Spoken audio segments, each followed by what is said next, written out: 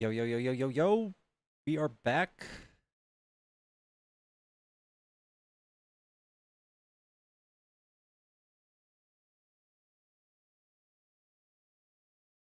What it do, chat? What it do? We are Charlie Kirk. We carry the day.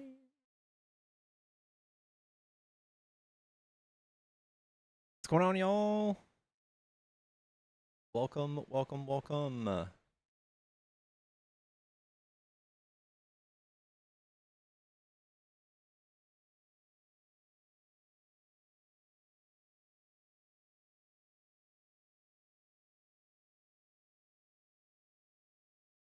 We just started a new live. We took like an hour break. Now we are back. Took little pickles on a walk. Made myself some food. Made pickles some food. And we're back.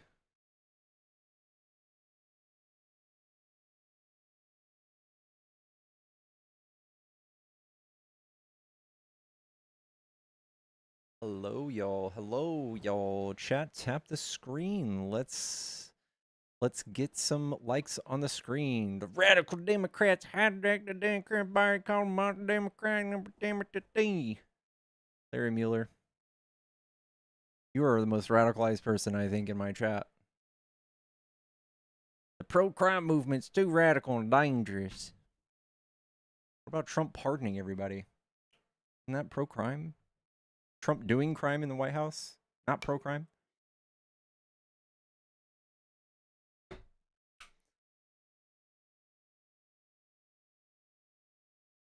What's going on, y'all?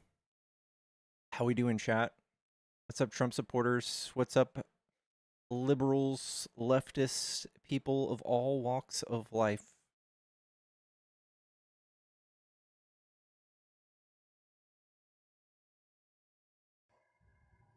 Hello. What the hell? It must be a slow day. We just started the stream.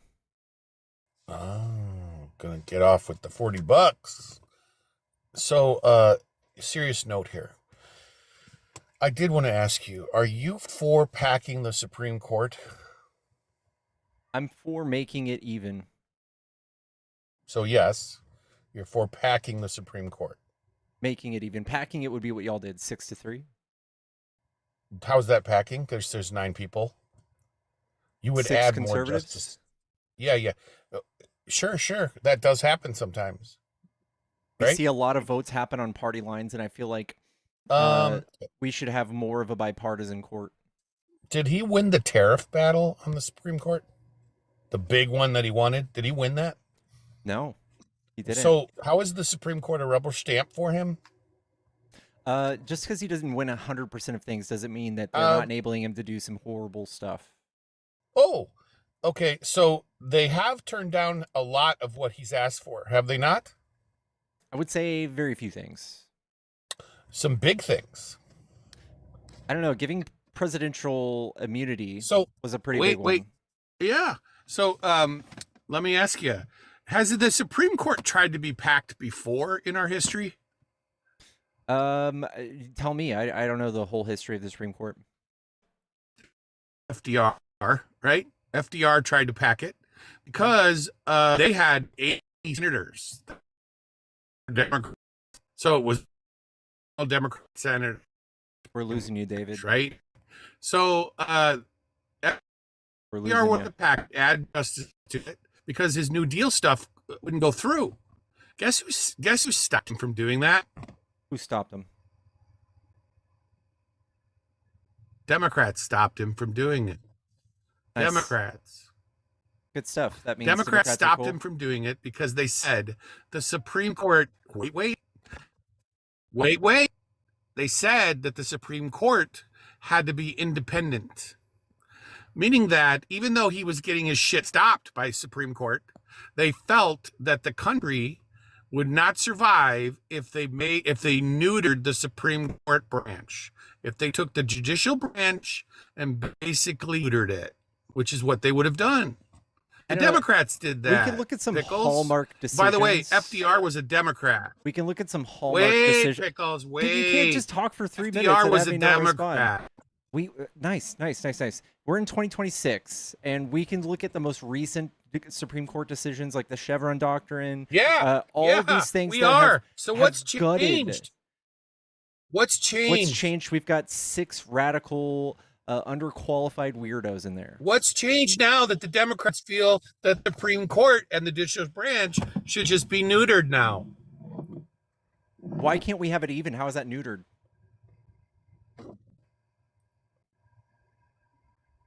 They should get rid of the Electoral College. They should get rid of the they should get rid of the Oh, sure. It would be nice. By the way, at that point, you might as well get rid of the Constitution. Yeah. I get it. Like Trump writing executive orders against the Constitution. No qualms. Yeah. So get rid of the. So here's the thing: make them states. Get rid of the filibuster. Get rid of the Supreme Court. Get rid of the Electoral College. Right. All that stuff. Get rid of the Supreme Court. Do we still have a constitutional republic at that point? I think that without a Supreme Court, we would miss one of the checks and balances, David. We have one party rule, Pickles. Right now we do, and you guys still can't get anything done. We miss both. What are you talking about? You guys haven't gotten shit done. No. We've missed check? Didn't I just tell you that his wait. Didn't I just tell you his tariff got shot down? What would you call that? Dude, if he wanted to pass tariffs, do it through Congress. That's a check. Do it through Congress. Who has the power to levy taxes? So who is it? We have it packed, right? And we have another president come along to do this, right? And it's packed. Is there going to be a check? No. Obviously, these people are appointed and confirmed to the Senate, right? And by the way, you're right. It's 6-3. 6-3, and he still got checked. Not good. Yeah, I know, because some of the stuff he's doing is so egregious. Thank God it's that they have a line. And he got checked, Pickles. That doesn't matter. Can you imagine if Biden would have done something like that? Could you imagine? 6-3 for Biden. Would they have checked him? It's because they have foresight. No, because the next Democrat like president, Democrats. The next Democrat president could come in. They wouldn't have checked it. Holy fuck, David! They'd have let it fly through. You're so obnoxious. These David. aren't FDR Democrats. Do you talk to your kids like this, David? These are not FDR Democrats. What don't you get? What are you talking about? Name a Democrat policy that's moved so far left. Tell me.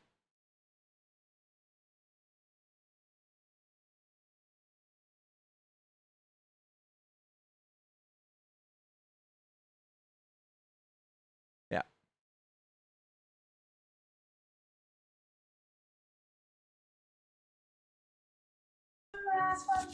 Hello, is this a Trump supporter? No. I just wanted to say I think you're doing God's work right now. Thank you. All right. I hope you're making everyone really angry, you know, because I'm sure that's the point of this. I hope you're rage baiting the fuck out of these people. And if you watch my stream, I'm not really a rage baiter. Oh, word. You know what I am? A masturbator. Get it? Good for you, dude. Play on words right there, you know what I'm saying, big dog? I see what you did there. I know. I'm quite a slippery little fellow. If you had to pick one of the members of the Kotsky, which one would you be? It's Hachi, dude. You know what I mean? Itachi, bro? Oh my god. What are you? That's mid. What? Who's better than Itachi? Itachi? Oh man, I don't know. I mean, like, Itachi's cool, but it's like you gotta go with Pain. Pain's tight, but he's just so bad. He's just a bad guy, dude. Isn't he who killed Jiraiya? Yeah, he killed Jiraiya, but he's also the GOAT. Yeah, dude, Jiraiya. No, I'm telling you right now, Itachi definitely voted for Trump. All right, that gets you a kick, dude. Get out of here. No. Fuck that, dude. Chad, if you're a Trump supporter and you want to debate, hop in the box. Dude, nobody kills Jiraiya and gets to be the cool person. False. Am I gardened? No, chat. I am still herb free, alcohol free next month, next week. In a week and a half, I will have 2.5 years alcohol free. Fucking debate me over it.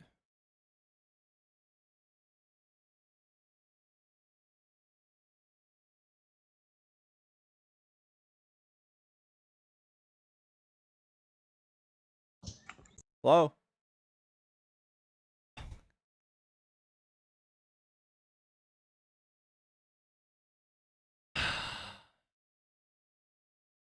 Just got a month ago. Grats, Great Awakening. Grats. Love that. The phone line is on again. Mustafa, please, please, I love you. I hope you're doing okay. I can't do this too often, all right?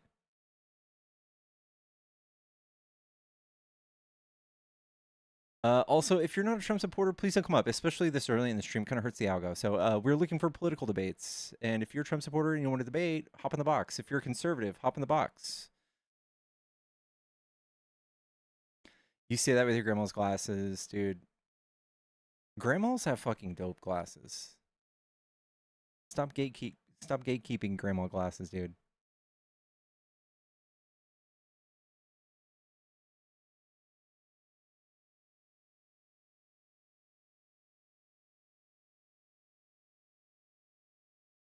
Thank you for the follow, Oz. How are we doing today, chat? I saw Dean is still on.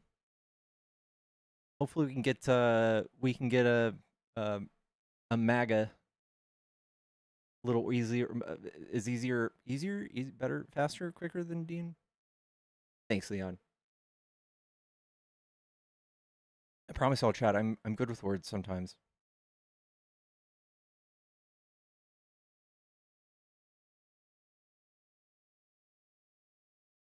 We have our eyes on you.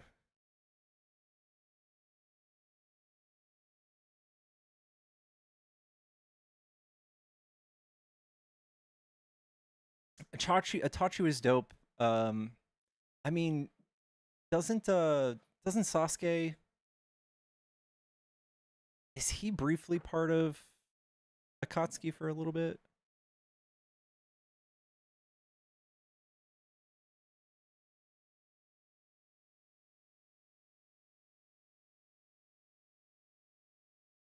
He wasn't full-fledged, but he received an official ring, had his chakra sync to the Gedo statue. Kind of was. Even Dean can't get a debate? Yeah.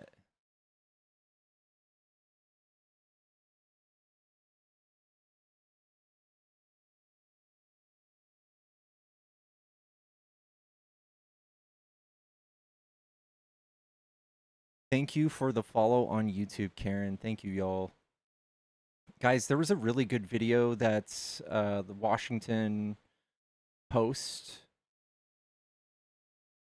did about Trump's battle on data, about all the things he's done to make it hard for us to determine what's true when it comes to like CDC, FDA, tracking, mortality rates and pregnancy.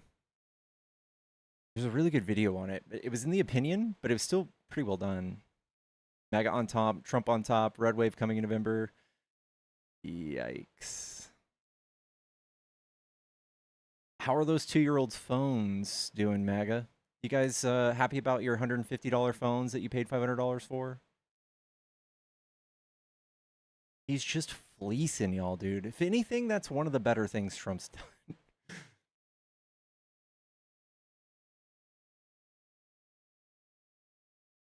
Just fleecing you.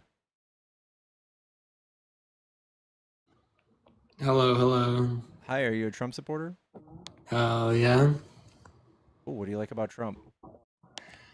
I mean, there's more stuff I don't like about him than I do like, but I do like some stuff about him. I like how he appointed more conservative Supreme Court justices.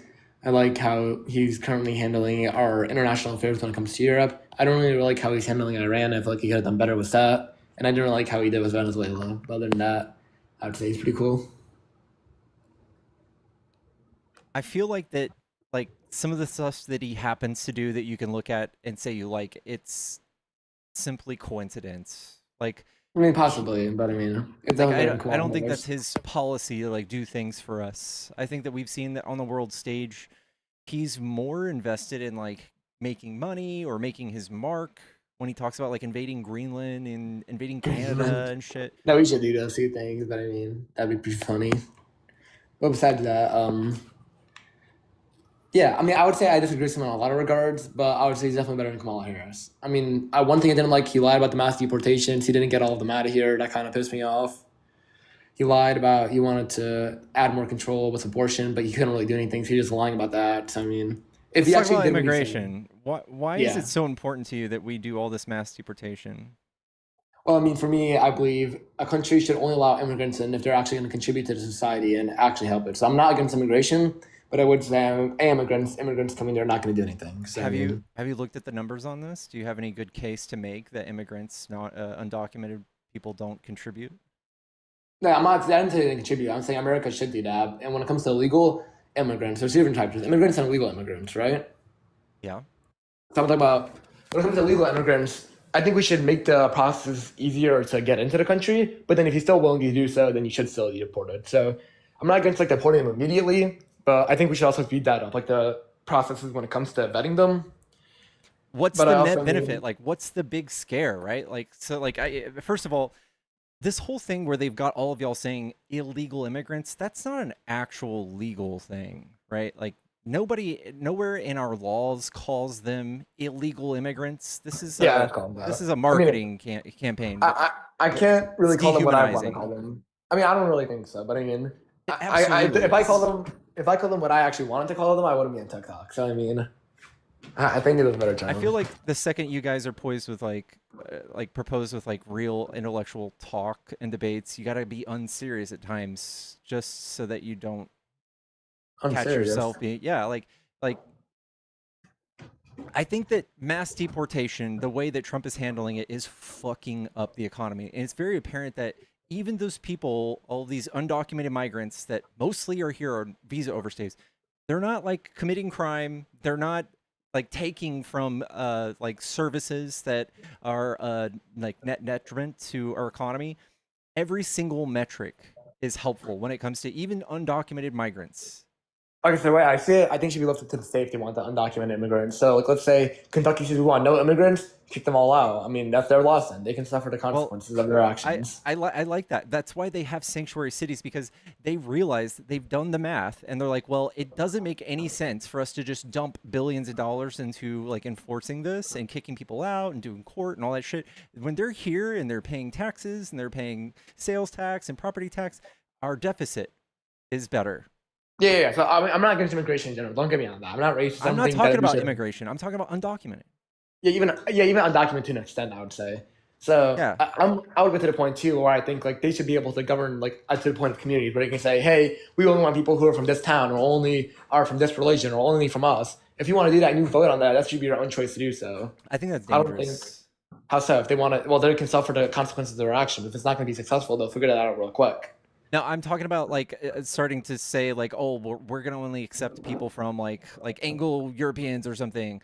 Like Or like, I why not? Wait, why not in Dearborn? They go like, and like Dearborn, they go, we only want Muslims there. What's the issue with that? say that again. And like Dearborn, they go, we only want people here who are Muslim. When who does that? In Dearborn, or like wherever, there's a Dearborn? bunch of Muslims. Or like in New York, the Jews want to do that. Or like wherever. Yeah, I think that's horrible Why? If they vote on it, why is that bad? because it creates like a societal structure. It creates a hierarchy.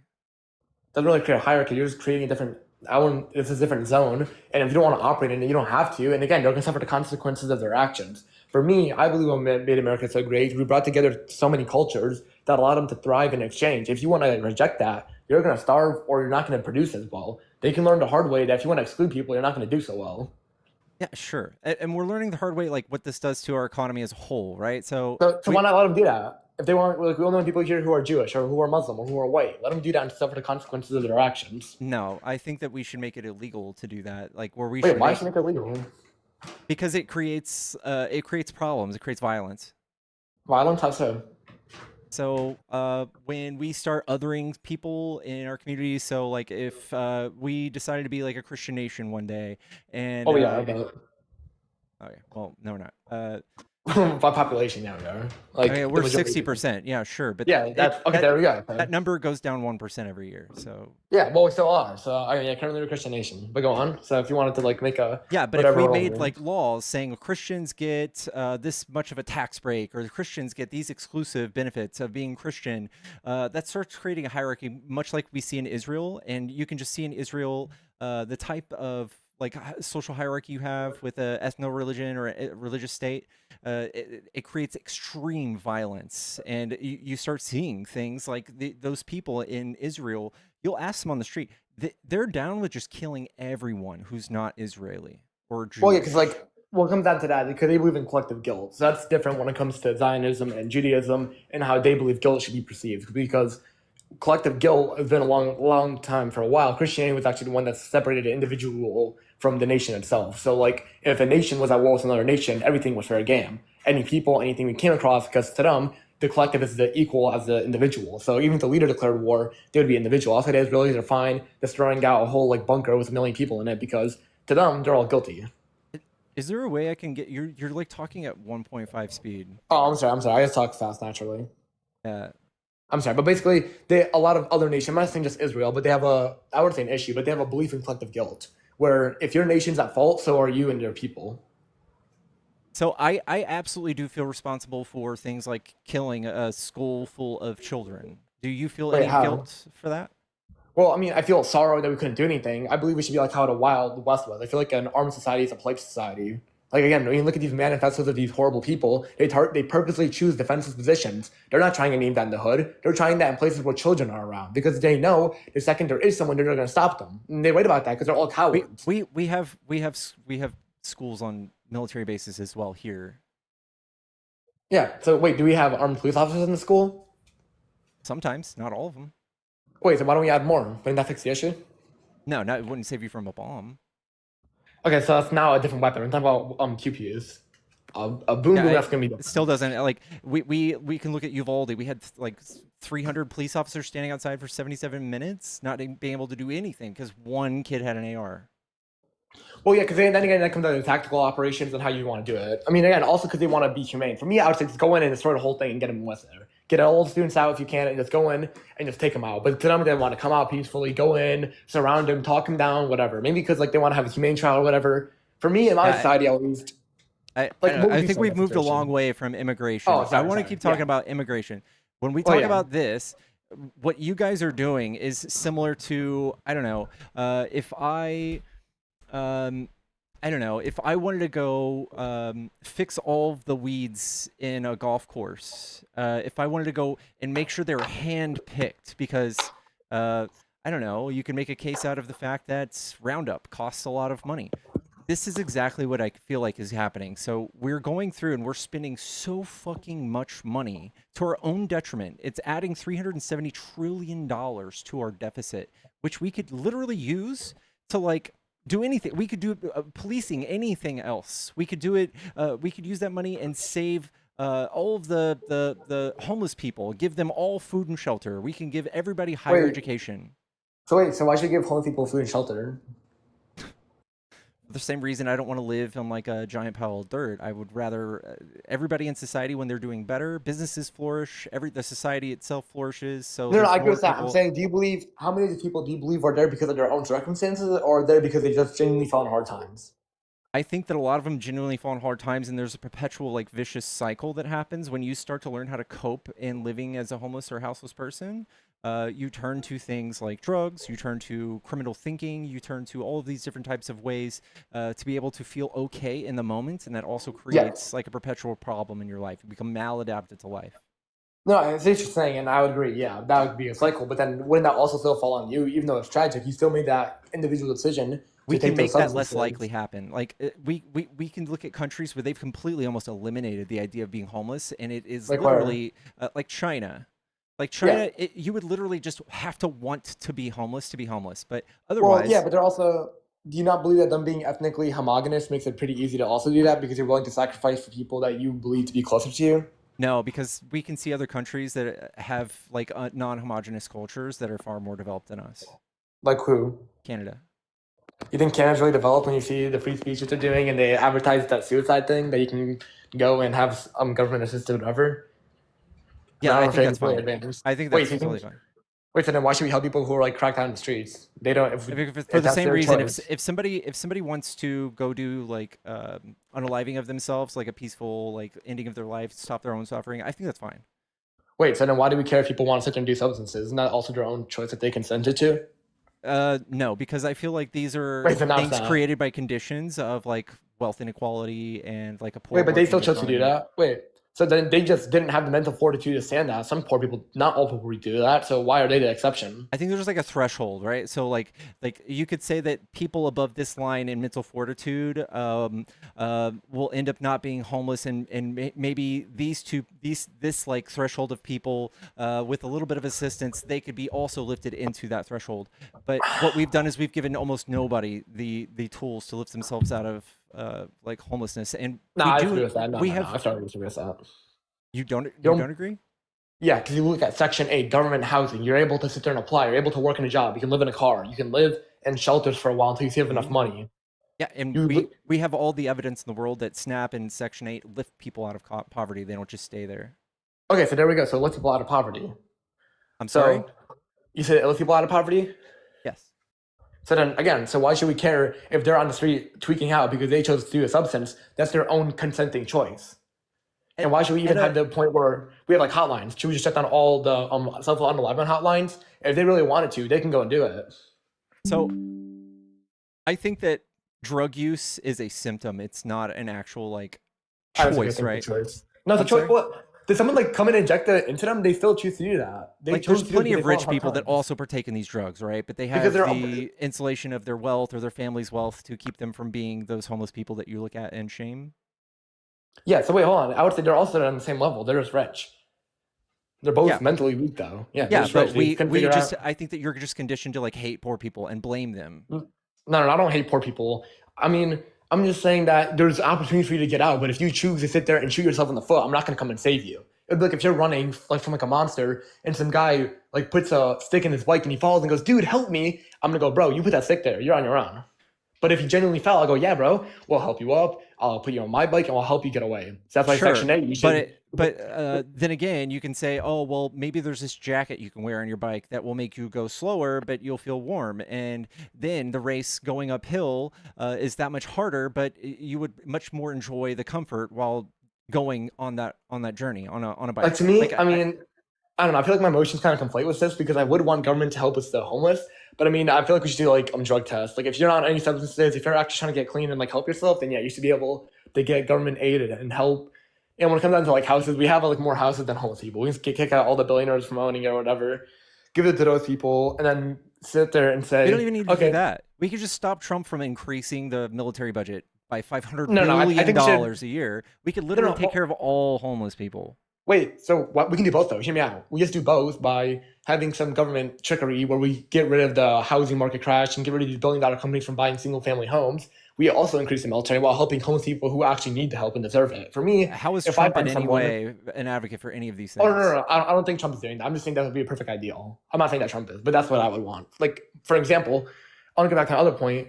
If I saw a homeless guy sitting in the street and I talked to him and he goes, "Yeah, man, you know, my wife left me, my kids, they haven't eaten in 3 days. I'm really trying to make it, you know, I live in my car." I'm like, "Bro, you can stay at my house." But if he's over here like like tweaking out, I'm like, "Okay, bro, you chose to do something that led you there. That's your own I consequence." think it's something like 70% of people on food stamps they have a job. And I would even say that I think there's a Good. similar number for people who are houseless who do not have a job.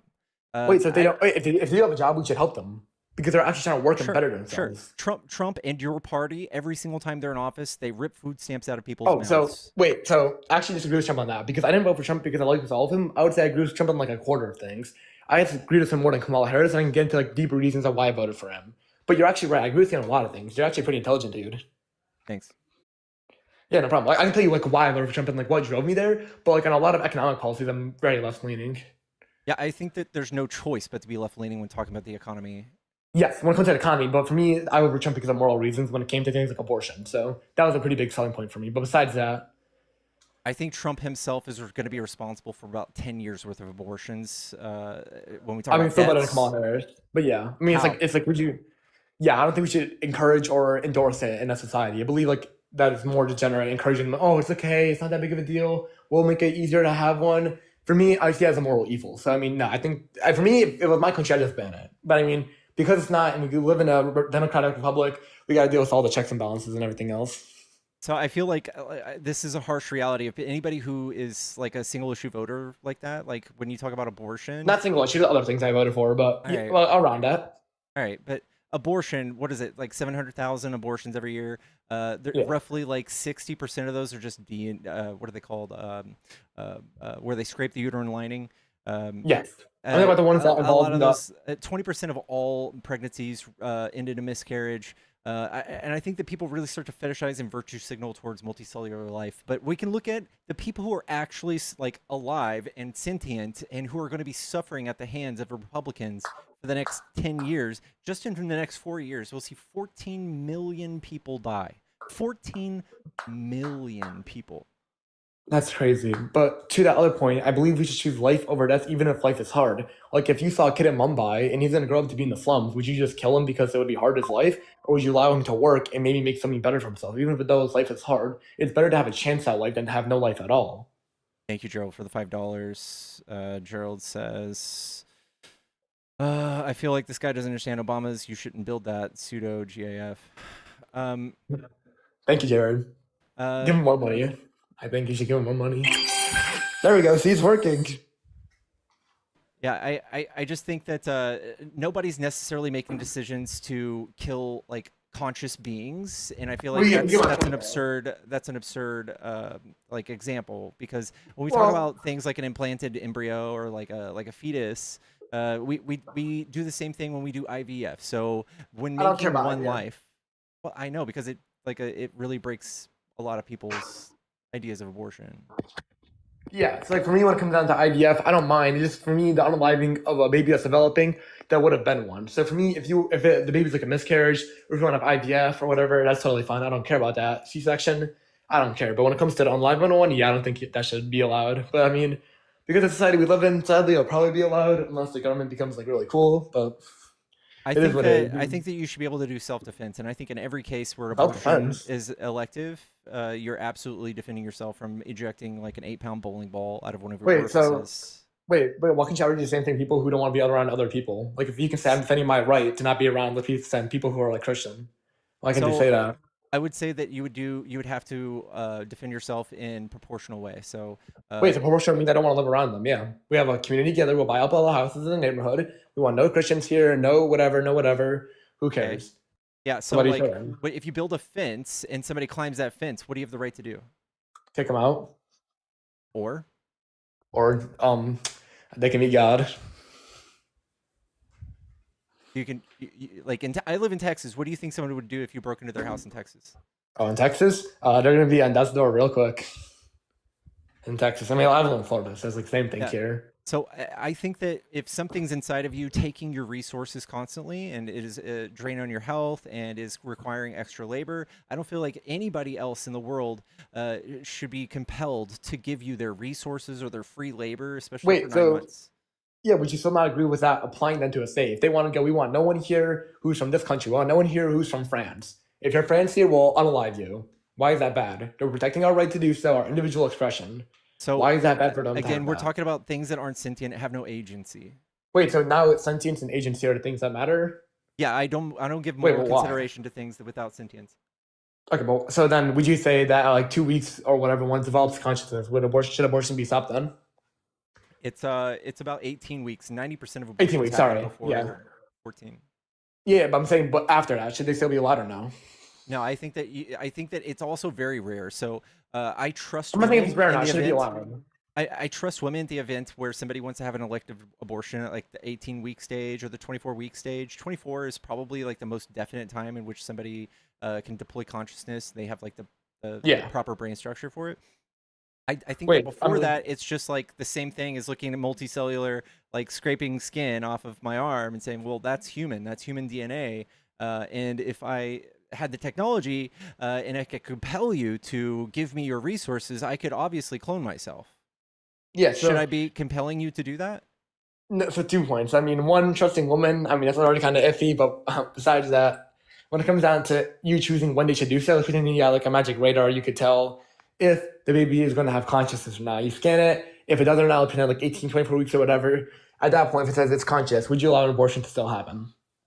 You're still speaking really fast. Oh, I'm sorry. I'm not trolling you So, either. no, you're good. You're good. Oh, sorry. I will rephrase it. If you had like a magic radar and you can scan the womb and see if the baby's conscious or not, and then it came back that it was conscious, would you allow a woman to still get an abortion? No. Okay. I think that like in most cases where those fetuses are like showing those signs of consciousness, Yes. women are posed with a much bigger decision, whether it's like for their own health or for their own safety or for their life. Well, I But mean, when you get to that point of development, it's not a mystery over whether you're pregnant or not most times. yes. I mean, for like, I mean, I don't know about women in eugenics though. I mean, like that's kind of an iffy topic. Seeing how they handled it. Yeah, women in eugenics kind of they mix like well in the bad way because we can see a lot of times that authoritarian governments are like the first ones in the forefront of it, like supporting it. Even then, you'll see in games like The Sims or whatever, like simulator games, they'll like breed or just like I don't know why people they desire into like what's it called? Indesirables or just ugly people in the game. Yeah, I You know, what but I'm that's talking about? after they already have like given birth, right? And it's also like a game, yeah. But I also believe like when you look at authoritarian governments, like I don't know if I can say that one group or the Japanese or the Italians or other groups like an Islamic caliphate, they would just get rid of people they didn't like, just massacre all of them. Yeah, I don't like that, and I feel like that's like we're halfway there when we talk about mass deportation. Well, I mean, we're not unaliving them. We're sending them to like Sepka or whatever. We're shipping them to third world countries. We just sent a lady Third from world, Colombia to fucking bro. Uganda. Okay, Uganda's actually insane. That's bad. Yeah. So I mean, first of all, we got to fix all these people, bro. I don't know which like I don't know if I can call them that, but like whatever people in charge of deportations, get them out of here. We gotta change that. If we're sending people to Uganda, Yeah. yeah, okay. So let's pretend they actually went to a normal place. We send them to Mexico or Tahiti or whatever, right?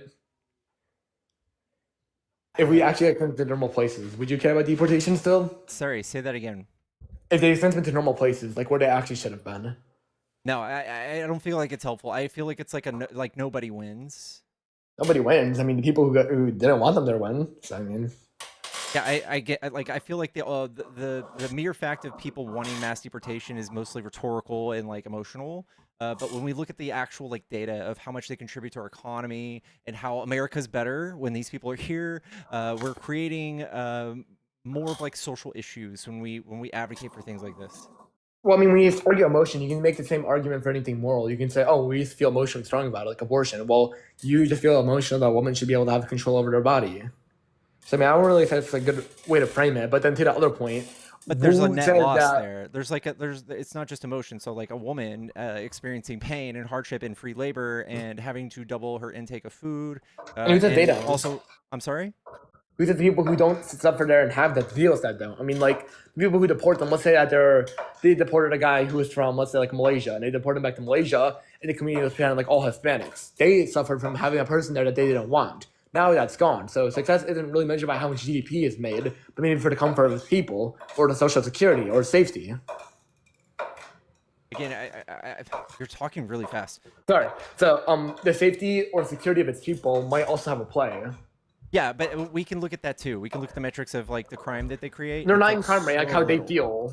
Well, yeah, I'm not saying crime, but how they feel. Like, even though a place might be safe at night, you're still not going to go around walking around blindfolded at night, right? Yeah, I know, and I feel like Yeah, a but lot there of you go. people they don't even have a really good grasp of who might be undocumented, who's not, because we have a lot of people who are touring or who are here legally, who maybe speak a different language, and we get all of these bigoted people in my chat. I have people, I talk to people every day. They're like, I was in HEB, and this lady was talking on the phone, and she wasn't speaking English, and I was mad. Therefore, I think mass Whoa. deportation is good. What? Okay, that's dumb reasoning. As much as I support mass deportation, it's kind of dumb logic. Yeah, so like if I think it's just cost prohibitive. I think that it is very silly. I think that you would save even more lives, and it's just as absurd if we were doing like 100% policing on people who sped on the highway. 100% policing. I mean, that's kind of like the 100%. thing. Yeah. I mean, I find authoritarian regimes kind of funny because it works for like 5 minutes until it all falls apart. Because the state will work for like 3 minutes until it starts taking more power than it should. So Yeah, and it like we can easily just look at the like metrics 1980. of what this Yeah. does to the economy, and it makes no sense. It makes I no mean, for me, sense. I didn't really vote on the economy. So I mean, if you're talking about like why it's good, I would agree with you. But I didn't really vote for it. So whatever Trump's doing, I don't know, good or bad. I don't really care for that. I don't really vote for it. Do you imagine what else like you could probably make a wish list that would easily like create like a Oh, yeah, utopia so, like- in America that would like you could do with $370 billion a year. Really? Like, we I'll can tell get you what we want. crazy. We can go All crazy. right, I'll let you know. Ready? Ready? Okay. So first, I want to import like into Florida people from Cuba, Mexico, what other place has good food? Italy, the Philippines. We'll open You all the said food import shops. people from those Yeah, countries import. too. Yeah, the one can I hand select them? Okay, and this is what you're gonna do with $370 billion. Well, I'm not done yet. We're gonna have private security in Florida. You know, make it a better state. Okay, I mean, I guess it's kind of noble. Like if you're like trying to help people in the world, that's cool. It's the opposite of mass deportation. But I'm talking about like if you care about your fellow Americans and you don't want to live in something like that resembles Uganda, we could easily just start looking at things that would help people that are here too, instead of shaming them and like blaming them, victim blaming them for being outcasts in society and turning to drugs or turning to having mental health issues.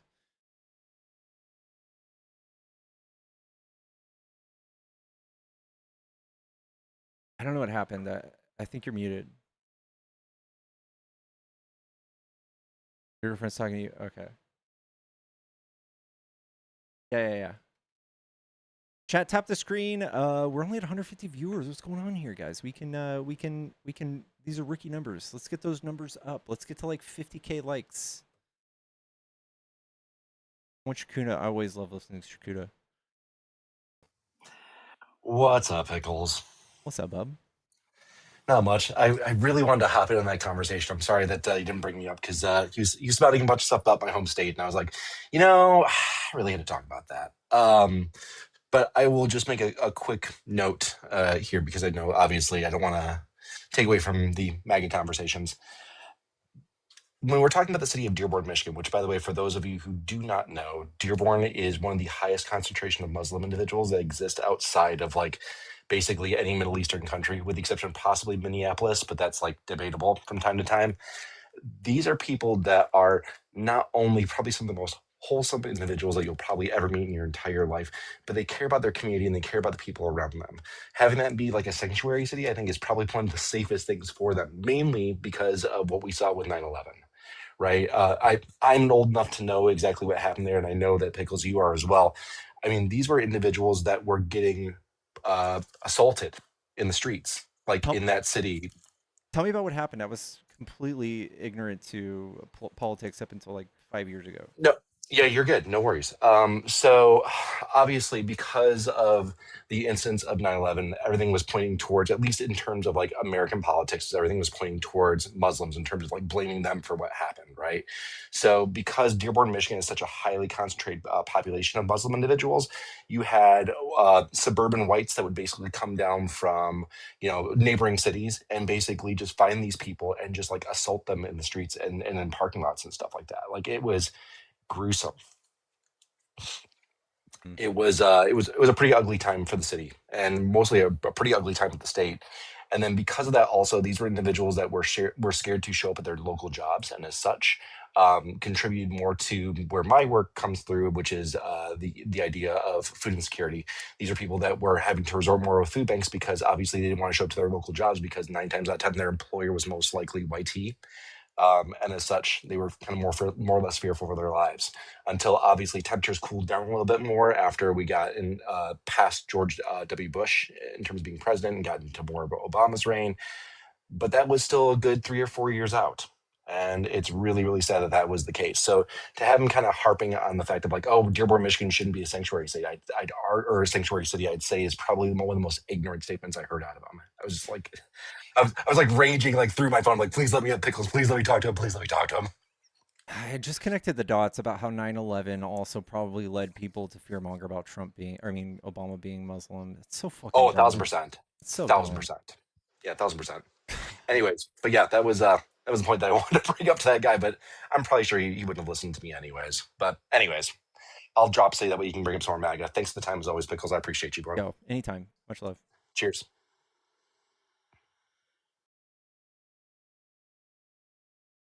I do have some of the coolest fucking followers, dude. People involved in their communities, people actually do good things for people. That guy's one of them. That guy's fucking one of them, dude.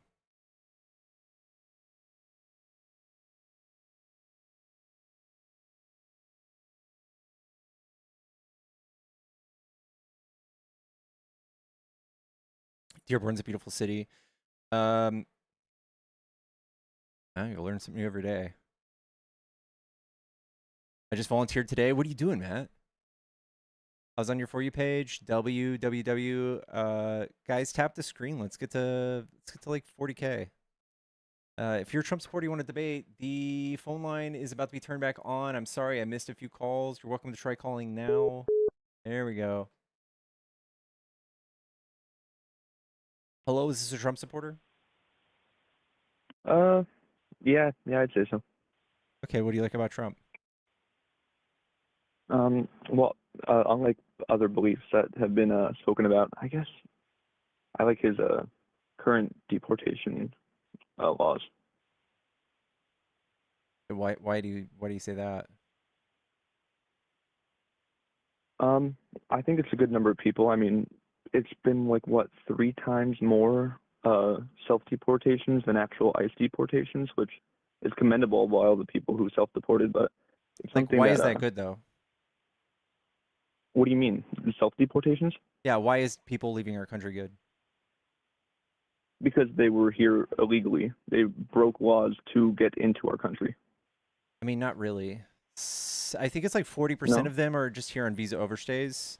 And I honestly just think it's like a victimless crime too. It's so like when they call them illegal migrants, that is very it's very manipulative. It's like dehumanizing them. It's not an actual term, like legally. It's not a real thing. So like if you When you came say it's here not a real thing.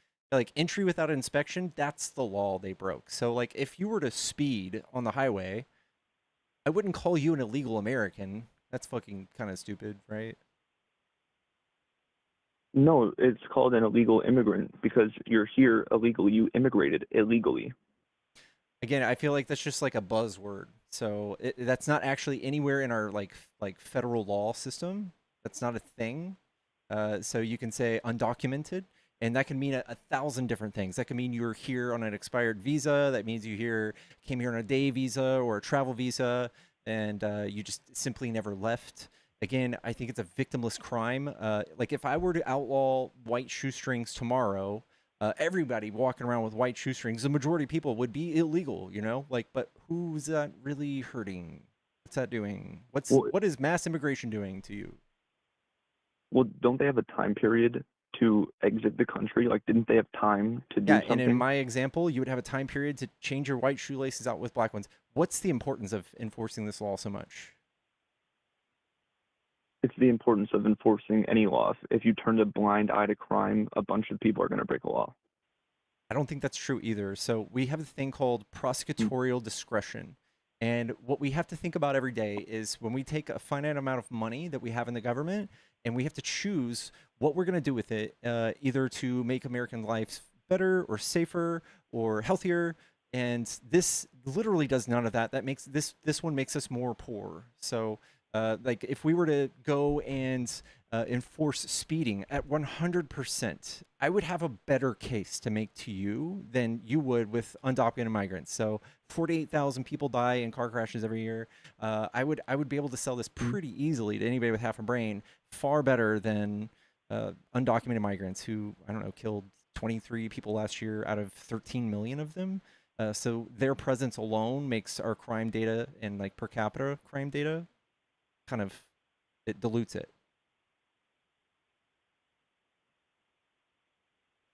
So I guess my point still stands, especially for entry. Why would 1.9 million people self-deport if they didn't feel as if they needed to? Yeah, because they're probably in fear for their life. How would they die? I'm sure they were just in fear of being held in alligator Alcatraz or being sent to an El Salvadorian prison camp. If you were to speed down the road at maybe, because you said you would enforce speeding at 100%, if you were to go 40 and a 35, would you fear for your life that a cop might pull you over and take you to one of the most high maximum security prisons? If we did the same thing Trump is doing with immigration, yeah, you would, it would be that crazy. Yeah, right. Like if I But threatened you with the loss of your entire livelihood and shipping you to another country most of the time that you haven't been to in years or never been to, I think that yeah, that would be insane. It would be criminal and it would be like a loss of human rights. so you don't think that coming into the country or overstaying your visa is wrong? I say it's benign. I think it's a victimless crime. Like what happens is they lose the benefit of being here in a legal status. That's basically Hmm. what that means. Okay, so you're okay with letting more people through then at that rate? I feel like we should maximize the amount of people we should let through and like make it to where we can check who they are, make sure they're not, you know, horrible people or T group people. Like I think that's fine, but like when we go around and we spend 180 billion dollars, which is more than any country's military on earth besides China, that's fucking stupid. Like it's a huge waste of money. So you think currently for immigration, I'd say that some immigration takes a while, not if you're applying for a green card and you're going to be here illegally, working your way through the obtaining citizenship process. But you're saying currently you don't agree with what we have because we're not letting enough people through? No, I think we're talking about two different things. Like mass deportation Mm. and enforcing the border are two different things. Okay, so you don't agree for mass deportation. Yeah, I think mass deportation costs us money and it reduces our deficit or increases our deficit, reduces our budget, reduces our GDP. They're like $300 billion worth of GDP each year, these undocumented migrants. Like, that's so good. That cushions our Medicare, Medicaid, and Social Security, creates labor. It creates demand at stores who sell food and goods that these people buy. Like it's a win-win for everybody, and I think it was just an easy thing to run on as a conservative because they don't really have much to offer. Conservatives are just pigeonholed into cutting your taxes and fucking up the deficit. So they got to scare you with these things. Okay, but you think, like, let's say hypothetically there's more, but let's say that because of last administration there's about 8 million people that currently enter the country through the border illegally. Do you think that those people should be allowed to stay if none of them have green cards, if they're all just walked across the border illegally? So that's not a thing, by the way. When the last administration was in office, they had a higher rate of turning people away. They had more deportations. If you voted solely on who did deportations the most, you would always vote Democrats. We do enforce the law. And I think just Fox News and Trump and all these people saying that the border's wide open convinces people that it's wide open. But you can look at the numbers, and what they did was they had encounters. They had like 12 million encounters, and if you were allowed in, or if it required you were put into the immigration system, you were let in, and you were given a court date, or you were allowed in with a visa. But what they've done is they've just been very dishonest and just shown you like encounter rates and be like, look at how many people came. Yeah, well, everybody migrated during COVID. Everybody, like the whole world, you could see it on satellite. So what he did was convince you that Biden just had an open border and like that he wasn't enforcing the law or something. And it's crazy. It's crazy how many people I've tried to deconstruct this with, but It's also just so benign, and the numbers went from 11 million undocumented migrants in the United States to like 13. That's what all the estimates say. Trump tells you 30. He's just doing nothing but fear mongering, and these people are just NPCs. I could just click on them and just say, well, it's the law. They just want to enforce the law. Well, right now, weed is federally illegal, right? Why don't we go around and enforce every bit of that? Because people are breaking the laws. Are we just letting people like the Wild West out here break laws?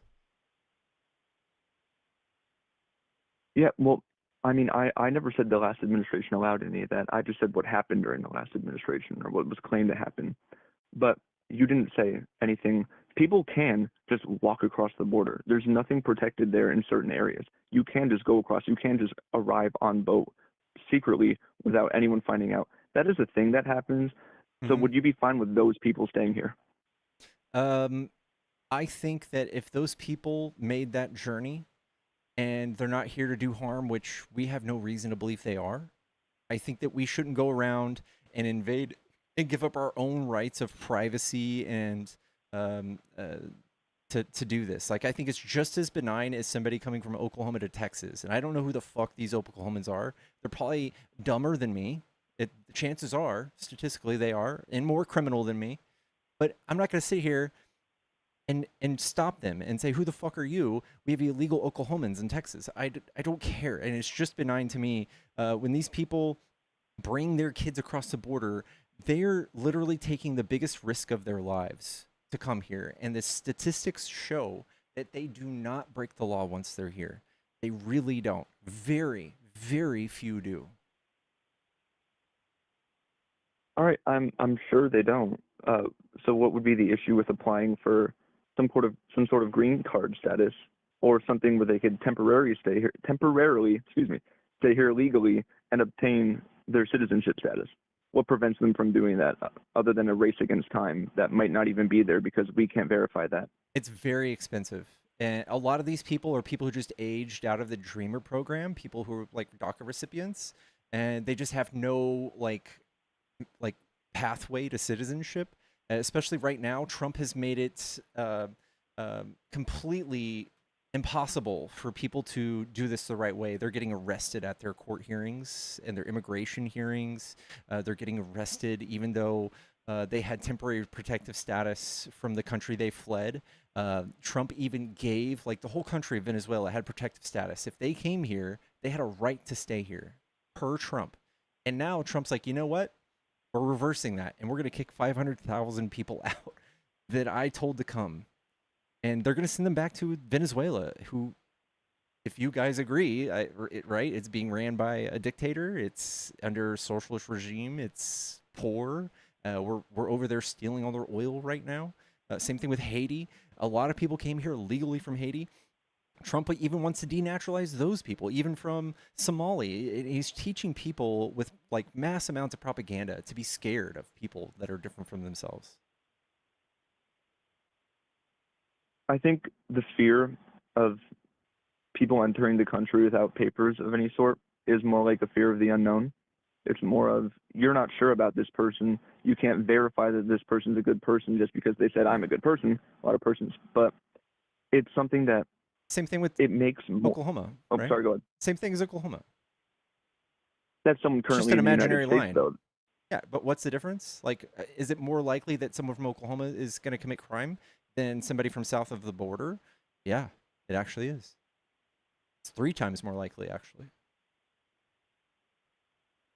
I mean, probably, possibly, yeah. Well, according to stats in Oklahoma, or according to general American stats. It's probably worse when you isolate Oklahoma.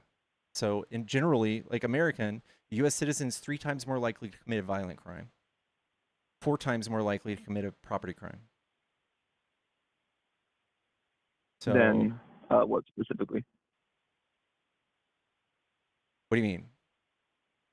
Then an illegal immigrant, or Then an then, or, undocumented sorry, migrant, yeah. undocumented. Yes, undocumented immigrant, or someone that lives in Mexico. Yeah, both. Both. Yeah. Yeah, so an undocumented migrant is far less likely, like 1/3 less likely to commit a violent crime. So if I had a choice between letting somebody from south of the border over letting somebody from Oklahoma come into Texas, I would let somebody from south of the border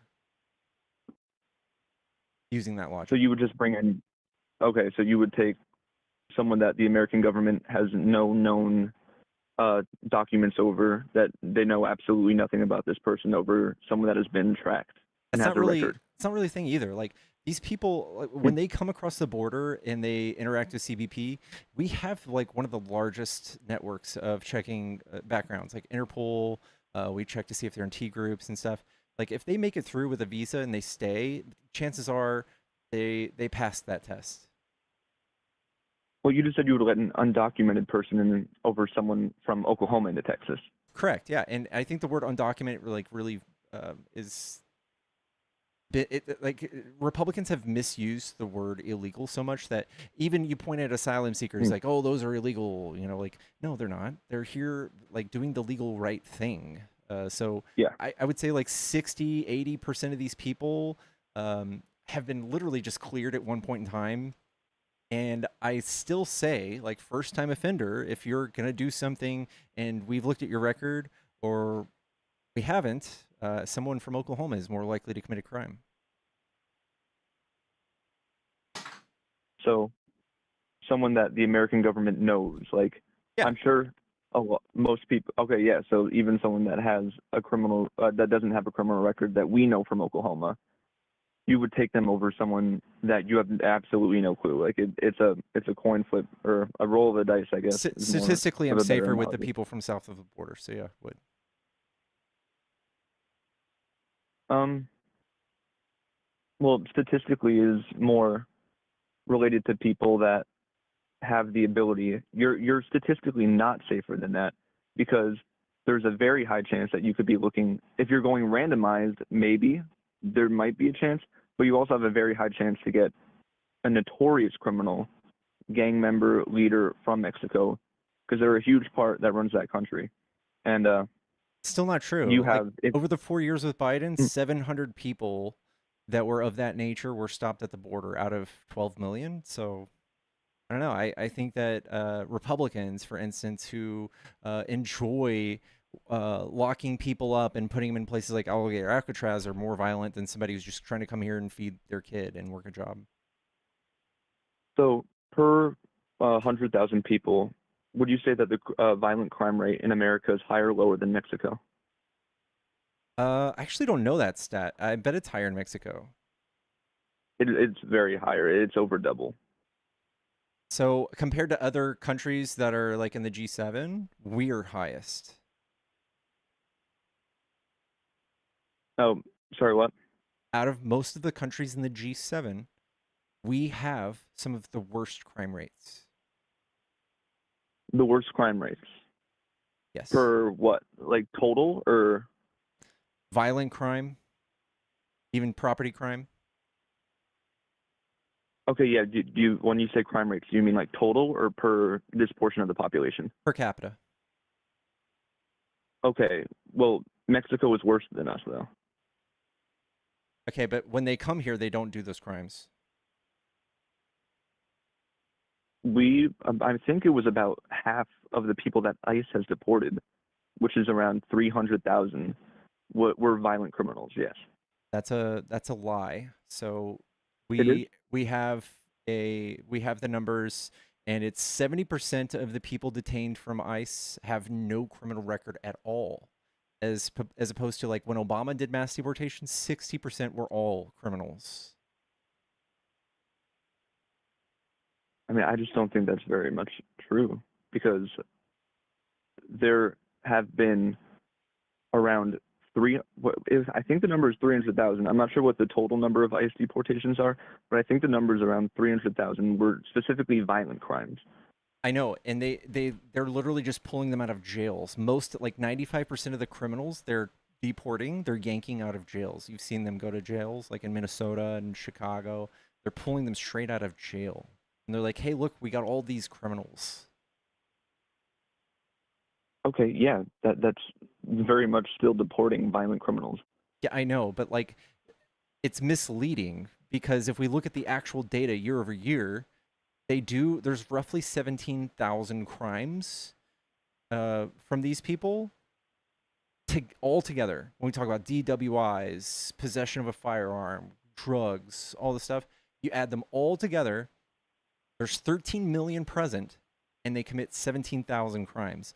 When we look at the whole population of the United States, we have 350 million people here, and it's like 400,000 rape incidents, 600,000, 17,000 murders alone in the United States, and they did 20 of them?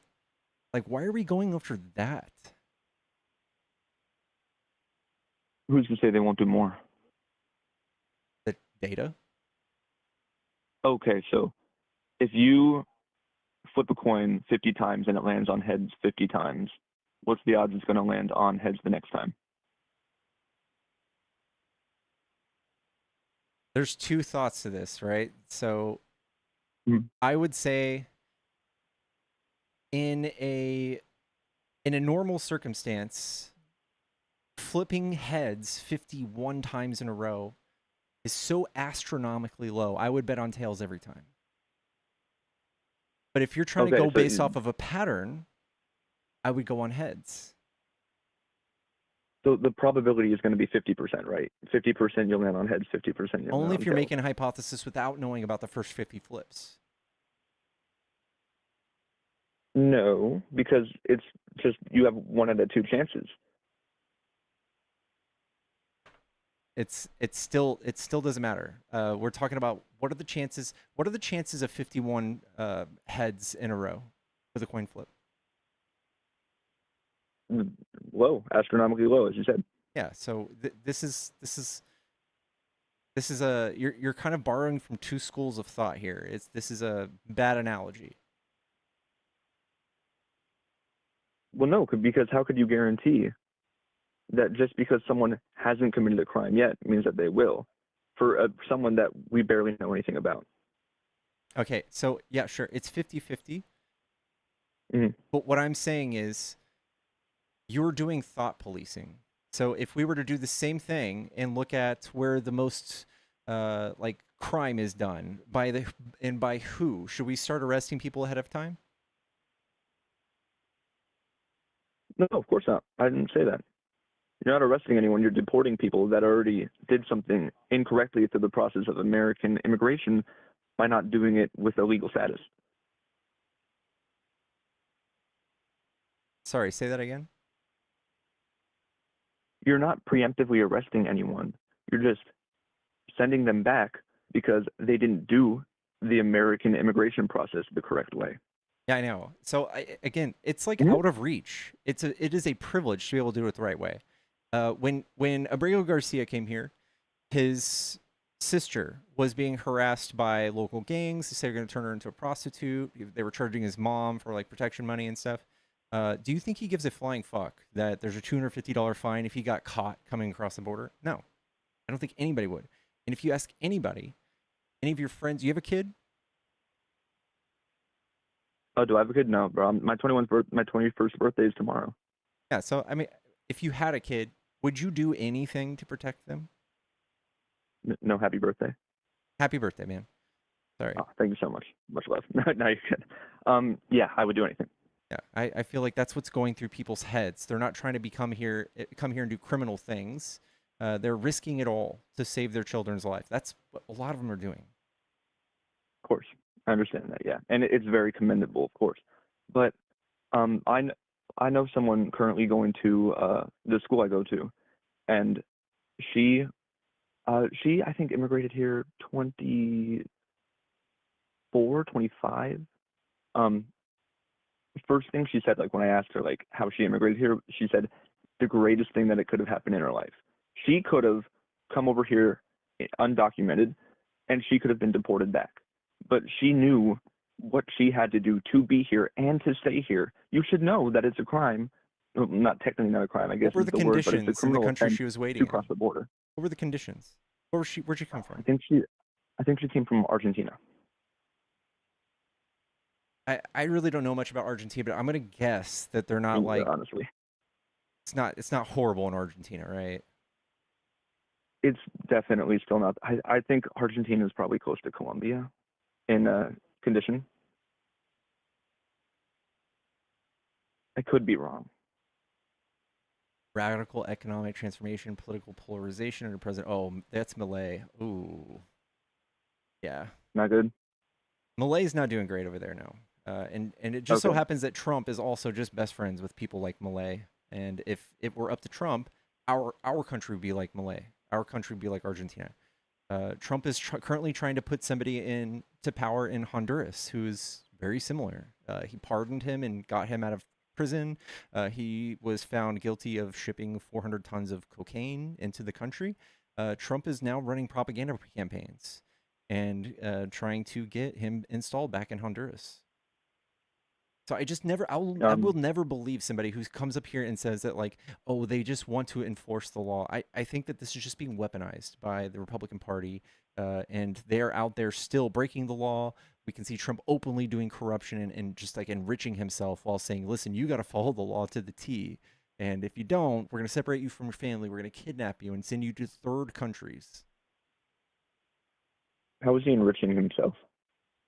He's made $4 billion to $6 billion last year. We just got the first quarter information of his stock trading, and he made to the tune of $250 to $750 million stock trades. He made a trade every 9 minutes and 15 seconds this first quarter. And we're talking about things like buying Nvidia stock a week before he approves the sale of Nvidia chips to China. Yeah, no, yeah, of course. I'd say that definitely has signs of insider trading. It's a likely thing, honestly. We can't really see that it would. I mean, like, Trump has done stuff that also collapsed certain stocks, but where was this the first term at that point then? He was just golfing his first term. He spent 1 out of every 5 days golfing, and he paid himself $200 million to do it with taxpayer money. No, he's golfing this term. I'm sorry? He's still just golfing this term. I mean, why wouldn't he be trying to make money instead of losing the money that he did in his first term? He didn't lose money. That's just a Facebook post. No, he did lose money. It is confirmed that he did not make What did money he do to off lose of money? anything in his first term. What happened that made He him didn't do lose anything. money? You can't run a business. You can't run a business. I think he gave his business over to his son or to one of his CFOs, but he did not run his business at all. He just didn't do anything to gain His money. businesses probably do way better without him running them, but like that doesn't mean that he needs to come back and make money. That doesn't mean he needs to come and use the arms of the government to make money. Well, he didn't have a guarantee of coming back. Like, he failed in 2020. He's old. What's he going to do with any of that money? I don't care. He's enriching his kids. Look at the American economy. Look at the world economy. Mm-hmm. What? And he's ripped 3.4 million people off of food stamps. It's a piece of shit, dude. Well, not everyone. I'm sure you can tell not everyone on food stamps actually needed to be on food stamps. That's not saying there are people who need to, but not everyone that were on them needed to be on them. I think that's just a Republican cope. There is no reason not to just straight up double food stamps. It's best. It's good for economy. Like if it just hurts your feelings so much that to imagine somebody is doing fraud with food stamps, that you would rather the collateral damage of the children starving happen than see somebody maybe possibly selling food stamps for 50 cents on the dollar. I feel sorry for you. Like that's so bad. It's like saying I don't want to plant 100 trees. One of them might get chopped down.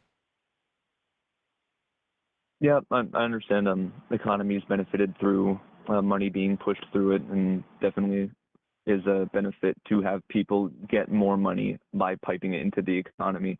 But I personally knew someone. He was in a biking accident, and he put a claim out for welfare.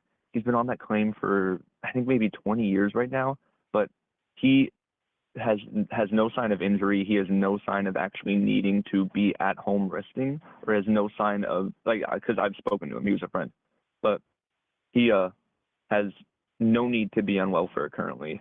He is committing welfare fraud at that point.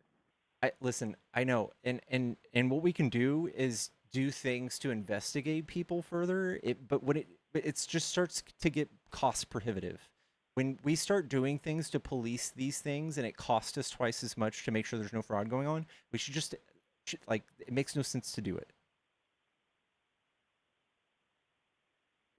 I mean, wouldn't current costs for that help in the long term? No. For every dollar we spend in the food stamp program, it's $1.50 to $1.70 in economic activity.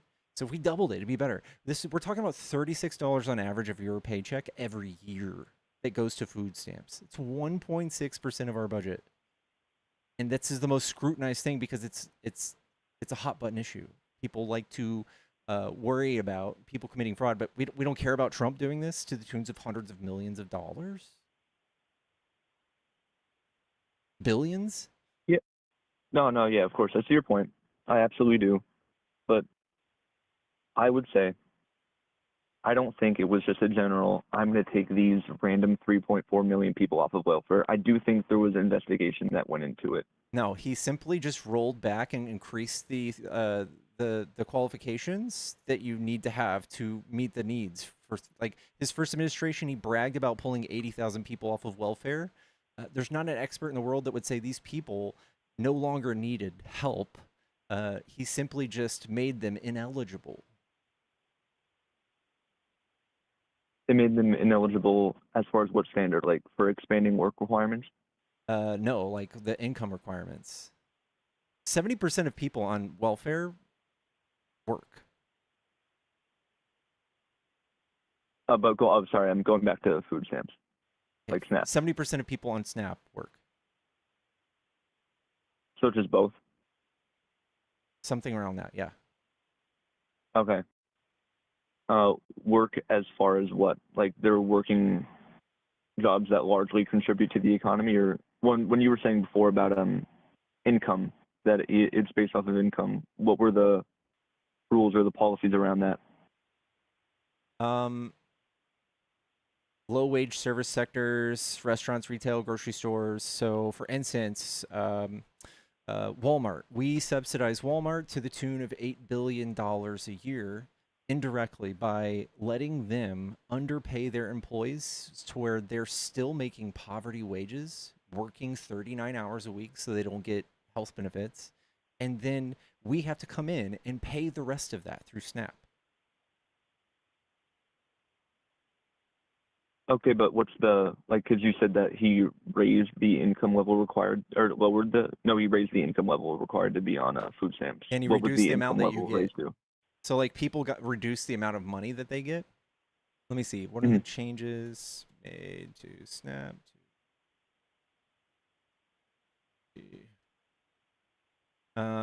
Newly restricted foods, expanded work requirements, recipient ineligibility, expanded the rules and work requirements. So age limit, work rules now apply to adults up to age 64, increased from age 54.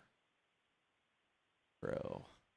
Affected individuals must document at least 80 hours per month, 20 hours per week of work, job training, approved volunteer service to keep benefits, yada, yada, yada. Some people don't have the ability to do that. Some people have like 3 kids. One of them, might be special needs or something. Yeah, they're just applying for disability still. Yeah, but we're talking about people who get SNAP. Mm-hmm. So you can still apply for disability for food stamps or SNAP in that scenario. Okay, still, I don't agree with him cutting 10. I think it was out of the. It was 10%. 10% of all people on SNAP were cut off. We're all 10% of those people. Do you think surgically we're doing the fraud or not working? I'd say the likelihood is probably no. But that's also not to say that there isn't a possibility of a high likelihood. It could be yes. How many people that receive government subsidies to the tunes of $8 million a day, like Elon Musk, probably go and fuck off that money, use it to play in our politics, use it to enrich Wesley themselves? Pillow super chatted $10. I am a million Use their times money more to enrich their concerned money. about insider trading by government officials, who already have enough, than I am about some poor person getting an extra 100 in food per month. Sorry. Thank you so much. Say that again. Oh, use their money to enrich their money. No, our money to enrich themselves.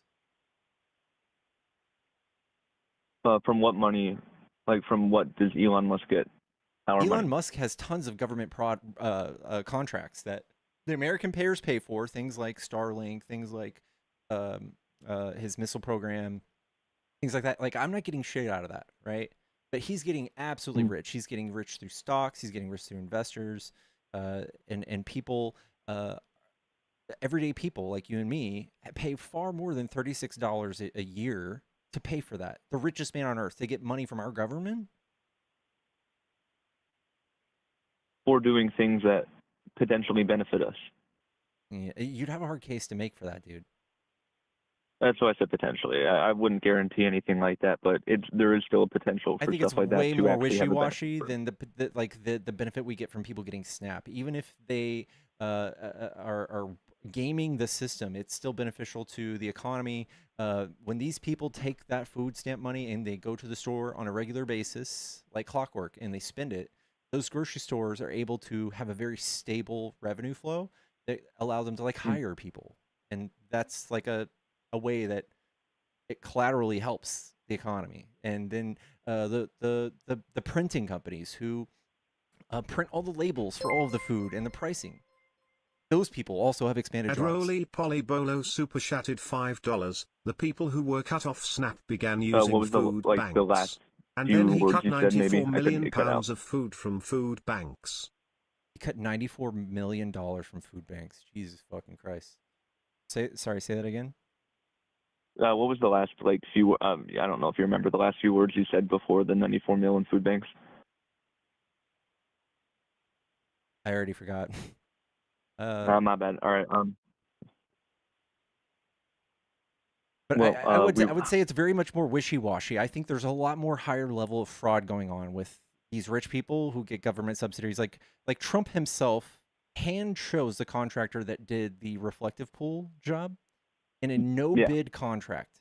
And it went from $1 million job to a $3 million job to $13 million. Do you really think it takes $13 million to paint the inside of a pool? It's a pretty big. It's. I'm not gonna lie. It's pretty big, man. But if we're looking for a good, like an actual well job done to it, compared to if you look at what happened to the reflecting pool when Obama had it paid to be clean, that looked terrible for the after. Like, it didn't take time for it to look bad. It still looked bad when it was cleaned. So I'm hoping, it's no guarantee, but I'm hoping that that money actually goes into it looking better. I don't know. Like, yanking $94 million out of food stamps and then spending $13 million on a reflective pool and $1 billion on a ballroom, it just doesn't make the case that this money's being used wisely.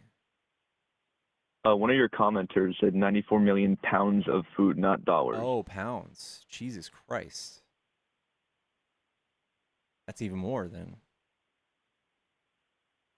When Obama got a $12,000 basketball court installed, people threw a fucking shit fit. But Trump's out there making God knows what deals behind closed doors to get people to quote unquote donate to his ballroom. We're finding out that he's been giving no bid contracts to the same people who donated to the ballroom, so they're making that money back threefold with our money. The people that are making the ballroom. People who donated to the ballroom. And you said they're making their money back how? By getting contracts through the government. Oh, okay. Like contracts through actual building. Sure, building, government, like internet or military industrial complex, like things like that you should have to bid for, where you shouldn't be able to, as president, choose who gets all of this work, because that's corruption. Oh, I don't think I'd agree with that in the sense that you could actually be hiring someone good instead of hiring someone that is recommended or that's been traditionally used. There are Because laws in place for that. There's laws in what? place. Like to even become a government contractor, you do have to jump through hoops and prove that you have all the certification and job history to do a good job. And like even when it comes to just building a road, you can't just choose your favorite contractor who quote unquote is going to do a great job if you're a mayor because you could be getting kickbacks, much like Trump is doing.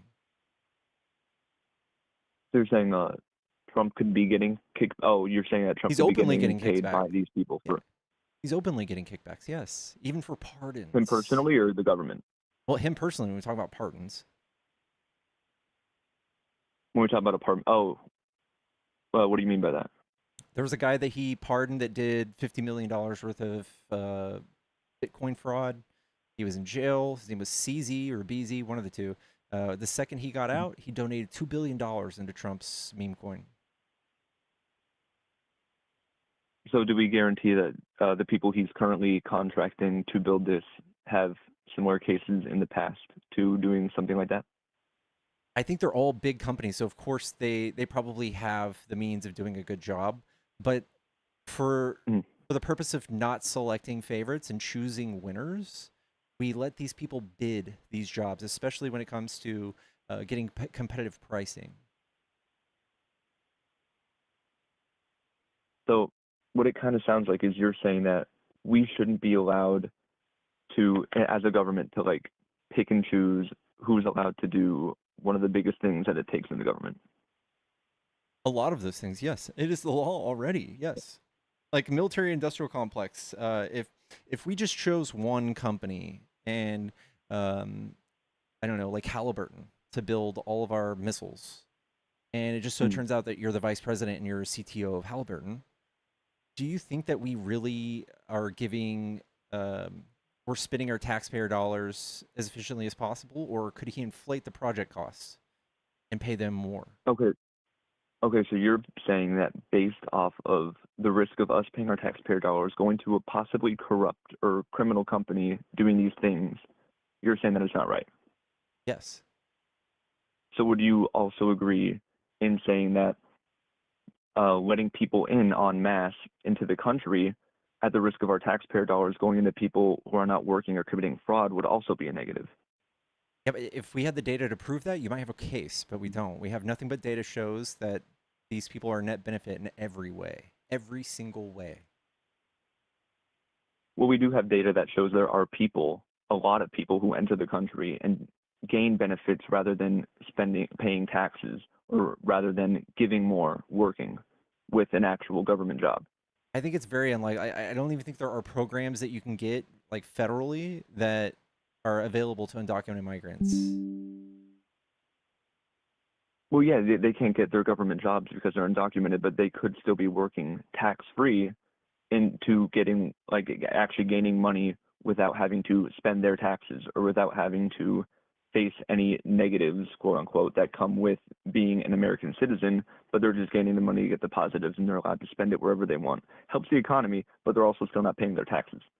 So there's no escaping paying taxes. So when you talk about like somebody getting paid cash under the table, they're going to take that money and they're going to go buy something from Walmart and they pay sales tax and they go pay rent and that rent pays property tax. So the state taxes are paid for right there. When we talk about federal taxes, when a company goes and withdraws $400 in cash to go pay somebody under the table, that $400 in cash is taxed at a full 30% rate by the federal government. So the taxes are always paid. It's just a matter of who pays them. So if someone were to gain a benefit of, let's say, 5 people into the country undocumented, and he pays them each $10 an hour tax free, then like they are getting just a plain $10 bill every hour for their work. What taxes are they paying until they have to go buy something? So the person paying that money in cash pays all of the taxes that he would have only had to pay half of if he were to pay them documented. But these people have a means of paying taxes too. They can get a thing called an ITIN number. Last year they paid $97 billion in taxes. Okay, but there is getting around taxes for the people that's gaining this money. Yes, but the taxes, like somebody that tax is captured. That tax is captured. Whether it's the employer or the employee paying it is a matter of paying it under the table or not. Wait, what do you mean by that last part? So just like I said, like if I own a construction company and I was paying a bunch of people $10 an hour, I I can't. didn't say you owned a company. I didn't say you owned a company. You were a random guy that's making a building project. Yeah, sure. At Wesley Pillow super chatted $5. Yeah. So if you're just The a random Federal guy Work making a Order building and contract, paying Responsibility people Act under the prevents table, migrants from what accessing taxes would they have federal to pay aid receiving that money? programs, and ITINs allow them to pay taxes. Thank you so much. Yeah, so the ITIN number allows them to pay taxes, but if they don't, the employer paying these people with cash have to pull that cash out of the ATM, right? Or go to a bank and pull it out. Mm-hmm. So what does that look like in their accounting? How can they pull that money out without it being taxed? There's no way to do it. I didn't say no. I'm talking about the undocumented immigrants having to pay taxes, receiving that $10 an hour. Mm-hmm. So it's not paid twice. So if an employer pays you under the table, they're paying the full liability of that tax. If they are not, they're sharing that liability of tax. In either case, that full 25-30% tax is paid. But just not by the person actually receiving the money. Correct.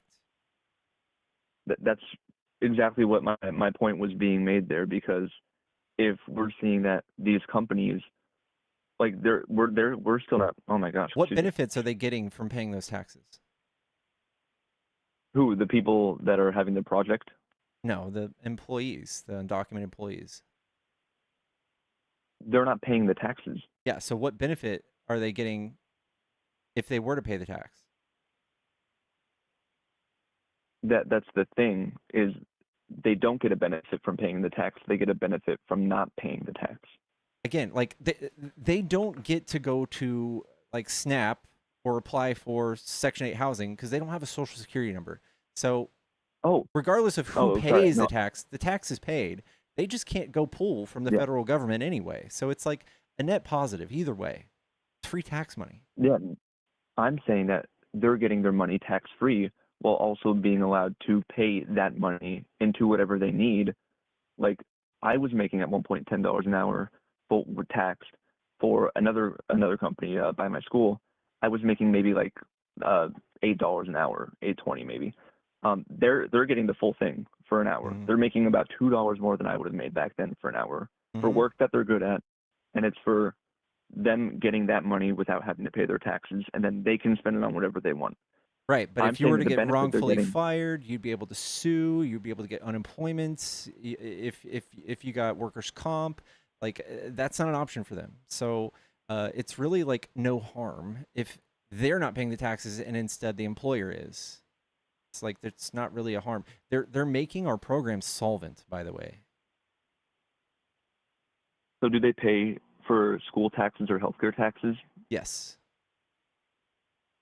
If they're not paying any taxes, if they're undocumented, they're not paying taxes. Yeah, there's no way around paying sales tax and property tax. Of course there's not, but there is a way around paying for school and healthcare. Schools, if you're just not documented. 80% of your taxes are paid for by local and state taxes. So it is, in fact, paid for by those people. They're getting, the illegal undocumented immigrants are getting their things paid for by taxpayers without having to pay for that by themselves. Property taxes pay for schools. So like if they rent an apartment, much like the average American, they're paying the same property taxes that the average American is. That pays for schools. And if they're not? They're living on the streets. I don't know. Usually they find a place to stay. It's not You very could buy common. an RV. I'm sorry? You could have an RV. You still have to have a legal place to park your RV and you have to pay property taxes. Of course, you can easily find a legal place to park your RV. I just don't think that's a common thing for undocumented people. Like, first of all, you're buying a $40,000 RV? $100,000 RV? To prevent paying taxes. I mean, $40,000 would be a good enough for a family of like 4 or 5. Yeah, that's a huge contribution to the economy. Until it's just you're not paying taxes. That's also a huge negative to the economy. If there's, let's say, 100,000 people getting benefits off of the American system, off of other people paying taxes, with them not. There's just not that. It's not like it's very hard to go find a place to park your RV for free. It's like that's why they have RV parks. You have to go pay for rent at an RV park. It's a very common thing though, like for Where? an undocumented person to have an RV. I've never heard. I'm in Texas. I've never seen an undocumented person with RV. Well, I'm sure you haven't. There's been a lot of deportations, but I promise you, if you can look up the numbers, I'm pretty sure it's a very common thing. I've never even heard At of least that. not common per capita. All right. I mean, like most people Well, who get an RV, if you're coming here on foot, hopping the border, you have no social, no credit, no job, but you have $30,000 to buy an RV. Like I just don't think that's likely, man. well, again, that's where the purpose of working without having to pay taxes comes in, and you're also not hopping the border empty-handed. A lot of them are. Yeah, they are. No, you save. It's more of an effort of not wanting to stay, but you're also saving money to move to America. I can't find any official statistics on undocumented people having RVs. Like that might be like some crazy loophole, but like you're still paying gas tax, right? You're driving that fucking huge ass RV around. You're paying for the roads.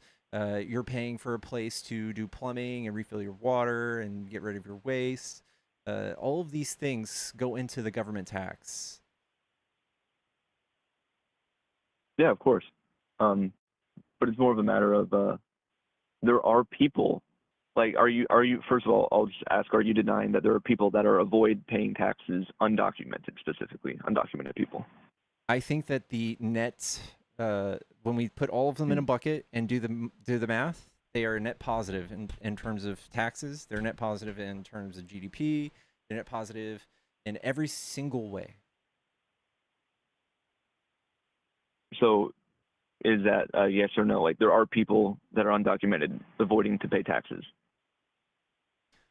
I think You don't have to say a I number. think It's just literally 0% of them avoid all taxes. There are some of them duck some taxes, maybe yes, but I would say that Americans do too. Like no more than Americans. Like in fact, this comes into like the cost prohibitive uh, idea of enforcing things at 100%. Should we look at every single person's taxes and audit them on their way in and out of the government? Or when they file every taxes, should we audit every single person? And the answer is no. The answer is no. We should not. And that would be so cost prohibitive that we would lose half of our money trying to make sure nobody did any fraud. what do you mean by in and out? I must have missed something. Forget that part. I'm just saying like Oh, filing a tax return, receiving your tax return. If we audited 100% of them, it'd be cost prohibitive. We would lose of course. half of the money we're receiving. Yeah. Same thing with mass deportation. With mass deportation, I'd argue in a long-term scenario, you would be saving more for people having contribute less to the economy by working less for a government job and by not pumping more into the economy. That's not what the math says. So in the 4-year term, $270 billion is what our deficit is going to increase from mass deportation. For the cost of actual mass deportation? For them leaving and no longer contributing to our economy, that's how much that costs. And then with economic feedback, when those people are no longer buying from our stores and creating demand and doing all the other things we've talked about, it's $370 billion increase in deficit. That could literally solve all homelessness, pay for every single person to go to college, and you would also get a pure breed horse. I love a horse, but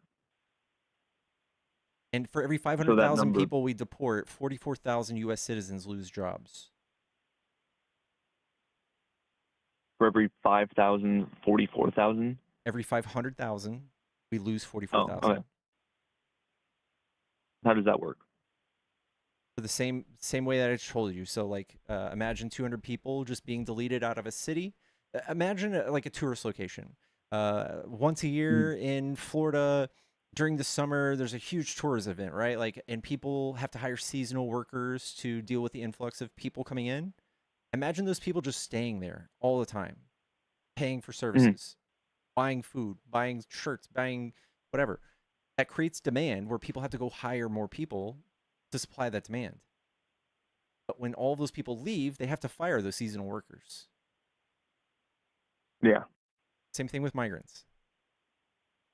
So again, what's to avoid the purpose of coming here legally with a work visa or green card and staying during the allotted time to gain your citizenship. That's fine and dandy, and that's a privilege. Mhm. It's so Well, hard. It not costs fine tens of and dandy, thousands of it's the law. dollars. It costs tens of thousands of dollars and takes years and years and years to do. What better way to determine if somebody is going to be a good citizen if they're here for X amount of years, even undocumented, and they've done nothing but follow the law? Like, I feel like these people should be just given a pathway to citizenship, not kicked out. No one's given a pathway to citizenship because it's more of a privilege to be in America. You have to actually be a contributing member to America. Why not work to get your citizenship if you're going to do that as well? We're making it impossible to do that. Every time we've tried to make it easier to do, Republicans have stopped us. And again, this is just a huge detriment to our economy, and this is all based off feelings, man. It's all based on rhetoric. Well, no, not the mass deportation. Because if you even say that 70% of people entering the country undocumented also have no criminal record, 30% do. And if you're saying that it's total deportations, not just, well, if you're saying it's ICE even, that's still about, 100,000 people plus that have committed a crime that were here undocumented. So at that rate, you're still looking at a lot of people who have committed a crime without being These are here legally in people. America. The 30% you're talking to are like accumulation of people who've committed crimes over far longer than 1 year.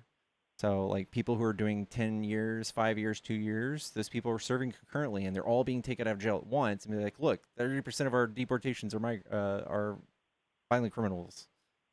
I think we've already got a thing in place where if you commit a crime, you get locked up, you get taken away from society. Yeah, if you commit a crime, you get locked up. Yeah. So what were you saying? I must have missed it. Sorry. I think they're padding the numbers there, man. They're just taking people out of prisons. Like the truth is that if they never would have deported these people, they would already still be in prison. Our community's already safe. Well, what happens when they're released from prison?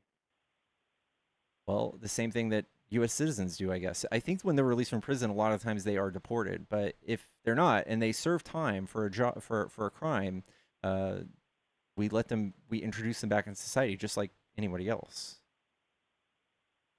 So if there's 30,000 violent criminals in prison that are undocumented, what benefit do we get keeping them in the prison? Honestly, none. And I don't really have qualms with deporting people who are criminals.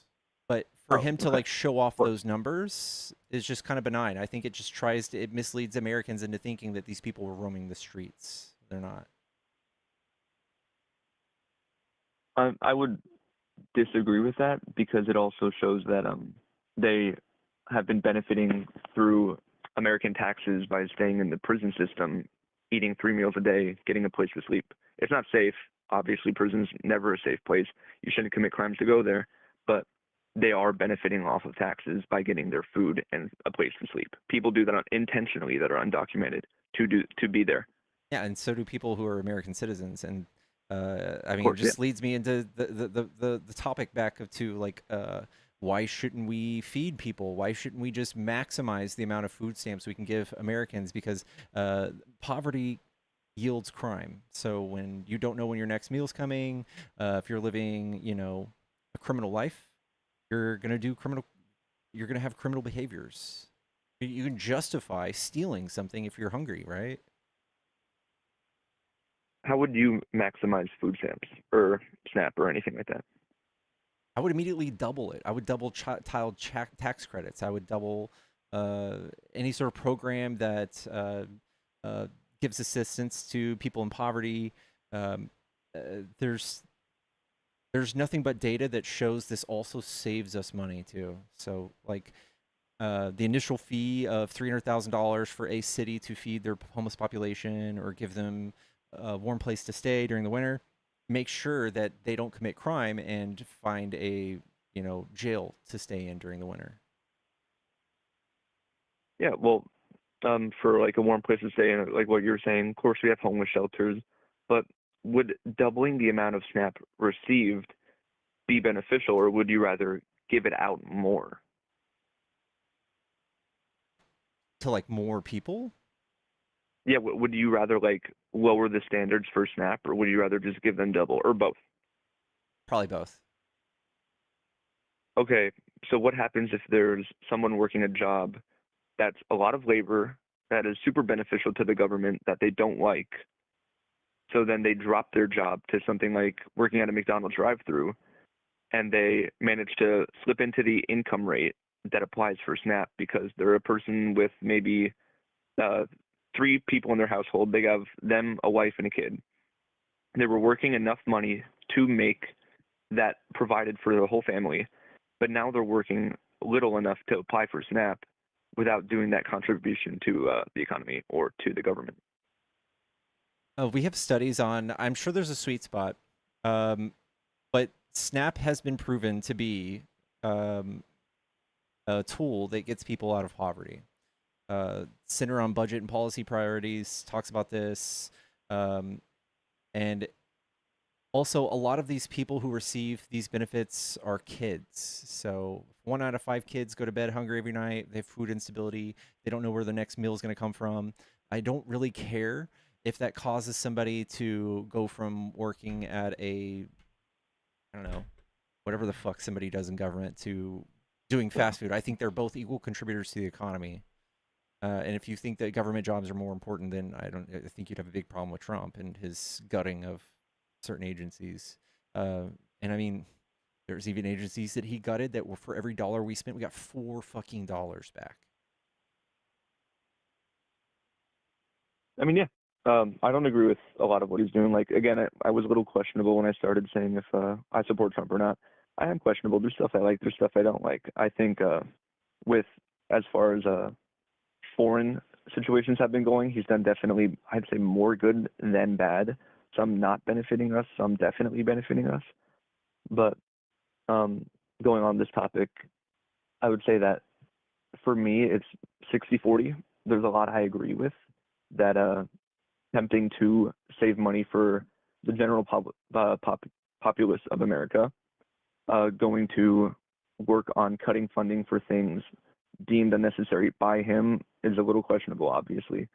But there is stuff that I've agreed with that I felt could be dismantled or cut that would save money. I agree with removing the penny. I don't get the point.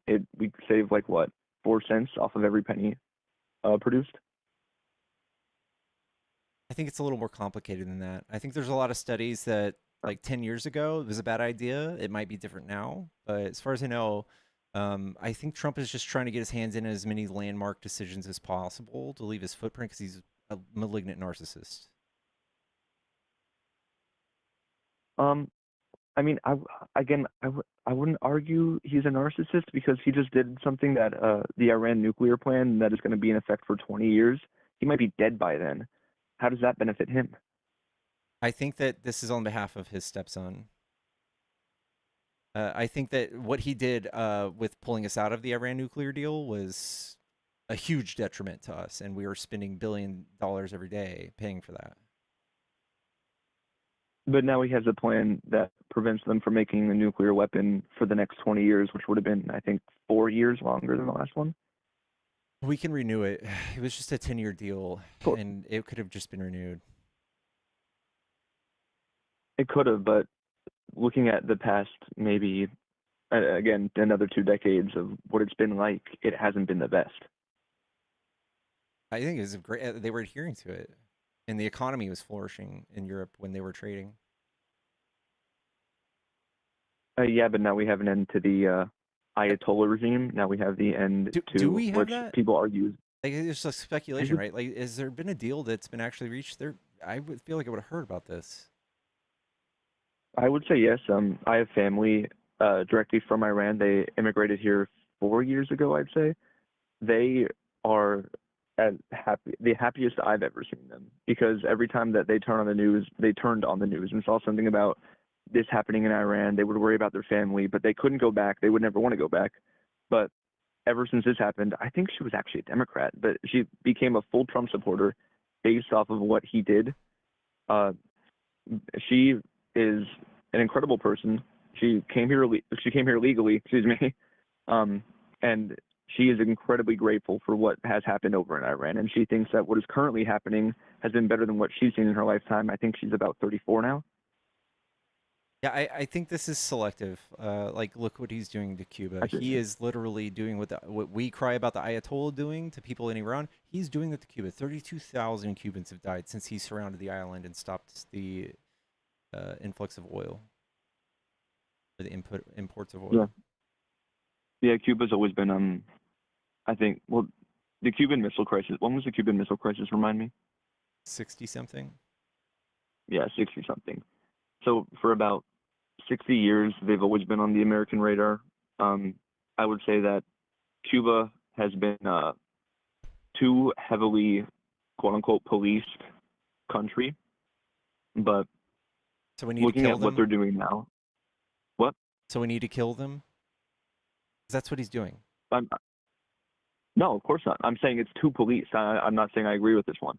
I'm saying that I feel Cuba needs to be let go of more until the point of we see it getting toward Venezuelan regime or Iranian regime. Again, dude, the Venezuelan regime is still in place, by the way. It's just Maduro that's not there. The same exact regime's in place. But it's not even close to the same as what it was. The Like, same if we're looking treasury, at same everything is still there. but the behavior of the government is different toward the citizens. I don't know. I really don't think Trump's doing anything about that. Like, he went there for the oil, and then we haven't heard a thing since. Nothing's Again, changed. going to the school that I live in Pennsylvania. Going to my school, we have I think 3 Venezuelan immigrants. I'm a music major. They all play string instruments. One's a violinist, 2 are cellists. They're all from Venezuela, and they again as well are happy with this, as is the person that immigrated from Argentina. They're all friends.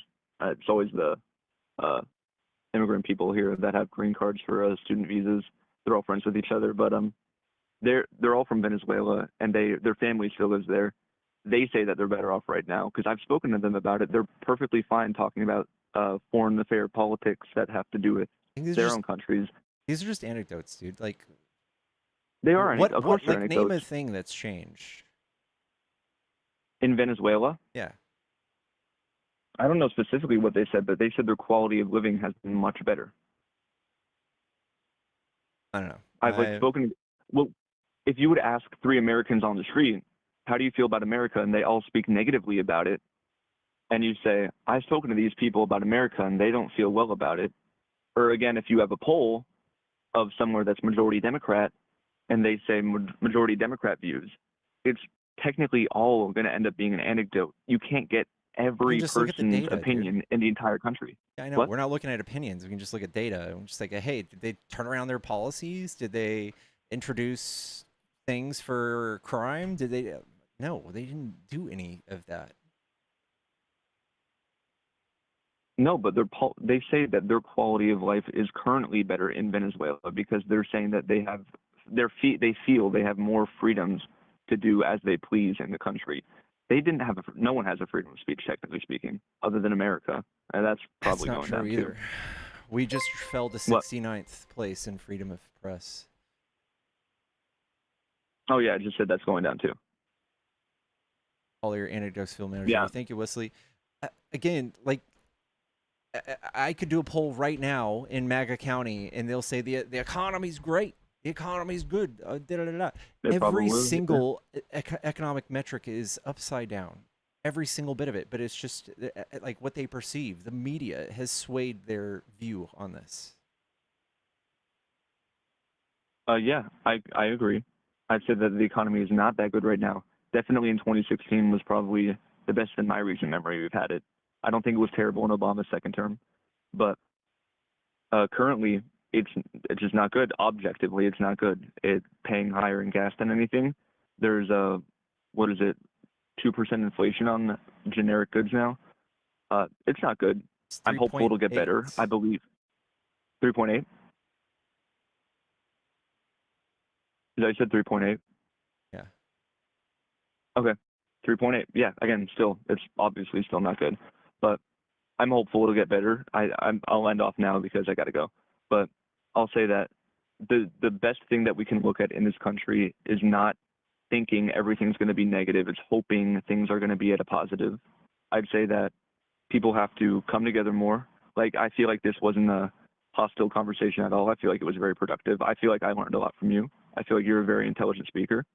I'm glad I had this conversation. I was questionable about it, but I feel like it was a benefit for me. And Cool. I was very pleased I did this. It was really cool talking to you. This was awesome. You too, man. Well, you're welcome to call back anytime. All right. Yeah, man. Are you religious? No. All right. Well, God be with you. If you don't believe in God, then be in peace, man. All right. Thank you. Take it easy. Yeah. See you. Chat, tap the screen, and I'm looking up right now.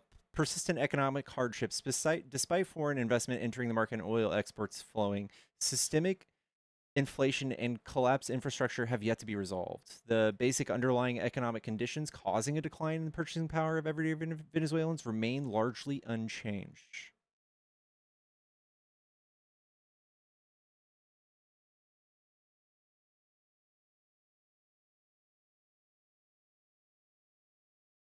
What's up, Miss Julie? Chat, tap the screen. Let's get to 100K. If you are a Trump supporter and you want to debate, hop into the box. Come tell me why you like Trump. Hey, I just hopped up to say we'll do two things, mod thing and share information. So it's actually not free most of the time to stay in prisons or jails. There's something called pay to stay, if you want to look that up, Pickles, where they actually charge you to be imprisoned. Oh, wow. And many times people who are in prison for long periods of time have like debt right when they come out of jail. So I just prison. I just wanted to let you know about that because people think that it's free, and in many places it's not. And then the second thing is I'm going to do mod things. So make sure you are double tapping that screen. Let's get up to 100,000 K. I think we could do that. Let's repost the live. Let's share it with your frenemies, your enemies, and your frenemies.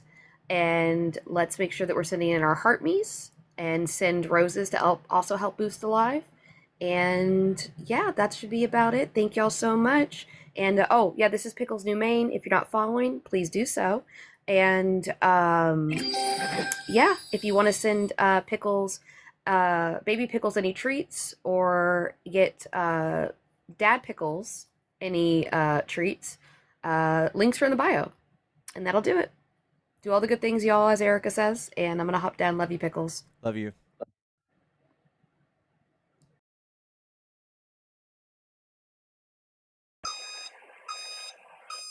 Hello, are you a Trump supporter?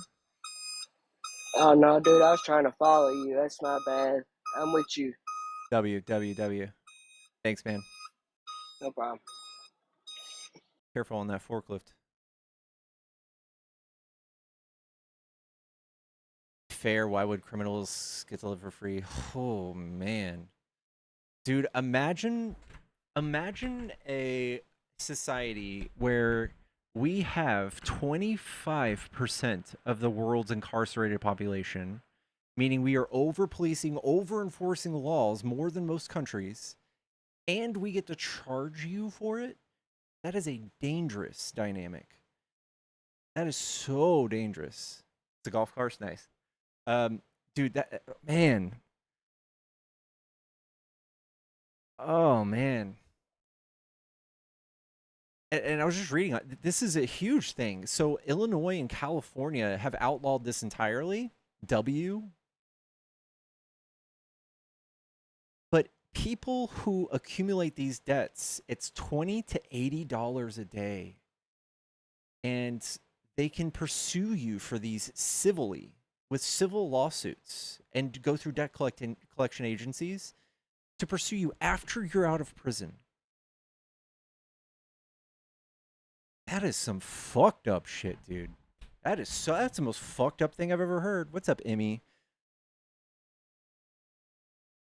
I need a full 360 of this hat.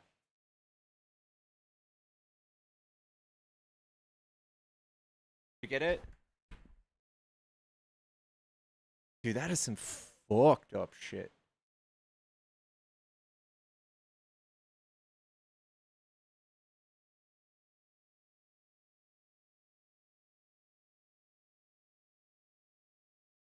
Let me put another gift goal back on screen, y'all. If you're a Trump supporter and you want to debate, hop on in the box.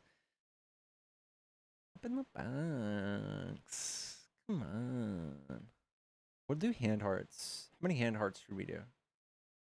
Let's do like 20 hand hearts. Let's feel the love.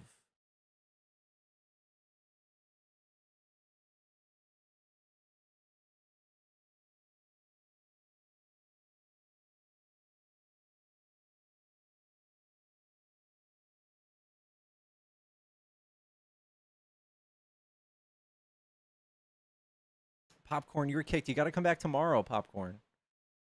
Popcorn, your brain's mush, dude. Have you looked into this rail thing since you've been spouting it for like 3 months? Have you looked into the fucking headway they've made in the California speed rail?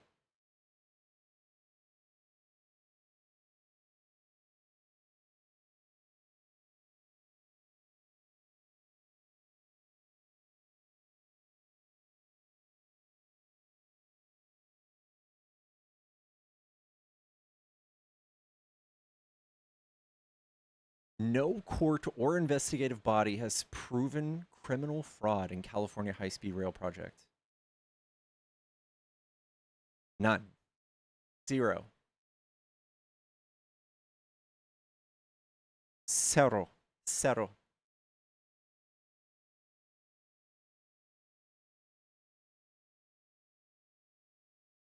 You get paid more to imprison somebody. The incentives there are insane. Dude, so insane, dude. Popcorn, what's wrong with you, dude? There's more evidence right in front of you that Trump is enriching the shit out of himself. Like Saddam Hussein level enrichment. Saddam Hussein level enrichment. Gold, a statue, and everything. But you want to... These are just political investigations. It says, while there have been intense political accusations, massive cost overruns, and federal audits citing mismanagement, no court or investigative body has proven criminal fraud in California high-speed rail project. Period. Hello, is this a Trump supporter? Hello, is this a Trump supporter?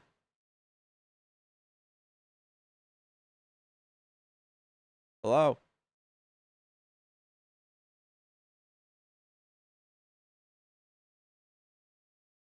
Hello? It's me, Pickles. Hello, it's me, Pickles. Hey, it's me. Hello.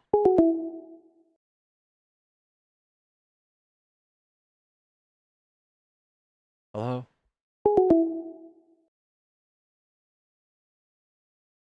Where did the $130 billion go? You tell me. I mean, it looks like it's still there building stuff. That's the entire cost of the project, Popcorn.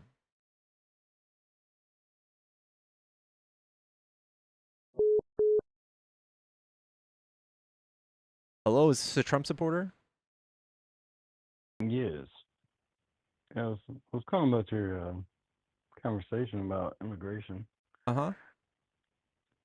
Said it was a victimless crime, Uh-huh. which doesn't make any sense. It's not a victimless crime.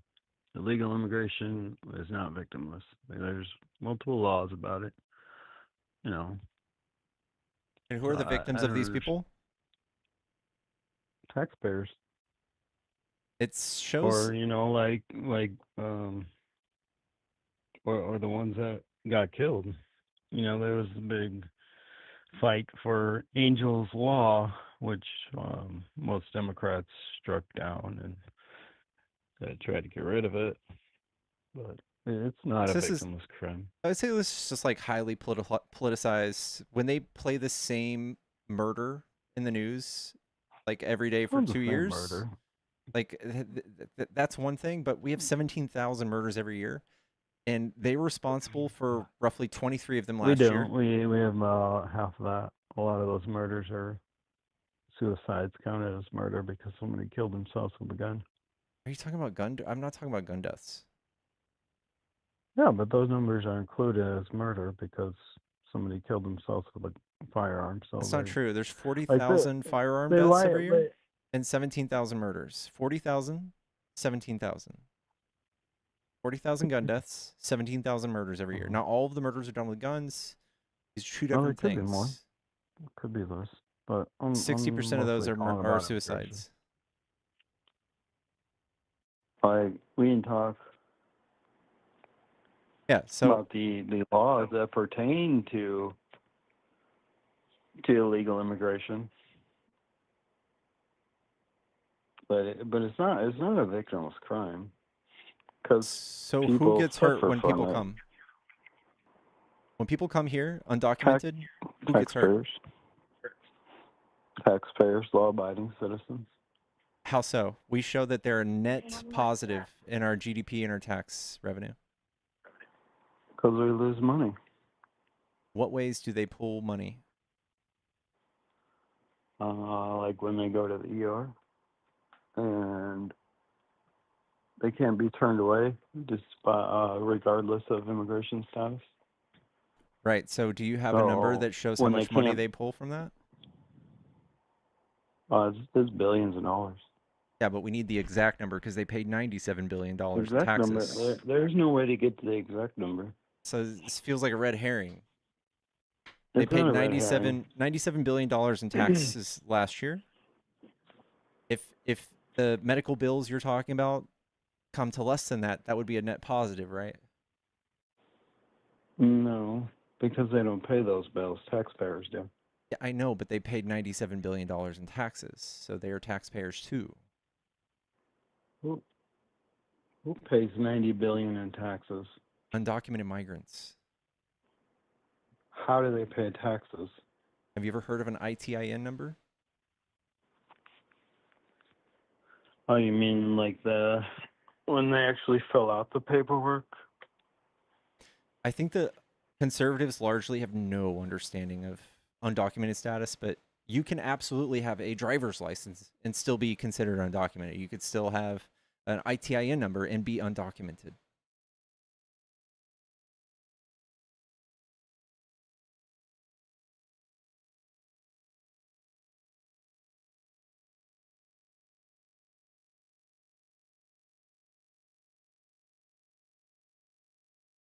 Hello?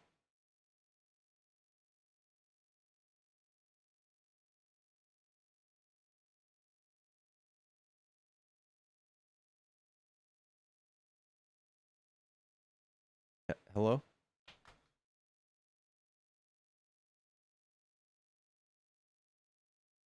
Hello, it's me, Pickles. Hello.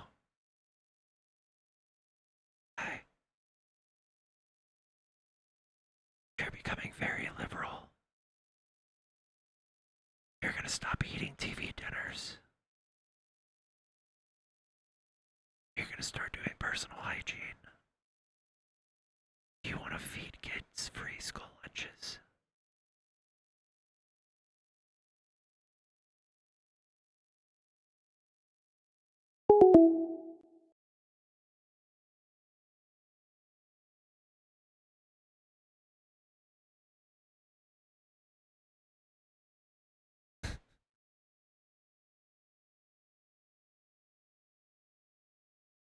I think he was a little sauced.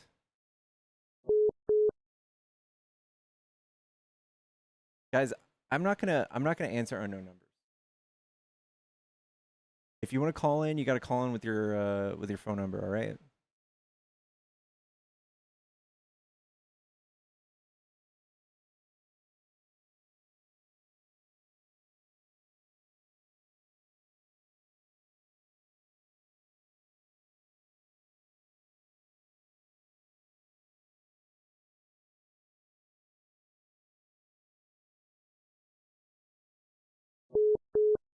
Hey.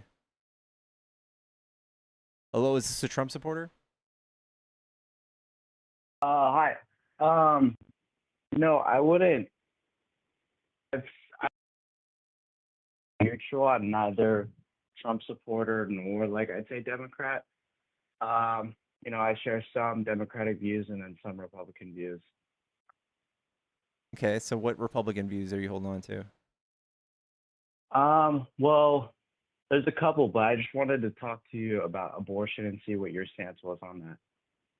I think abortion is self-defense, and I think that if given the opportunity to defend yourself from one of your orifices exploding to the size of a bowling ball, you would do anything in your power to stop it, right?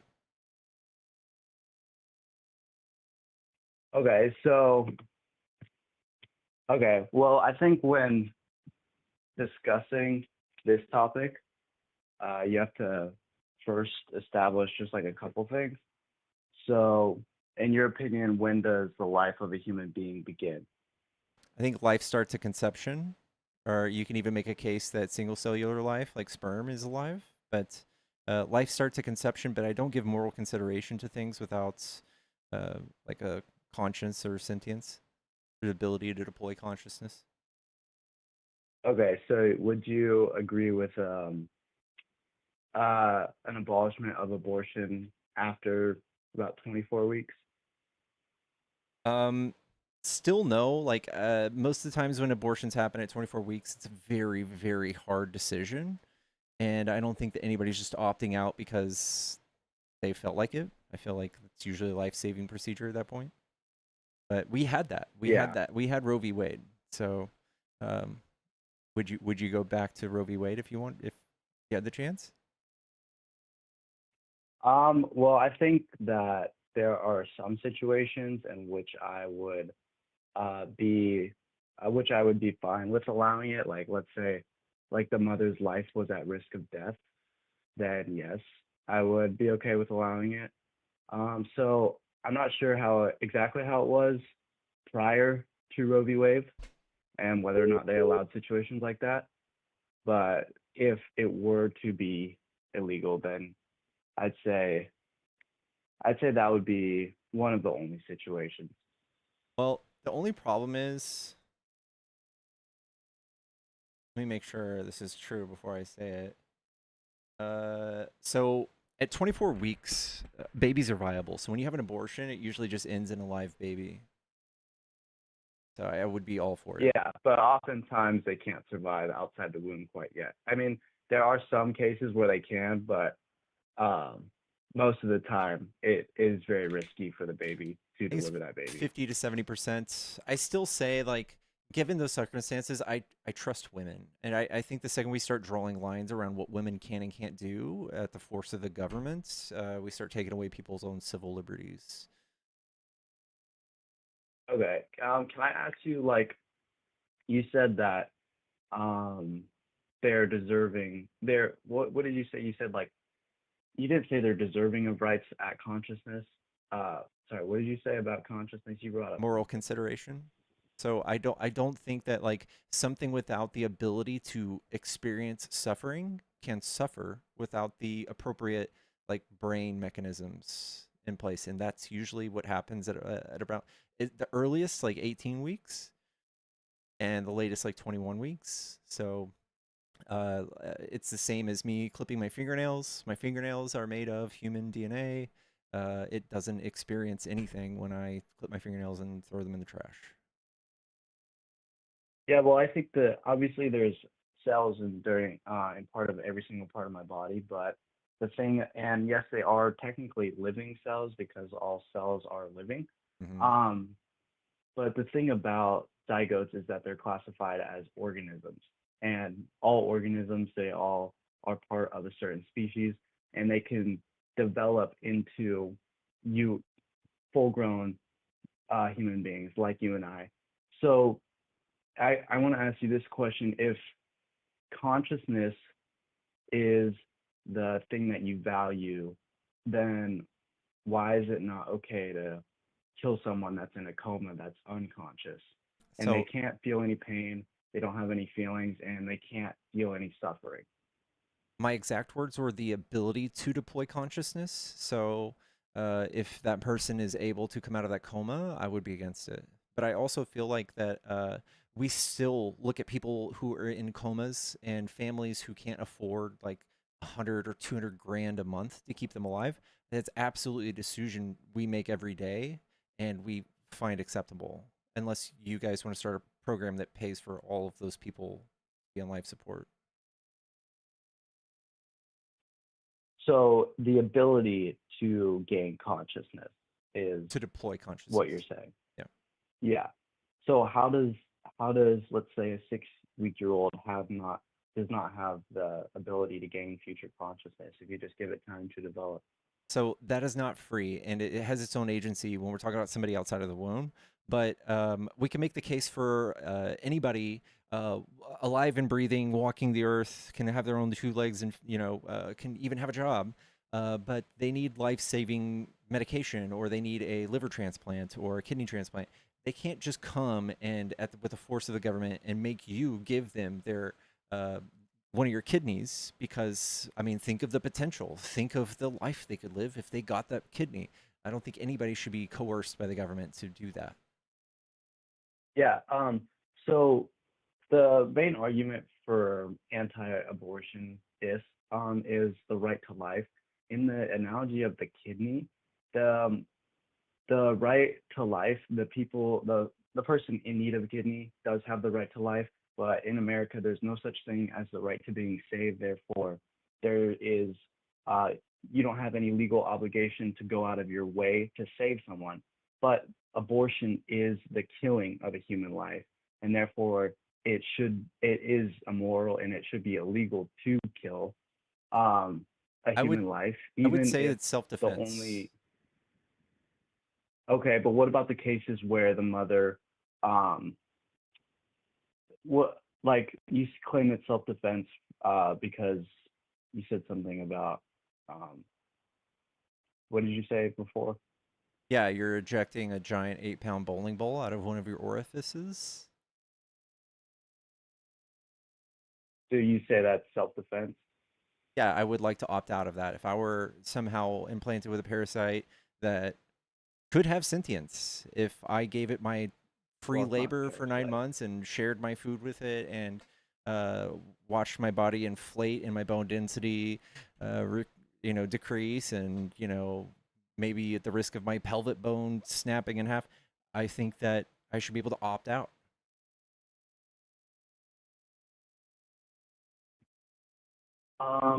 So how would you classify as self-defense? Do you think that obviously there's stand your ground laws where you're legally allowed to take someone's life if they oppose a threat on your life? How would you consider that self-defense if there's not a threat to the mother's life? If they're just obviously, I'll never know what pregnancy is like, and I'll never know how it feels like.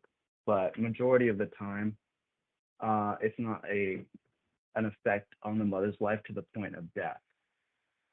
I still think that it is equal and proportional level of defense when you're simply removing nutrition. The same way that I feel like somebody who's starving and I invited them into my house, but they're not paying any bills, they're not paying for any food. I should have to be able to remove them from my house, and if they don't, I should have the rights to um, use even lethal force. I think that even somebody breaking into your house that's not posing like an actual 100% guaranteed threat of death, you should be able to uh, take some sort of defensive action, even if it resulted in their death. Did you get that analogy from Dean Withers? No. Oh, okay. I was wondering. Yeah. So that analogy, the difference is that that person that is in your house, there's other alternatives to survive. In the case of that person, they can get a job and therefore pay for their own house, their own shelter, their own food. In the case of the baby, there is no other alternative. The mother's womb is the only place that they can survive. It's not like you can transport the Yeah. fetus from So one womb to another. again, like we can draw the same parallel with somebody who you're uniquely a match with for stem cells, and this person, say, is in a wheelchair and cannot work and is debilitated, they would be in the same exact scenario, and you still wouldn't be like okay with the government compelling you to give them some of your nutrition or 9 months of free work for them to be in a better spot.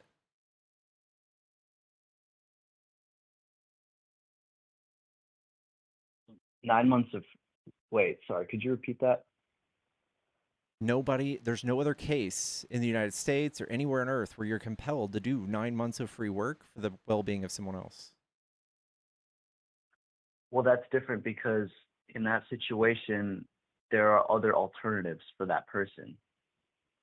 Like in the baby situation, there are no other alternatives. It's not like we as a population can do something Again, as an alternative I to can help draw the save same that parallel, baby. and you would still say that you wouldn't owe this person a stem cell transplant if you're a unique match for them and they Well, can't work. because in case of pregnancy, there is only one single person in the entire world that can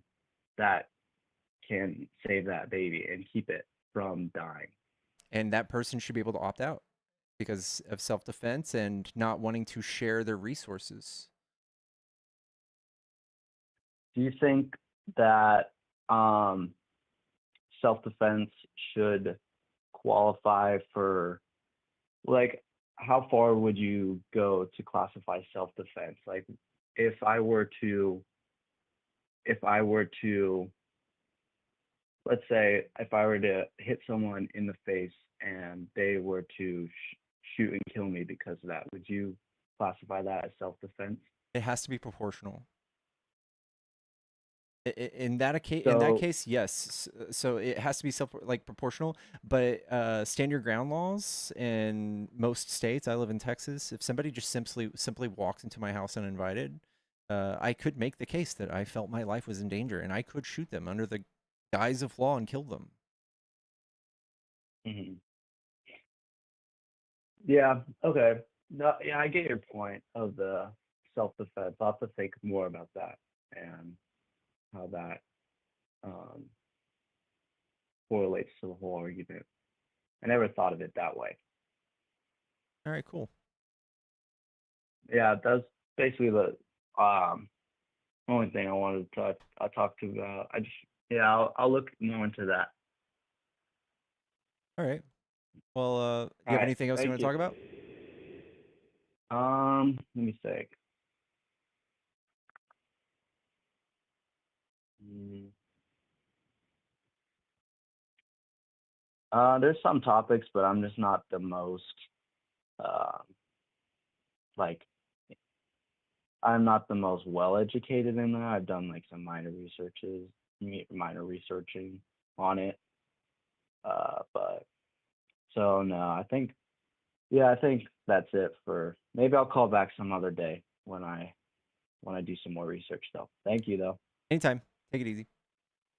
Have a good one.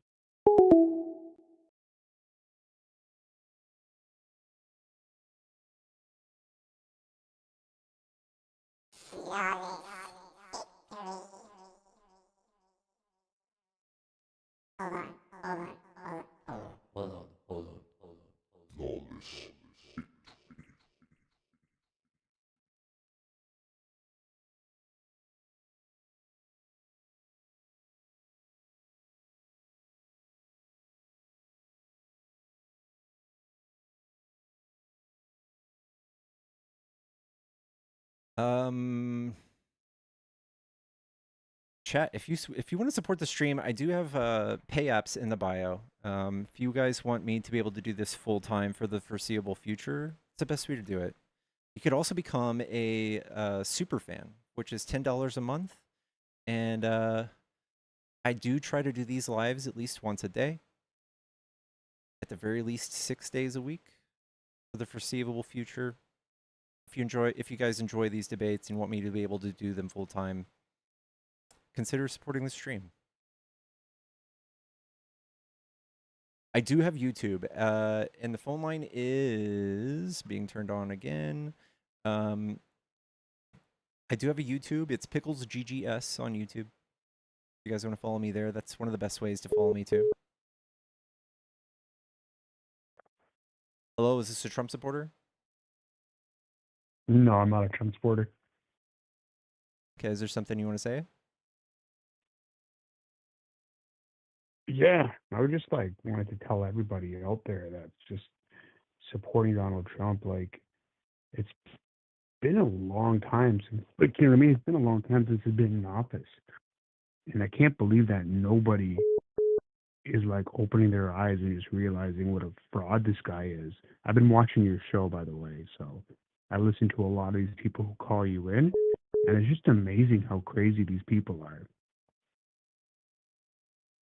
Yeah. Well, I appreciate you calling in, man. I'm going to get to the next guest. I have someone calling in right now, all right? Yeah, go do your. All right, all right. Hello, is this a Trump supporter? Yes, yes, for sure. Okay, cool. What do you like about Trump? Well, I'll tell you the greatest thing about Trump. I have this like a medium-sized SUV, and when Biden was president, it barely held $35 worth of gasoline. With Trump now, it holds $80 worth of gasoline. If that's not a fucking improvement, I mean, it's almost doubled. I mean, go MAGA. Let's go, dude. Let's go. Fucking, who can fucking support Trump, man? It's just crazy these days. It really amazes me. And only in America, he would never get elected anywhere on the planet except for here. I don't know how this country got so stupid. Anyway, I was just joking around, but you have a good. I was flipping through and I seen your show.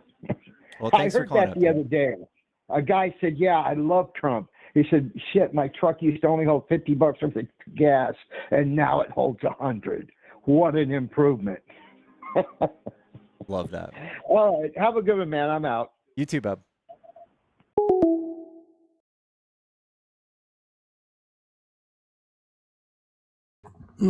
What's up? Are you a Trump supporter? Yeah, Cool. What do you like about Trump? I like his remigration campaign. Okay, why? Because I think wages will increase when you send out more of the workforce that isn't supposed to be here. Do you know that we have nothing but economic studies that say the opposite? I have economic studies that say otherwise. Can you show me one? Sure. I got it right here. Hold on. Where you at? And it's got to go past 1 year. Sure. So what I have here is the impact on wages vary by skill class. High-skilled workers, which comprise of 63% of working population, would see their wages fall over time by 0.5% or $494 per year, and then 2.8% over the 10-year policy, which is $2,700 per year. Wages for unauthorized or authorized, including low-skilled workers, can increase. Under 4-year policy, their wages increase by 1.1% and then eventually fall 0.6%. Under the 10-year policy, their wages might increase 5%, but we're also looking at a deficit of $350 billion. This is what this is a study that says mass amnesty increases wages. No, this shows that the mass deportation that Trump is doing, exactly his policy. This is the effect on the economy. This is from Penn Wharton, Trump's college. And what exactly is it saying again? One more time. Sorry. So the 4-year policy would increase primary deficits by $270 billion before economic feedback effects, and then with economic feedback effects, it's $350 billion. The 10-year policy would cost about $862 billion. We could literally just send that to people and see a larger net return. Hold on, this is just how much it would cost on the economy. This is nothing about like if wages would increase. Yeah, I know. This is all together. This is the big picture. So I told you the 63% is going to see their wages decrease by 2.8% over the 10-year period. And why is that the case? How'd they get that? Can you just tell me what your study says?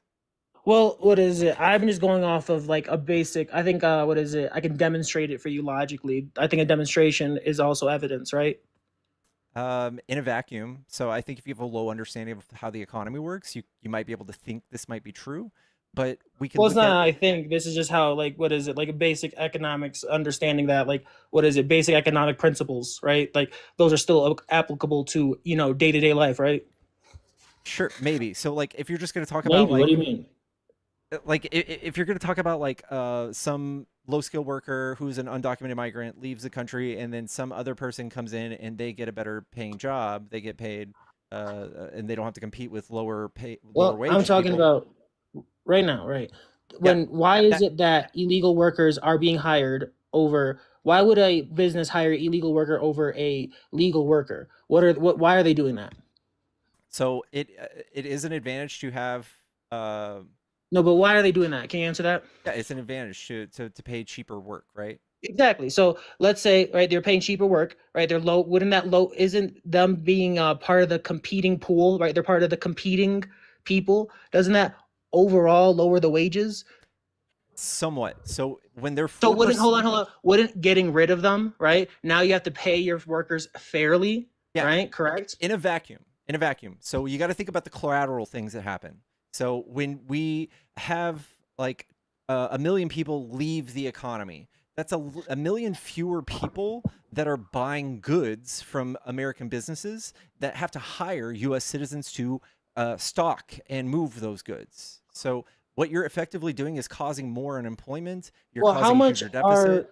Do you have a source that says how much exactly these immigrants, these illegal, sorry, not immigrants, these illegals, right, are paying in goods, right? Like going out to the movies, Yeah, buying it's 300 jewelry, because billion dollars a year in GDP in GDP, just providing goods.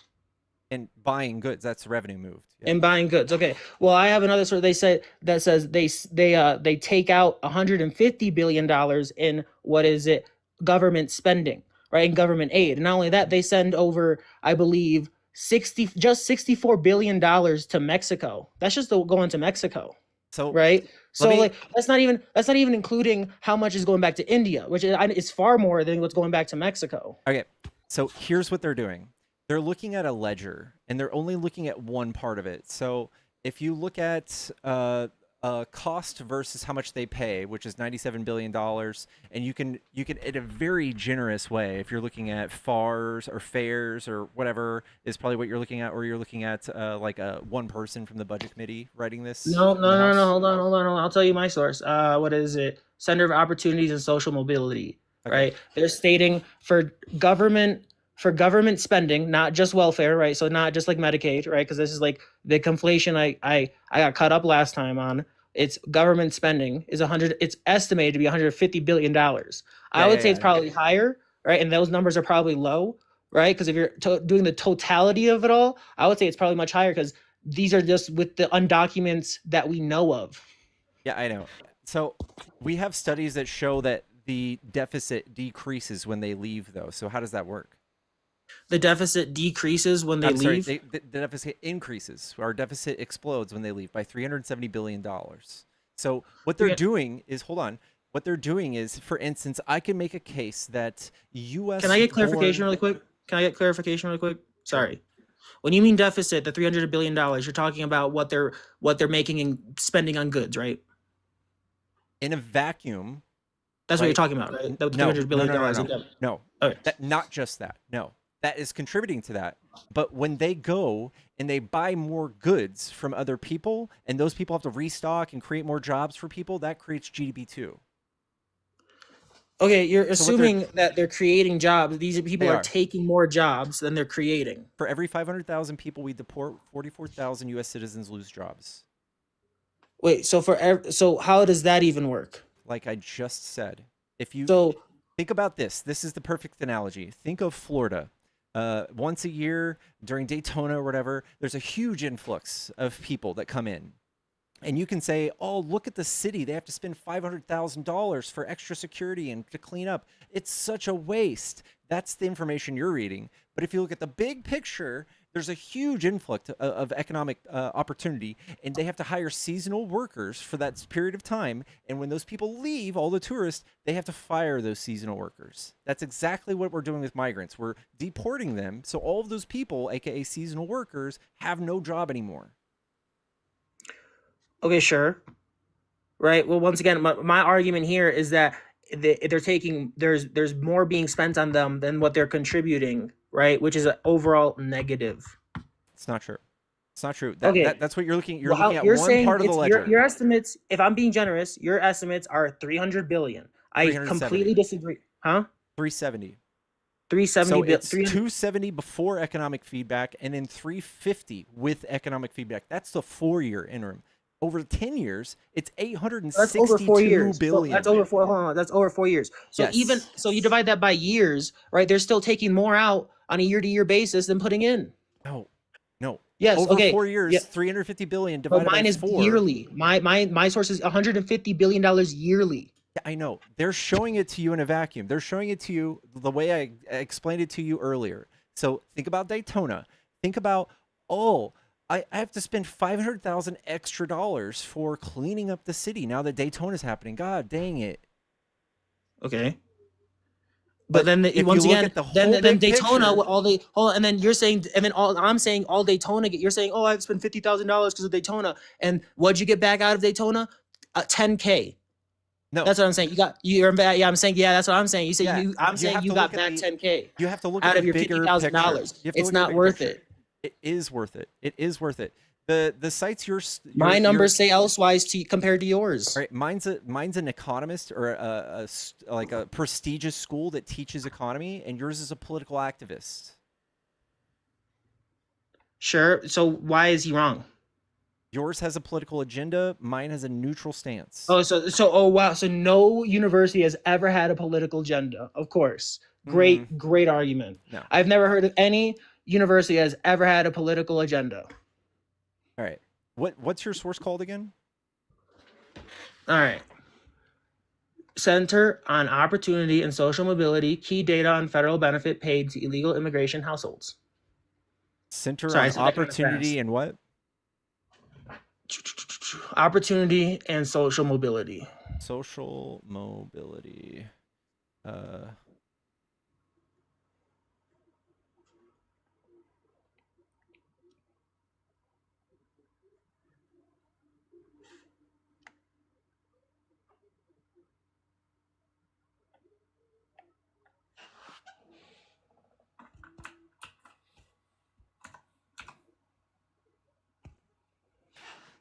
All right.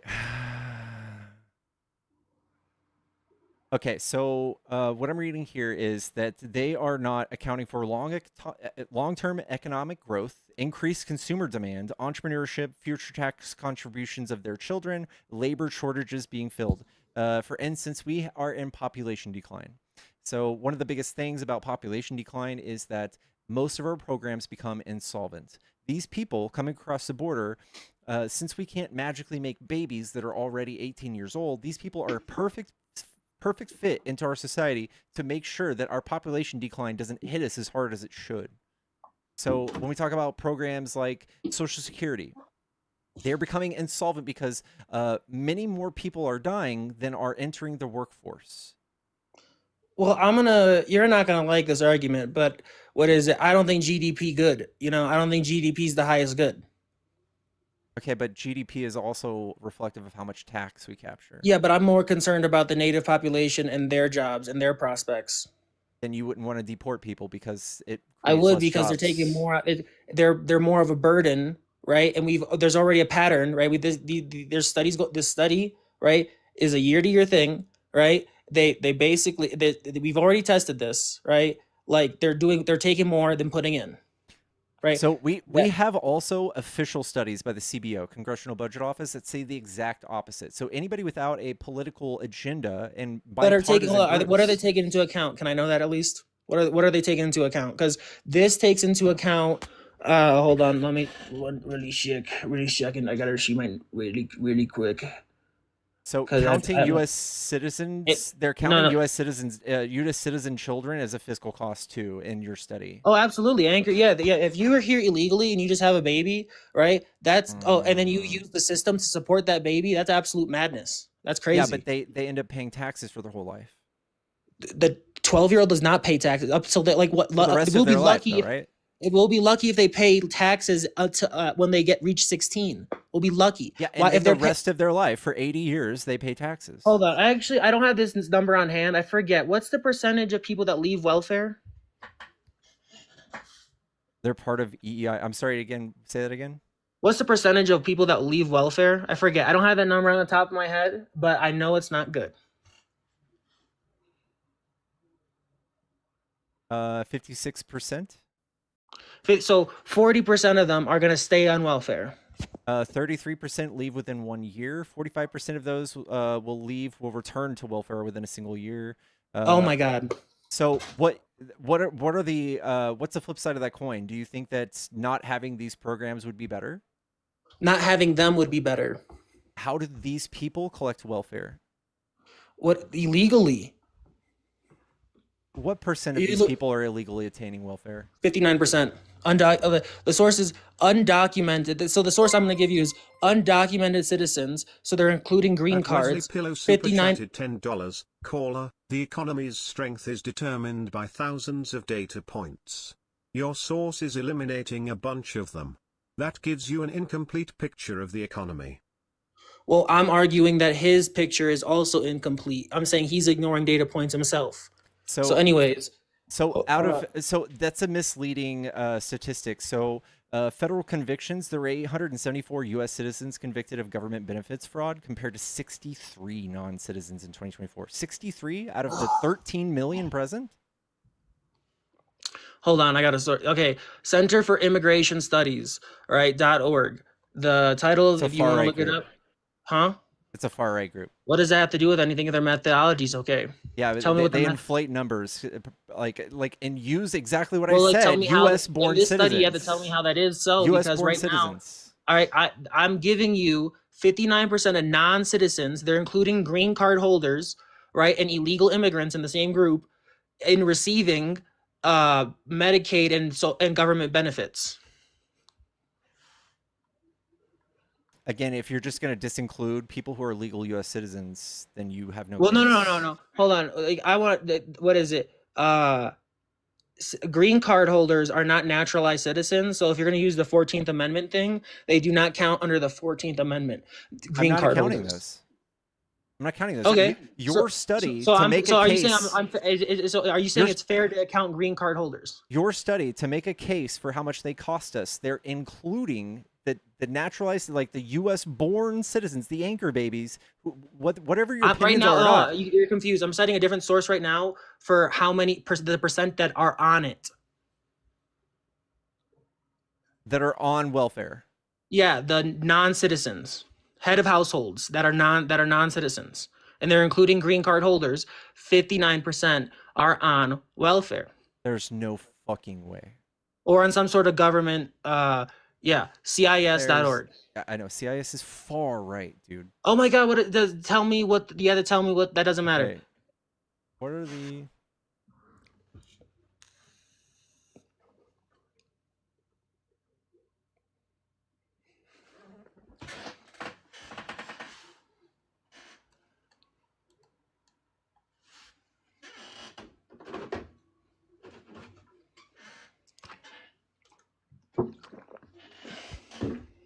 Crystal says she has the answer. Give me a sec. Counting households instead of individuals. That's what they're doing. So well, sure, yeah, the head of households, sure. That would actually deflate the numbers of anything. So if a single undocumented immigrant lives in a household with a native-born spouse or U.S. American, CIS counts the entire household's public benefit as an immigrant cost. Oh yeah, sure, yeah. Because what is it? How would they not be benefiting from that government housing? Hold on. So that you're saying that. No, because these are non-citizen head of households. That means the non-citizen is the head of household, not a citizen. No, they're not counting only non-citizens being the head of households. No, that's what is. They've separated this group. They have immigrant head of households, they have non-citizen head of households, and they have U.S. born head of households. They already have these separated. So they also skew welfare comparisons. Undocumented immigrants themselves are legally barred from most federal welfare programs. When a household receives a benefit like Medicaid or food assistance, it's almost exclusively drawn on behalf they split those. They split those things. They split those households. They split those. Children are a net fiscal drain on taxpayers regardless of their parents' legal status. So classifying citizens' benefit as a cost of illegal immigration is misleading. Hold on. Hold on. They are not including when someone's like a legal person, right? And they're the head of the household and they're rooming with someone who's illegal, right? They've separated that because if the person who's legal is head of a household, they have a section for them, and they have a section for non-citizens head of households. Okay, and go ahead. And 59% of them are on that. The National Immigration Law Center says that for green card holders, they have to wait 5 years before they are allowed to even apply for any access to welfare programs. And Okay, they're sure. considered legal permanent residents. As for non-citizens, Hold they on. don't Can I qualify. pause? Why am I thought I was having a one-on-one here, and now like two other people I'm have gonna joined stay us. quiet. I'm gonna let Crystal talk really quick too. Yeah, I was just giving This information. is But a I feel like mod we were argument. having a substantive. I felt like we were having a pretty substantive debate here. I don't know why And, you're you know, upset like, that a mod came up and gave some information. Relax. All right. I usually usually these things I end up getting jumped on, but yeah.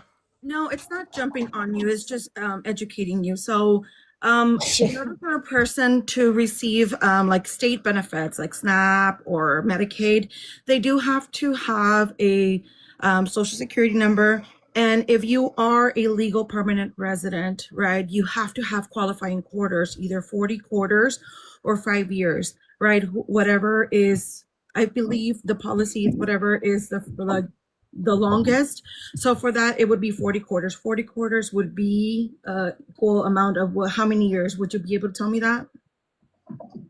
Repeat the last part again. Sorry, I just got a notification on my phone. So a Sorry. long-term, legal permanent resident, in order for them to qualify for benefits, they would have to be working in the United States for 40 qualifying quarters or 5 years. It just depends, whatever is the longest. I don't have the policy correct, but like right on top of my head, but I do know this.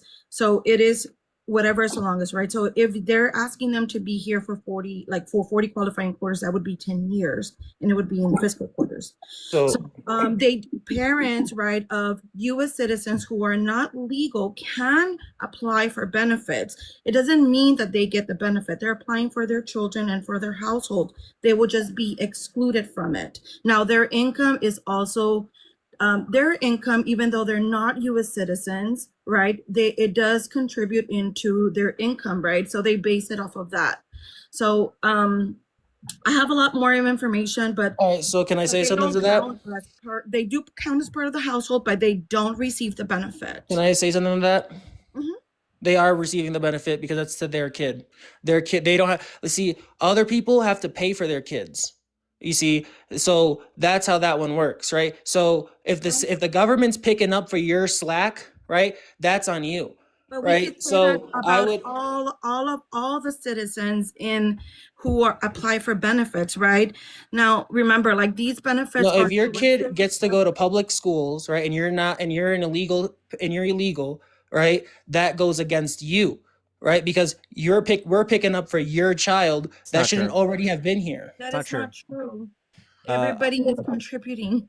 Every single person, even if you don't own your home, 36% of Americans. That child's not contributing. Yeah, that child's not their contributing. parents are. So their parents contribute. Well, to no, the tax. we're subtracting the cost of their child, right, from them, because I think that's fair. That U.S. child, whether their parent is undocumented or not, still does the exact same thing and pays the exact same amount of taxes throughout their lives. So it's an investment. No, yes. No, because 40% of the time that's not true. How so? I mean, the children will. You said because you said it yourself. 40% of people that go on welfare stay on welfare. No. And many return. And many return.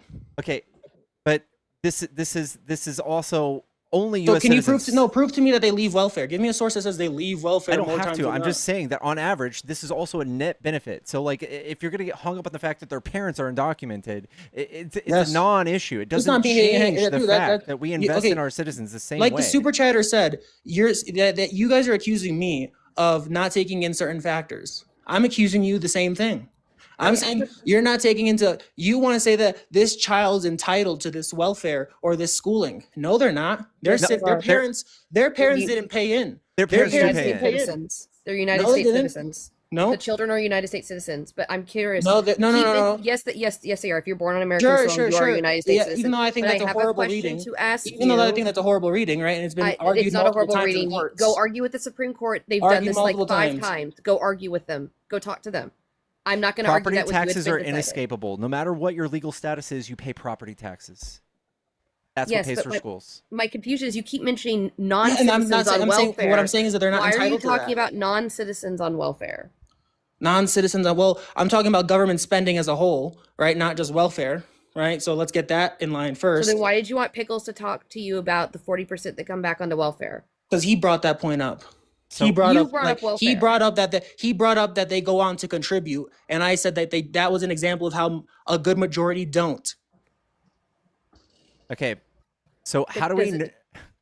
Again, I feel like you're specifically applying the failures of people to come out of poverty only on undocumented, but the only people who can receive these things. No. I've never said only the undocumented people stay on welfare. So prove to me that the 40% is mostly made of undocumented.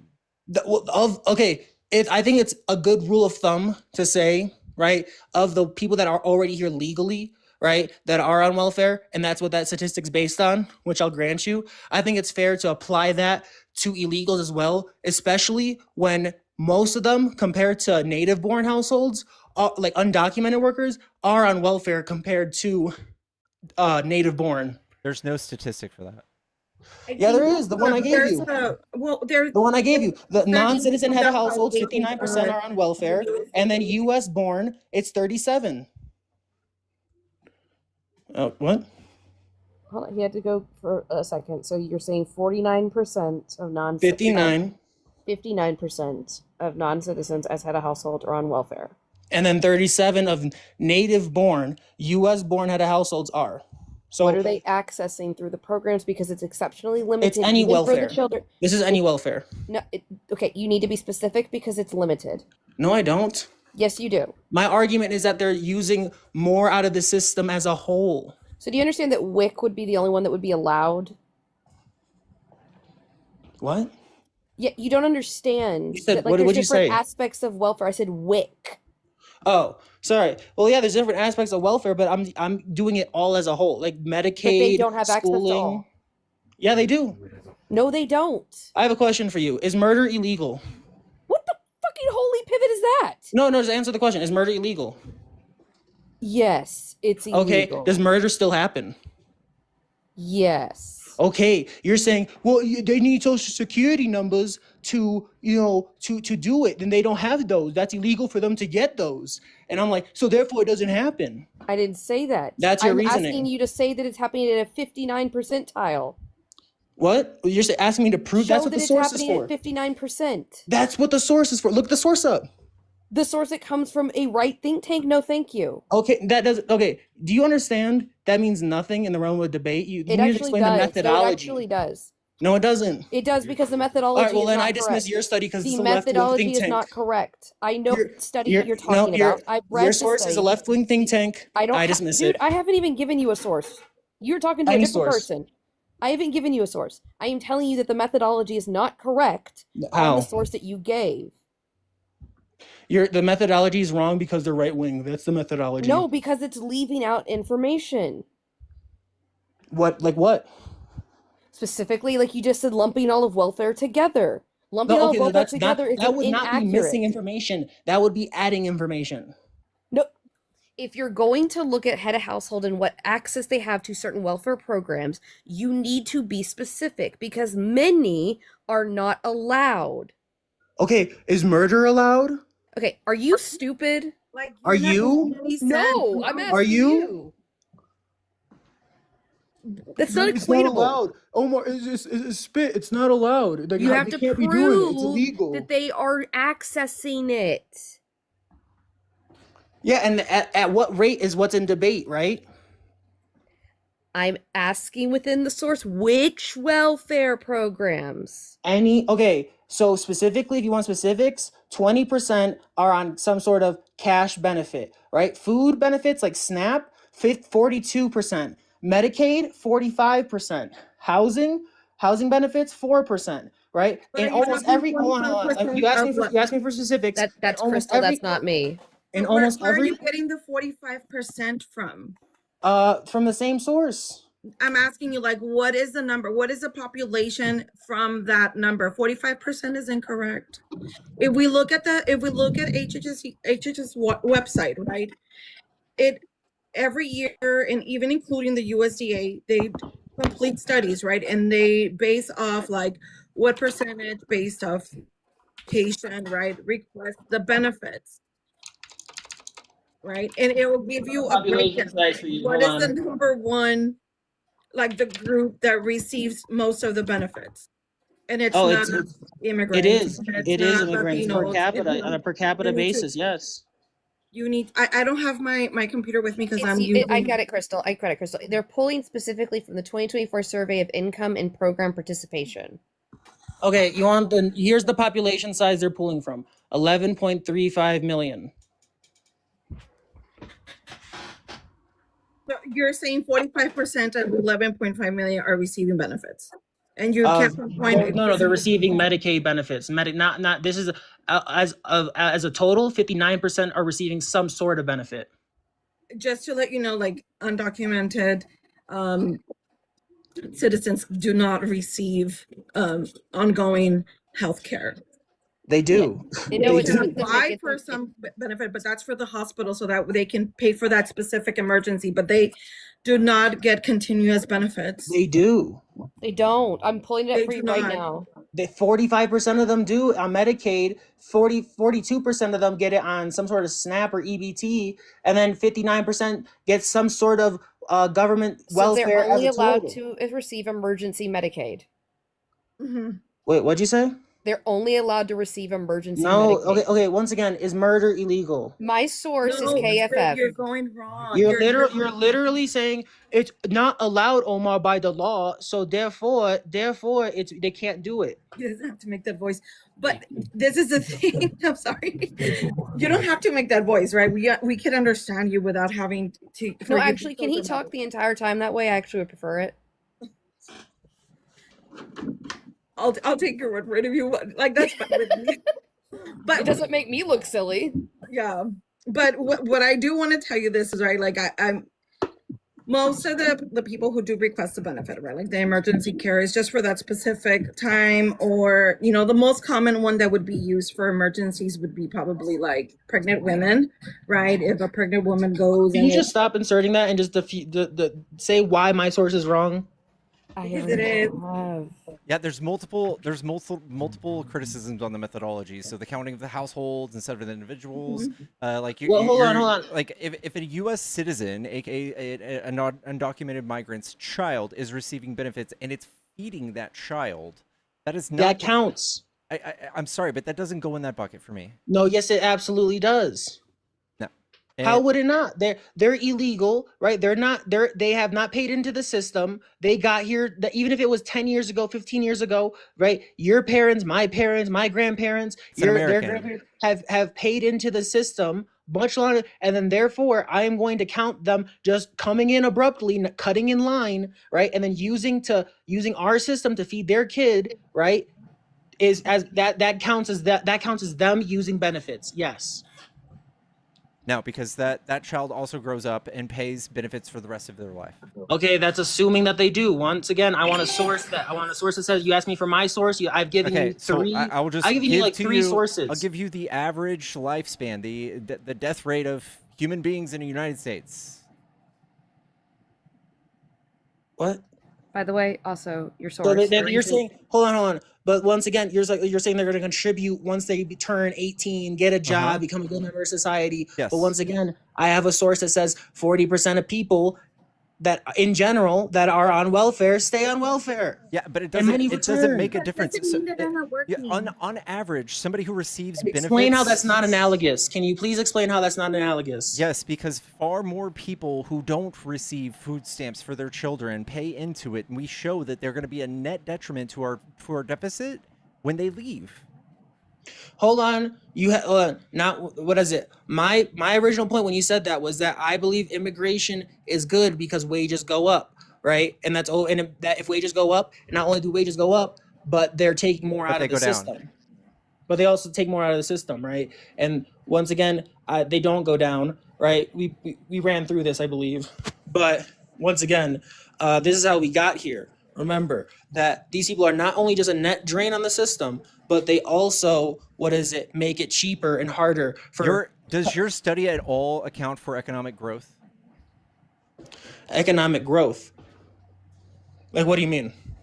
So when they come in and create a demand and stores have to hire more people and they get to purchase more products. Once again, you're assuming this demand part because once again, you brought up this like, oh, they're making I think you said 300 billion in a quarter of 4 years. Yes. Right.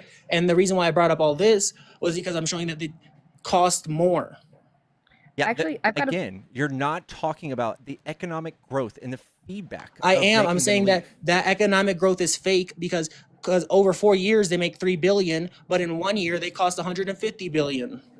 So just like I can show you that Trump's tax cuts cost us $1 trillion, you're going to say, oh, well, you just wait until the economy grows. This is the exact same concept. We can actually prove that this is actually going to grow the economy. And over the course of 4 years and 10 years, it actually has direct returns. But Trump's tax breaks don't. They don't. Trump is the biggest detriment to our Well, I haven't even talked. I'm not even talking. I don't even understand why you're bringing up Trump's tax rates. I'm talking about comparatively. Okay. I am trying to share information. This is from the Cato Institute. So immigrants still use much less welfare than native-born Americans. This was actually done this year, January 27th, 2026. Can you ask the AI if that's per capita basis? I don't need to ask AI. I can read the study. Well, is it per capita? Yes, honey, I can read the study. So in 2023, the most recent year for which data are available, immigrants made up about 14.8% of the United States population, but accounted for only 10.4% of total means tested welfare and entitlement benefits. Non-citizen immigrants consumed 53% less than native-born Americans, while naturalized citizens consume slightly more, largely because they are older and therefore more likely to receive Social Security and Medicare, the two titans of the American welfare system. It even appears as though in every single category, looking at total SSB, Medicare, Medicaid, SNAP, SSI, and TANF, except for WIC, immigrants use less of it than natural native citizens do, and it's only a $3 difference when it comes to WIC. Okay, so you're saying, hold on. You're saying that they use less benefits when it comes to what now? To the total welfare.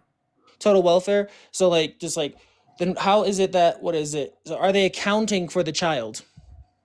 This is means tested welfare and entitlement benefits. This is talking about like head of household, like your other study was talking about. Okay, so they're talking about head of households as well. So how did they get their number? Specifically from the source of the 2024 Survey of Income Program participation. Same source you used. This one just actually read it correctly. That's what you're saying. Well, I don't know. It seems like we're just coming to sources now. My source says this, your source says that. Yeah, right? It's interesting that they use the same data pool. CIS and FAIRS would literally cease to exist. Their entire mission would cease to exist if they prove that immigration, even if it's undocumented, is a net benefit to our society. They would literally lose all funding. They would have no place in any sort of org or any sort of part of your politics whatsoever. But these other places, like Cato, which is a libertarian institute, where they lean right of us, and they still say this. Okay, once again, I'm just gonna reiterate this. You're saying that what is it? You keep leaving when I was trying to make my point earlier, right? Because I'm just gonna go back to Pickles here because you said, right, they benefit more to the economy because they give more money than they take, right? You use the 4-year time period, right? I use the year by year, $150 billion. Yours doesn't account for any economic growth. Yours doesn't account for anything like that. Hold on. Does yours account for how much money is being taken out? Yes. Really? I want to see this. Hold on. What was your source again? Here. Your source accounts for how much money is taken out. Penn Wharton, talk about the effects of mass deportation. What's your source? Penn Wharton, effects of mass deportation in the economy. Penn Wharton budget model. I'm sending you that Cato thing as well, so that way you can take a look at that. Thank you. I gotta go because my dogs need to go to the restroom. But thank you so much for inviting me, Pickle. I'm like a huge fan of yours, Artemis. Thank you so much. I do know a little bit about the SNAP benefits because I work for something, but I don't have the policy right on top of my head, but I know that that's what I'm telling you is true. So, but you could always go to the website, USDA or HHS, and you can find the data there regarding how to the breakdown on who uses SNAP. All I'm finding is what is it? The Peterson Institute. PNNWHARTON. What the fuck's going on with my computer? Hold on. Like this. Oh wait, fucking okay, it's right on your screen. Hold on. Thank you for coming up, Crystal. Thank you. Much love, Crystal.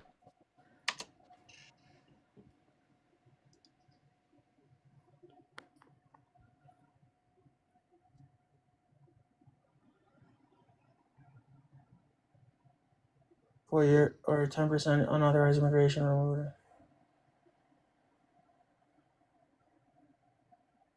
Budget 4-year, blah blah blah blah blah. 10-year would cost by.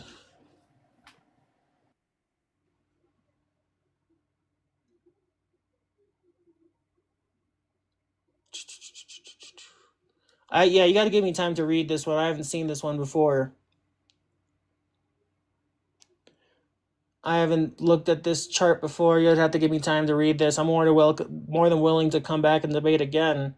But what is it? I guess I guess I'm willing just to chop this up to my source says your source. You know, like my source says something else and your source says something else.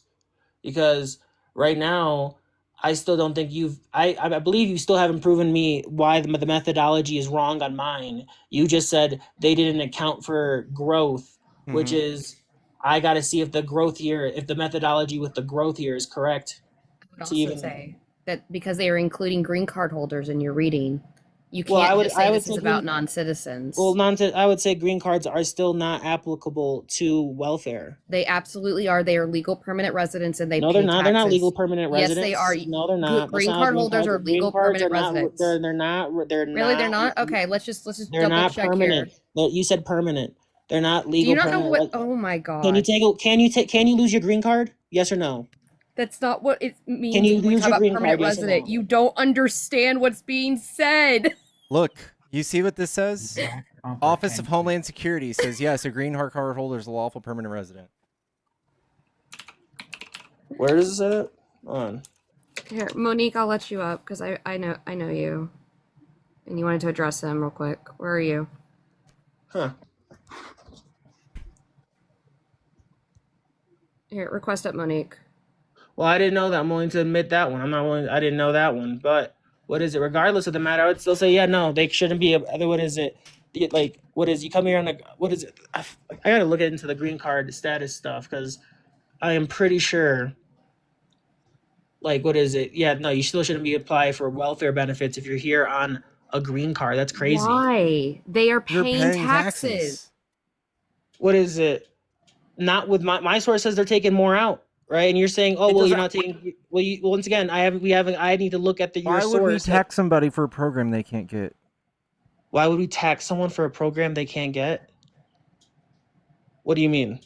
You're saying that legal green card holders shouldn't have the programs available that they pay for? That they pay for. I would say that like they aren't entitled to them. No, by any means. Then why are we charging them taxes? Well, what is it? Just because you're paying taxes, I don't think you're entitled to welfare. You absolutely are. No, I don't think so. No, not in the slightest. Then what do you? Oh my God, what do you think the money's for? Well, I would say it's for people that are actually in need versus and I would say that people that are actually in need, we should prioritize our own people versus we prioritize foreigners. But they're here. And they're considered a legal permanent resident. Every time y'all are in charge, you just yank people off of it anyway. You guys are not in the business of giving more people. Well, that has nothing to do with my point, though, right? It has nothing to do with my point, right? I'm saying that. Don't virtue signal these people. If you're not gonna fucking you virtue signal in one instance, we're like, oh, this should go to Americans, but by the way, not that way. By the way, less Americans should get it. Well, no, I don't consider what is it these people to be full-fledged Americans right off the bat just because you got a green card. Right, you get on a green card, and all of a sudden you're entitled to all these welfare benefits. That's actually madness, right? You come here to America, right? Like the welfare state as it exists now for immigrants didn't always exist, right? When people I'm pretty sure when people came here on the Mayflower, they weren't like expecting the globs of EBT, SNAP, fucking what is it, all this shit that they came here on. They immigrated and had to do their own shit. Dude, So trick why you are they? into Why are these? scrutinizing this Why is are silly. green card holders entitled to this? Because they pay into it. They make it solvent. They get solvent. Cause so they just like work like part time and they all of a sudden get entitled to this welfare thing that they get. They have to jump through a lot of hoops to even get that green card. Most of the time, it's for a work permit, and most of the time, they are doing something more than just If collecting. they're so high end and this is now you're talking out of both sides of your mouth because first you say, oh, these are high end workers, these are high skilled labor jobs that are coming in on these green cards, we need them, they are a benefit, but then why are they on fucking welfare then? What percent of green card holders are on welfare? What percentage of green card? Well, I'm not sure that's not separated within the statistic that I cited earlier. But once again, I still think they should be lumped together. To stretch. I think you have to lump them together to make a case for how much they cost us, even though they're legal. Estimated indicates that roughly 51% of households by legal immigrants. That's actually insane. Legal immigrant, 51. How are you going to be a legal immigrant and still be on welfare? Like, that's actual madness that 50% of them are on this system. You don't see that as a problem in the slightest? Do you not understand how Well, like do you the not- economic system in Do you America not works? see that in the slightest? Like, no. Actually, I've been on my own since 18. And I've never been on welfare. I've never taken a dime out of the government's pocket. Right? That's cool. That's No, great. it's cool. Like, once again, but why am I paying for these people? They just got here. Dude, first of all, these programs for an average wage, for an average worker, $36 a year, and somehow the government has tricked you into being so upset about this to scrutinize this, and like 5,000 of it goes to the military. No, because the illegal immigrants from my source spend at least per illegal immigrant and $68,000 per person per year. What? Yeah, how much an illegal immigrant cost? An illegal immigrant costs $68,000 per year. That's crazy. There's That's no insane way amount. that's even close to true. What the fuck? Once again, this is the totality if you're using all government spending. Oh my god, yeah, that we know for sure that's exploded. Like, that is such a... What? Why wouldn't... No, listen. Court fees, police, like, what is it? Court fees. What did they include here? Hold on. Oh my god. Do they include parking tickets too in that? Well, that would be part. I would include that too. Hell yeah, that's money on the system that shouldn't have been spent. 68,000 per person is wild, dude. Yeah, so this specific $68,000 per calculation, person. the specific calculation originates from testimony by the Center for Immigration Studies given to the House Budget Committee. It highlights that the net deficit is largely driven by lower average education levels and subsequent tax contributions paid with the public costs of healthcare, public schooling for the U.S.-born children, and welfare utilization. However, this is contested and highly debated estimate. Okay, so there was nothing wrong. You just said it was highly contested. And highly Yeah, I debated. can give you a different one. So Manhattan Institute projects actually that yields a positive lifetime fiscal impact of roughly $10,000. And is that separating illegals from legals? Because oftentimes they mix the two. Like you? This is talking about education when it comes Hold in on. regards to I'm those not that conflating aren't here. illegals and illegals. I was honest and clean when I brought up that source about the green cards. I said it right away that they are including green card I'm holders. telling you what it says. I know, I was What you're addressing pickles. citing, what you're citing was said in testimony specifically as to explain why they're saying it's $68,000. And there was a couple of different reasons that they gave. They're just talking about undocumented immigrants. Yeah. Okay. So how does that defeat my point? Because a different source that is also talking about undocumented immigrants says that their entire time here would cost about $10,000 per person. $10,000 per year per person. That's still too much, in my opinion. Way too much. $10,000 per person. Oh my God. They 10,000 hold on. contribute more. God damn it. Hold on. I gotta get the calculator on my computer. I can't do this. I don't want to mess up. Oh man. Oh. I don't want to do the mess up with the math on live. I don't want to do 10,000 times 10 million. Can you do 10,000 times 10 million right now? 10,000 times 10. Yeah, right now. Oh God. I think we're getting into the billions. We would be about 100 billion. Yeah, you're right. 100 billion. Oh, wow, look at that. The 100 billion, even with your estimate. I'm sorry. Are you under the impression that's a lot of money? What compared to how much they're putting into the system that from the source that your guy Pickles sourced? Yes. A complete wash. So that therefore they're not a net gain. Yes, they Therefore, are. They grow the that's economy. benefit to no. That proves my point. They're not a net gain. You said it's a wash, so therefore it's not a net gain. It's They grow the literally economy. zero. So when they create jobs because their purchasing power and their demand in the economy, that absolutely creates more economic movement and more taxation. Okay, well, on the low scale, right, it's a wash. On the high scale, it's fucking astronomical, right? If you do the low scale of the 10,000 versus mine 68,000, right? It's let's say we meet somewhere, even if we meet somewhere in the middle, right? It's still crazy absorbent to the number you posted. This is what I would tell you. If you want to balance the budget, you would never vote for Republicans. Ever. What does this have to do with that? With my point about because it seems like when we're not tough on deportations and crime and all this stuff that you guys obsess over, our economy flourishes and we balance the budget. When Trump's in office, he just fucks up the budget. That's like if you want to balance the budget, no correlation whatsoever. You're like, oh, the more immigration enforcement we do, the bigger the deficit gets. Here's a graph that shows the deficit going down. That's literally like if I said, oh, when ice cream sales goes up, crime goes up. I just wanted to clarify something really quickly. That 10,000 number I gave you was over a lifetime, not per year. Oh, wow. Over a lifetime. Yes. Okay, so what's your source? Manhattan Institute. Manhattan Institute. And what's the title, or what can I search up? Give me a minute here. The lifetime fiscal impact of immigrants.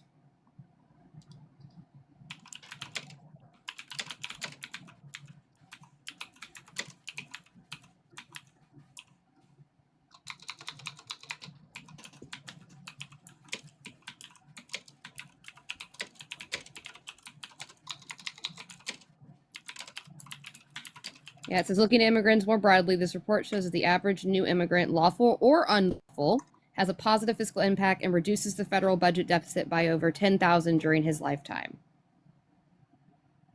Oh, wow. Reduces it. Mm-hmm.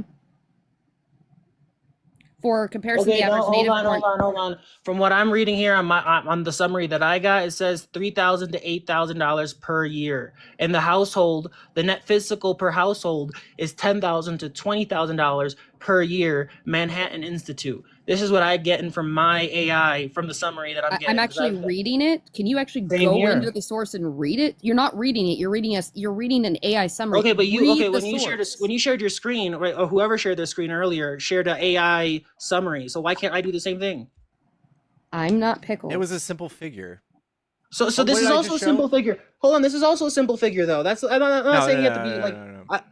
This is a simple figure. It's literally Manhattan Institute from the the summary that I got, because I can't go through the whole study right now. I'm sorry, but right now from what I'm seeing, it says 3,000 to 8,000 per undocumented immigrant per year, and then per household it's 10 to 20. Here, Pickles, I'll give you some really cool information out of this. So, for instance, given the education age and earnings of H-1B visa recipients, doubling the number of HB1 visas for just 1 year will reduce the budget deficit by $70 billion over the long run, and another $70 billion each year thereafter. This has nothing to do with undocumented. I said undocumented. There's multiple. We're talking about undocumented. There's multiple points. Mass deportation would significantly reduce the national debt over the long run, but a policy of selective legislation coupled with mass deportations would be even more fiscally beneficial, reducing the debt by about $1.9 trillion. So you got to be direct about it. That's once why again, Obama's my point was never Trump anything about the deficit, right? My point that I'm going to keep circling back to is that there are net fiscal drain, right? And that's the point you guys want to keep dancing and trying to get out of. How do you calculate that without right? looking at the budget? The budget for what does the budget? How do you calculate that they're a drain if you're not looking at the deficit? Okay, how much they take out of the system versus how much they put into the system. You have to then look at the deficit is increasing. Wait, so why does the deficit matter if that also apply? Isn't that also affected by the native population? So the net Yes, but fiscal you can. drain Okay, of so I'm separating. You have to separate that, the hun. net fiscal drain of a native-born American is $250,000 versus the 10,000 on a non Hold on, no, undocumented migrant. hold on. This is, I would say they're entitled to that, right? Because they're native born. Because of their versus spawn point. Yeah. But wait, the Wait, child you that's believe in born here from borders? Hold on, undocumented Yeah, immigrants because is the not spawn entitled point. to Wait, that. hold on, That doesn't I'm make sorry, any I'm sorry, sense. Can I talk to Pickles? I want to follow up on Pickles. Do you believe in borders?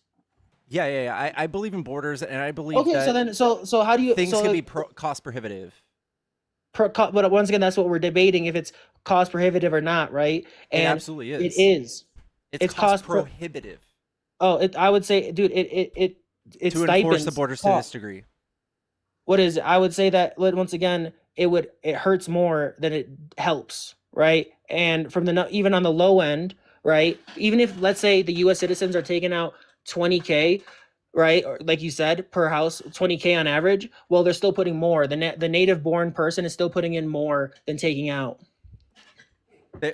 No, compared to illegals. So undocumented migrants have less access, and they get no tax reductions, deductions, or anything of the sort, and they can't pull on things like welfare. Their children can, and then those people grow up and have more children, and those people grow up and have more children. And then what? How many leave the welfare? How many leave the welfare? Yeah. But you're just saying that all of them are on welfare. No, I'm not. When did I say that? Okay, how many native-born people get off of welfare? Once again, I'm using the native-born number and putting it onto the immigrants, right? Because I'm like, what is it? Like, with all the statistics and numbers we have, the native-born people are less as a percentile on these welfare benefits than illegal and legal immigrants, both of them separated, right? So what is it? Why would I not be led to believe that the same thing would follow with people that leave welfare that are illegals,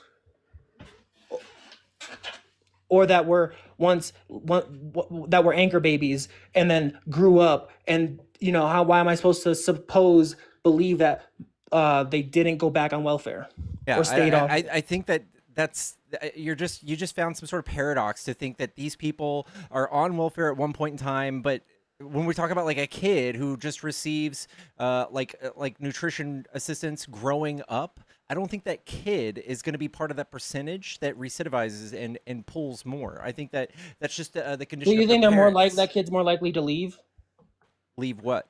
The welfare. program? You think there's yes. You think there's a good amount that will leave compared to the native born? Yes. That 40% stay, right? Yeah. Well, how can you believe that when currently the majority of legal and illegal, even if you separate them, are on some sort of welfare compared to the native born? I think that's misleading. Like when we say some sort of welfare, we could be talking about anything, even in regards to like visiting an emergency room once and then having to do it again one more time. Yes. Like that is not saying that they're going to be lifelong net drains. In fact, we have nothing to show that U.S. citizens are net drained of $250,000 across their lifetime. Can you repeat my point back to me really quick? Hold on. U.S. born citizens, $250,000 net drain, and then undocumented migrants are a net positive of $10,000 during their lifetime.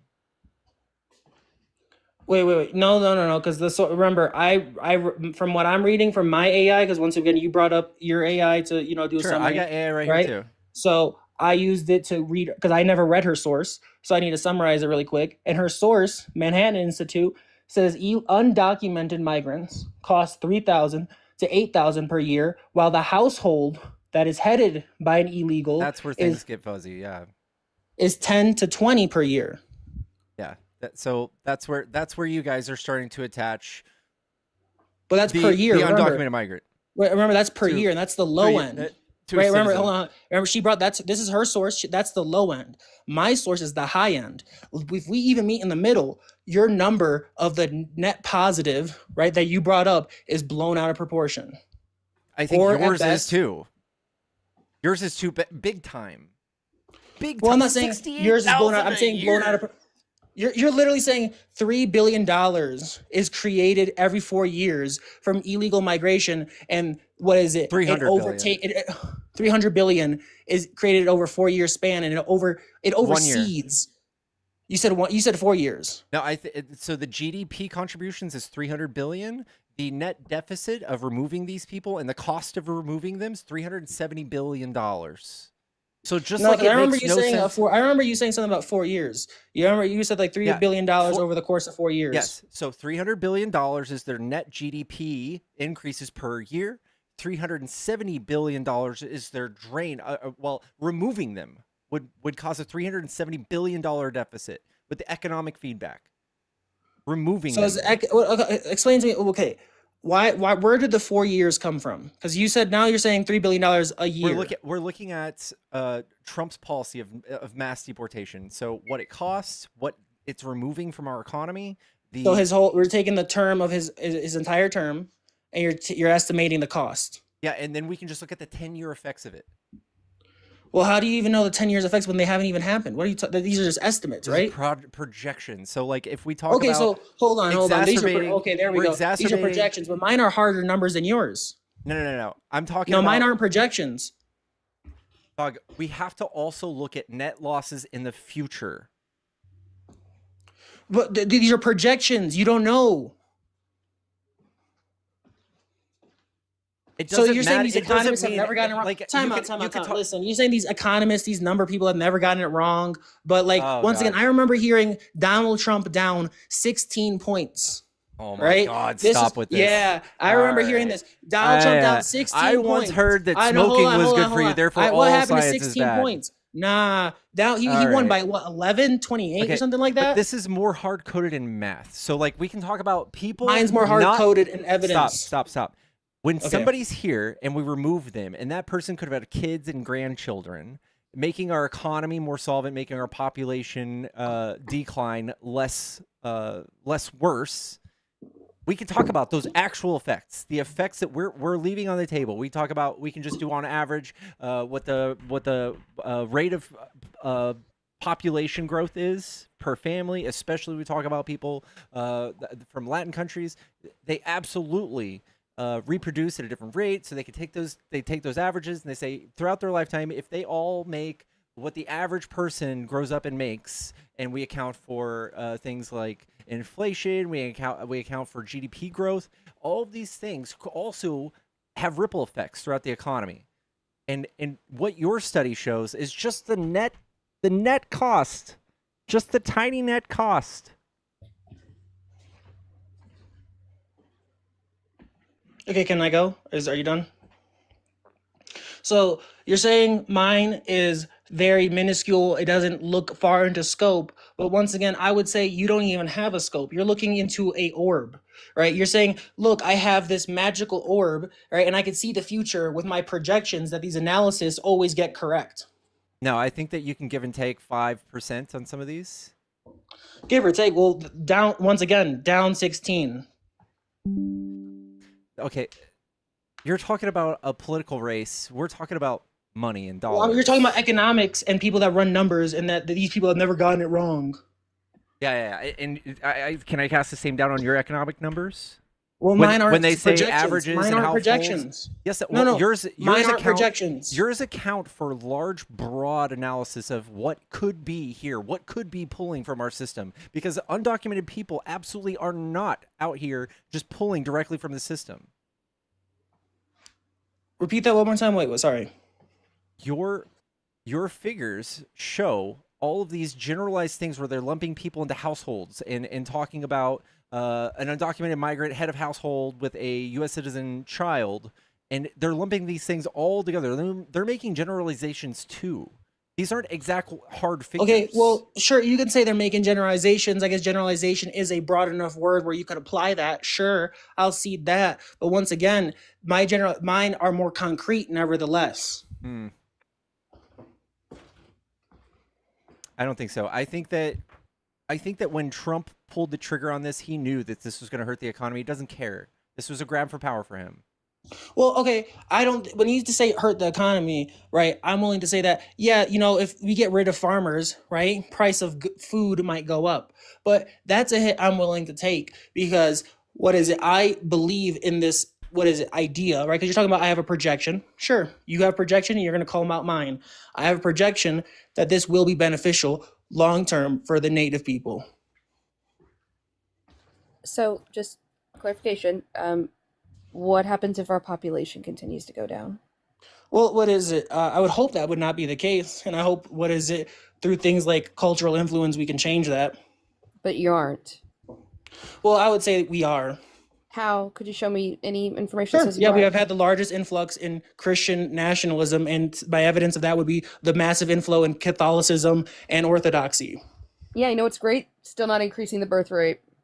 Sure, but you're like, look, give me the answer now. Give me the answer Yeah, now. no, I would like to see some evidence that the birth rate has started to Christianity is increase. going down. Well, no, by the no. way. What is Christianity is my being answer was not that reduced. I never said that it is increasing currently. I said I hope to see it increase through cultural means. We aren't at a net loss yet. We are going down, but we still are at replacement. No, we're going to see a population decline at 3080. I'm sorry. Yeah, at that's still a 2080? project. Once again, that's a projection, right? I'm hoping we can I change don't that think you by know what then. projections That's mean. not I going don't to think change you know unless what you that can word magically means. have an 18-year-old kid. What? That's not you keep going to thinking change. projections. Yeah, you keep Well, thinking I think we projections can. are I just feel like not once real. again, They're based what on is it? evidence. Well, I don't know if I have these numbers on me right now. I forget. I think I looked at them. That the younger version of Generation Z are getting married younger. That doesn't mean they're procreating. No, actually, what is it? Marriage is a correlatory to children. Are you saying marriage is correlated to children? Children are correlated to marriage. Sorry. Yeah, I would see more married people have kids than unmarried people. That's not proving anything. Sure. Yeah, but no, that's logically consistent though. Like if this trend keeps happening, right? Like this cultural swing of people getting married younger, right, because of more Christian beliefs and the Christian church keeps growing, we could see a reversal. I would like to see evidence of that. I haven't. My evidence was that, like, what is it? That younger people are getting married. Okay, that's not evidence. You're drawing a correlation causation fallacy. You're And I saying could be wrong on because this. more I'm pretty sure people- I don't know where I got these. I'm willing. I Fewer may people be. are getting I gotta. married young. Fewer people. Huh? Fewer people are getting married young. What is it? The average age for first marriage continues to rise. It's not true. Yeah, I know, but I think it was like this is very specific. Like, what is it? Very, very specific. What I'm talking about. It's like so it's way wrong. I don't know if that means it's wrong. Like in one community or something, maybe. Yeah, sure. And I'm saying I'm hoping that community grows. Yeah. But it's not. Wait, why is it that okay, hold on. Because Muslims are the fastest growing religion in America, in the world, right? Religions can spread and they can grow. So why can't mine? If you want to say Muslim religions are coming and are going to cause an influx in some replacement rate, then maybe that might be true. But it's no, definitely not just Christians. Muslims. I'm saying if it's true for them, it could be true for Christians as well. I don't see how those two correlate. It's absolutely not true for Christians, and it's not true for married couples. So those two things go right. No, married couples, it is true. Children are correlated with marriage. Yeah, fewer people are getting married.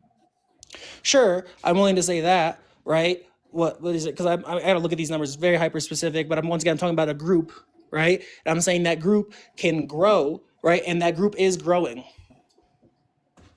Yeah, that's I'm looking at too from Bowling Green State University. It simply states that Gen Z as a whole is not marrying younger, and that the median age is 30.8 for men and 28.4 for women. Okay, I'm willing to see that point. That doesn't defeat the. Yeah, I'm willing to see that. I'm willing to see that point. That doesn't defeat my purpose at all. Well, I'm just saying, like, population decline is a growing problem. Your little stint of Christian friends that are being more Christian is not making a dent in it. Monique, did you have a thing you wanted to say? I'm sorry we haven't let you talk yet. No, it's okay. I just I didn't want to interrupt you guys. So I kind of have a few things to say. And let me just start off by telling Spit that I'm in no way as smart as Artemis or Pickles, but But you're you not beat gonna me, get right? But you you're beat not me, right? you're not you know what? it's kind of funny how you don't let women speak. Of course, you're And hiding behind I your was gender. going Of course, you're hiding behind your again. gender. What a cheap Point shot. Please proven. stop Point cutting her off. proven. I also cut pickles off. Point proven. I didn't do that. And I You went. cut me off. Pickles cut me off, and you cut me off, and I cut you off. It happens. Not because you're a woman. Stop crying. Chill, Spit. Let Money finish at least one thought. Such a man baby. Is the one So that's crying I about being went through. interrupted. Oh my god! I wasn't crying. I was making fun of you. Are you okay? I'm making fun of you then too. Why? Because I was making fun. Anyway, Because you were making fun of me. Exactly. You're not even worth it. So I went through Then a stop few of your talking. videos, and especially the last one. That's really interesting. What's wrong with it? Before, dude. What? Shut the fuck up. So You're just making a bunch of insertions. You said it. I can't even say what you said on the live. Anyway, What'd I say? Oh my god, Artemis, am I having a stroke? Like what I No. just said, You're having I a hard cannot time saying what I did say- wrong. I cannot say what you said. And then you said, oh my god. Anyway, You said something so awful. Spit, So I will give awful. you 10 roses if you let her finish. I will give you 10 roses if you let her finish. Promise. Yes, right now. But you cannot interrupt her. Oh my god. So now he threw me off track. So the thing is that before we even go any further, you talking about quote unquote illegals, they're undocumented immigrants. And as someone of indigenous and Mexicana heritage, I find that extremely offensive. And you're nothing. You're not doing anything but demeaning other people. Okay, so can you just stop there? And you know what you're doing. I'm not. You know what I think I've been really good faith this entire you know- time. I think you're just Wow, accusing me. there goes your 10 roses, and I know you need it. So, Oh my goodness. Yeah, no, you I do. think you're being bad faith. You do. You know what? Your debate, bro, is so off because you're using these terms that you don't even understand. I know what it means. You're just appealing to emotion. Anyway, so let's just start there. Let's quit using the terms illegals because you're demeaning of an entire community is just so disgusting. The second thing is that when you brought up the Mayflower, I loved it. You know why? Because you keep asking for sources this, sources that. I would love to know if you have a source of how many people that my ancestors helped, I don't know, teach you how to wipe your fucking ass. Because we did. Because you guys brought disease, colonization. I mean, I can go on. And That was a hard time doing so it. I think it's funny. I think it's so funny that you people have the audacity of Are you drunk? demeaning. No, I'm not. I'm not. I'm not drunk. You sound drunk as shit. I'm not drunk. I am so pissed off at you because of your. Anyway, so you're just a complete fucking bigot. Oh, that's too funny. Yeah, I know. Everything that everyone says up here is funny. I know right? you had your Michael Collins moment. If I fall, who will stand in my place? Will you stand in my place? You had your moment, sweetheart. I'm glad you had it. Anyway, You can know we what? get back to the And your term of conversation? endearments to women is so fucking dumb. Like you keep calling Artemis sweetie this and that and sweetheart. Like, Well, because you guys quit can't that handle shit. actual insults, because you insult Quit me that this entire shit. time. That Listen, is an you insult. insulted me this entire time, but if I insulted you, I would get because you kicked and banned for deserve like a it. week. Like women Because you can't handle deserve insult. it. That's why. Because you No insult. deserve it. Well, Everything why that can't I say you have deserve it? Like, said- I think you deserve to be called the can B I word, but I please can't do that because finish? you can't handle it. No, please call me that. Please call me that. I love it when people call me the B word. I'm sure you What do. did you call me? I He never said he wants told to you call you the anything. B word. I never said that. That's not what I said. Stop Oh, thank strawmanning. you. I said Yeah. if I were to call you the B If word anyone right is a after bitch, you it's insulted you. me and belittled me, right, you would freak out. No one would freak out. This is the I internet. promise you would. This is the internet. No one would freak If out. if I told her to shut her bitch mouth, right, she would freak out. All right. No one freaked out, but that timing was perfect.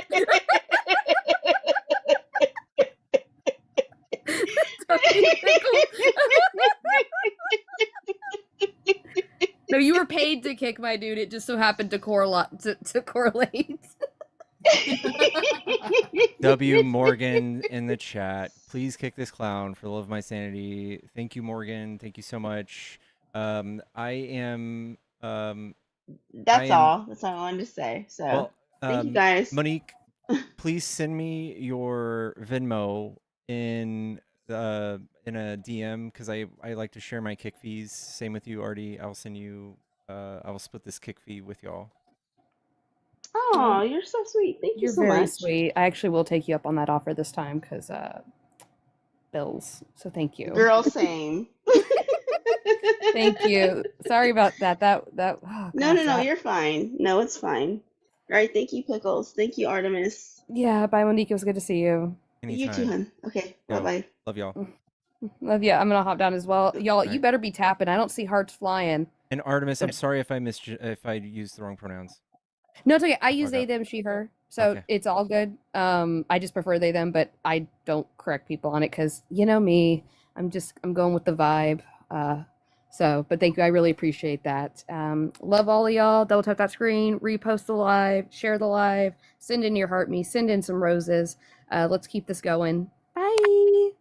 Bye. Oh, dang, they left too quickly. I just wanted to say congrats to Artemis and Monique and Crystal even earlier for holding their ground with that clown because that was brutal. That was brutal, guys. But you as well. So thank you that was a really interesting and exhausting debate. Anytime. And yeah, Crystal, if you want to message me too, if you're still here, I'll split that. We'll split it 4 ways. Also, April, I can either send you back. You also paid for a kick, but it was right after Morgan sent it. So if you want me to send it back, if you just want to wait and use it later, either one, let me know. Message me. Can call in a later pick. Anyway, that was it. I just wanted to say nice job to the ladies. That was mad disrespect on him for speaking to them that way, and appreciate everybody on here. So Anytime. Thank you, Morgan. of course. All right. Have a good night.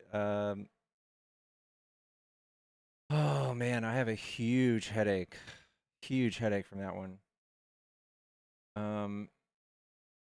Guys, we have a few friendlies in the box. Christian, I don't know if you meant to come up. Also, Sarah just sent $100. Says, Pickles, I just lost my pupper of 10 years. Can you please sing Jolene? Please.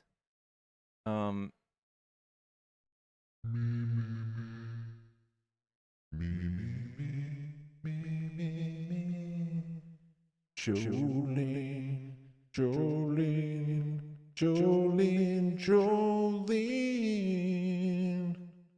This is all Lucky. Hello, test. Test. Hold on.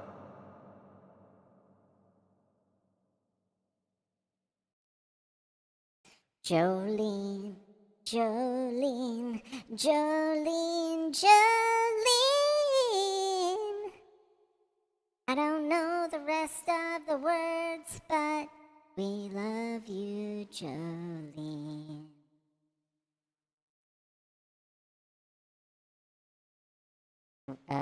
Rest in power, Jolene. We love you.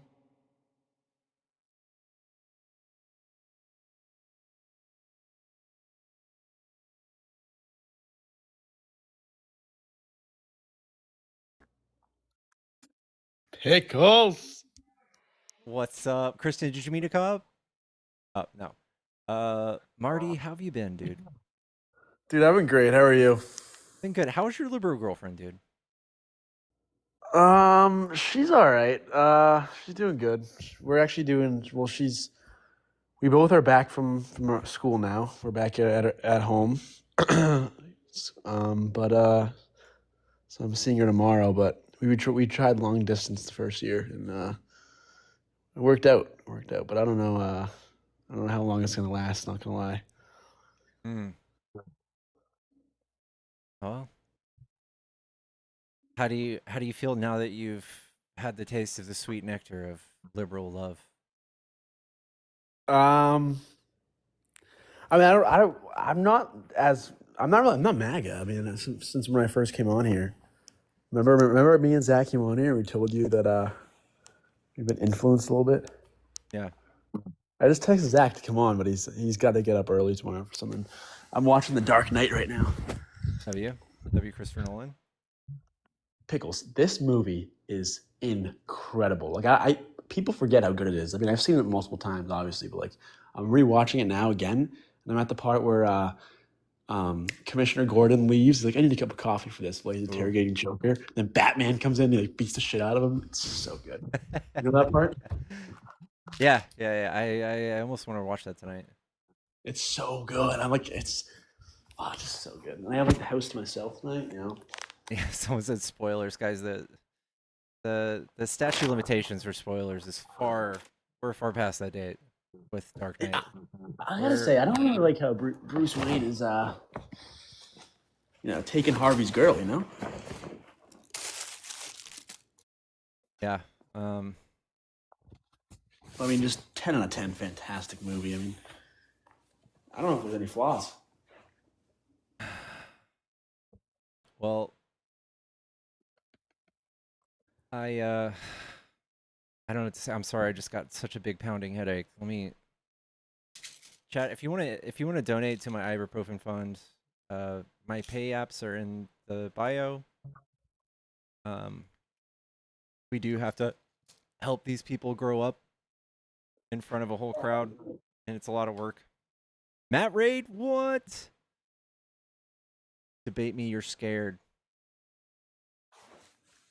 All right. Oh, I remember those. Oh boy, are they getting heated tonight, P-Man? Let me do my fucking distraction shit. Oh boy.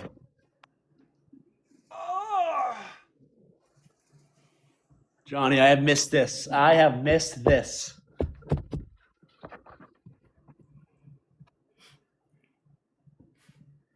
Hello. Hi. How old are you? I'm 19. What's your birthday? 2006. My birthday. What's the month? December.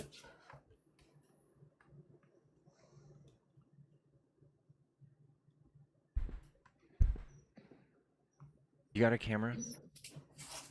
No, my camera doesn't work. I'm under 50 followers. Bub and Scrub. I don't know if I trust it, man. I don't know if I trust it. What did you want to 19. debate? You're 19? Oh, I support Trump because he's sending ICE to, deport people that are committing crimes and stuff.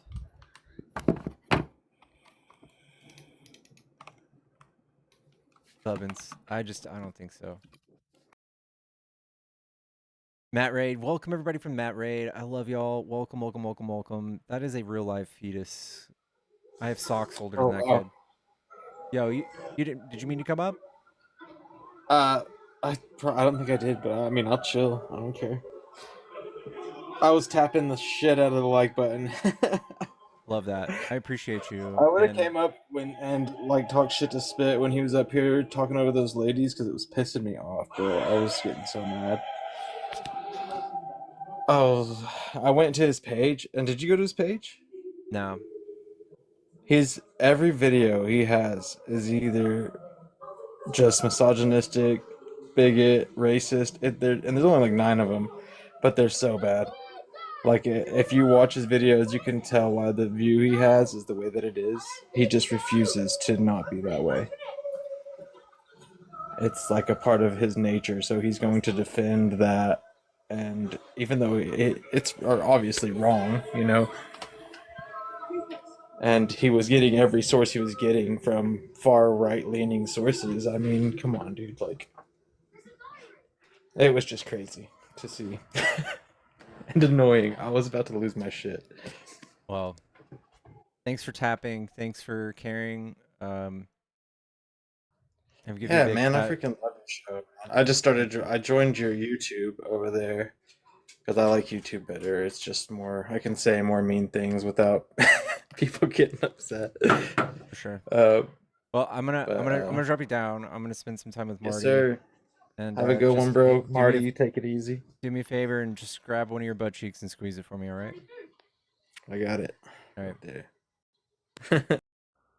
How the debates been tonight? It's been good, dude. It's been good. Um, we've actually had a fair share of people. Fair Was share it of people. getting heated or what? Or was it pretty friendly tonight?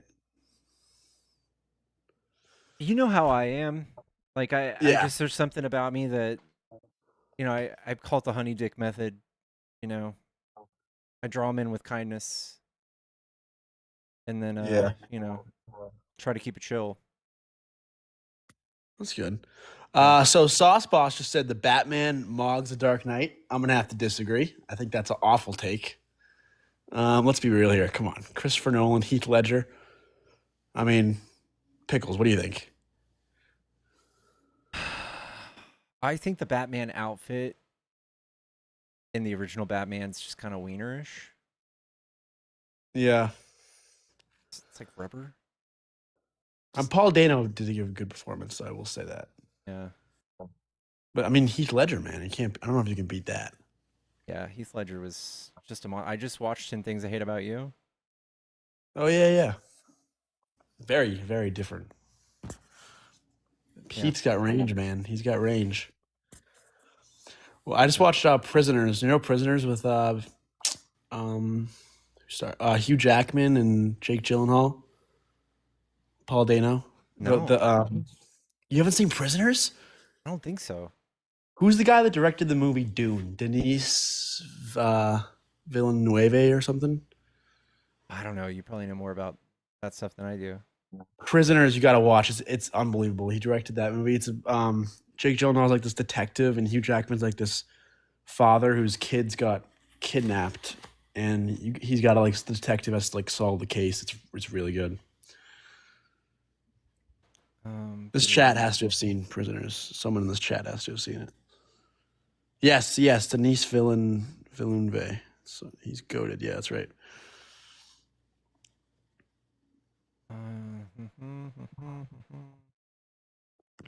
Hold on, let me do this. I gotta send these funds before I forget, because I will forget.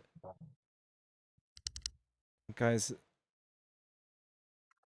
I'm really loving, like, it feels good to share the love. Feels good sometimes. We're gonna pay Artemis 40 divided by 3.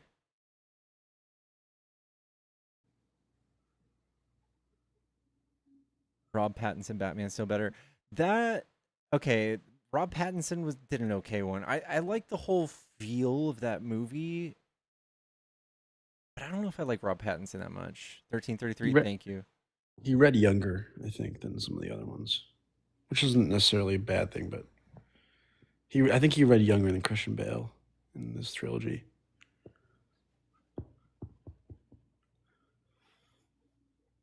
Definitely than Michael Keaton. Too broody. Yeah, he was. Robert Pattinson was very broody in that movie. All right, we sent Artemis. Where's the other one? Oops. Monique, I'm guessing that's you that just added me on Venmo.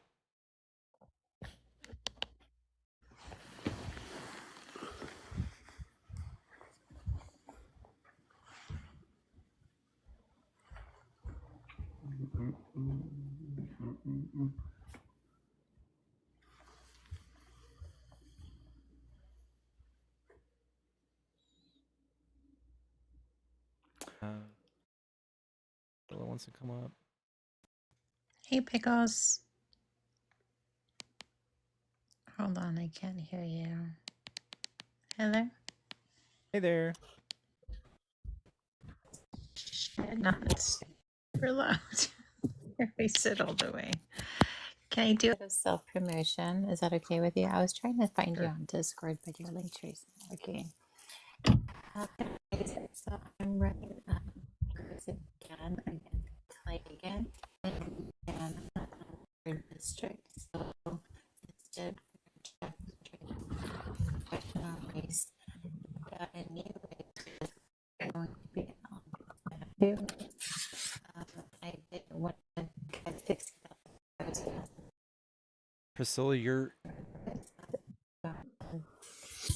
we've got bars on your end, Priscilla. We're not hearing. You might want to try that again. Let me try.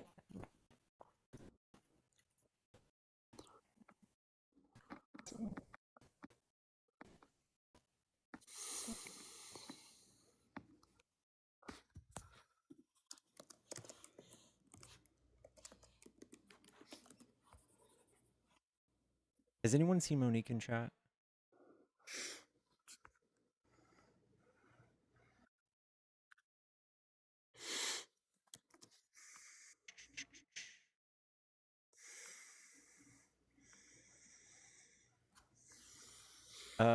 We're gonna try to let you come back, Priscilla.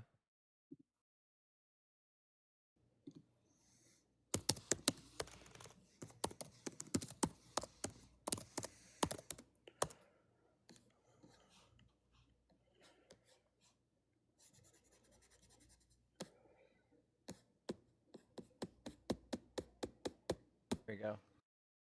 You over there typing, dude. Okay, let's see if this works. Is that better? That's better. Okay, perfect, guys. So I'm running against Clay Higgins again. Landry suspended the congressional race. So he's putting up a new one in August. I'm going up against him again. Clay Higgins, for those of you who don't remember, called for the unaliving of all Muslims, wants to lock up people of color, voted against the Violence Against Women's Act, PACT Act, and so forth. Louisiana District 3. I could use all the help I could get. I got 60,000 votes last time I ran for him, the most votes anybody has ever gotten to run against him, and I'm a Mexican in Cajun County, basically. So if you guys wouldn't mind, you don't have to donate or anything. You can actually just go to my profile, share the video, and spread the word and stuff like that. Also, guys, they're doing a recall petition for Jeff Landry. I'm going to be hosting an event.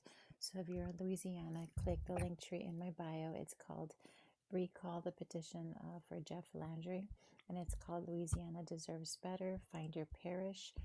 You have to sign it in person, and you have to take 2 IDs, and they have to be matching, so they can recall the petition, guys. So, Pickles, thank you so much for letting me use your platform to announce my candidacy. And you're the best. Love you. Bye. Anytime. Love you too. Bye. I can't disconnect for some reason. I got you.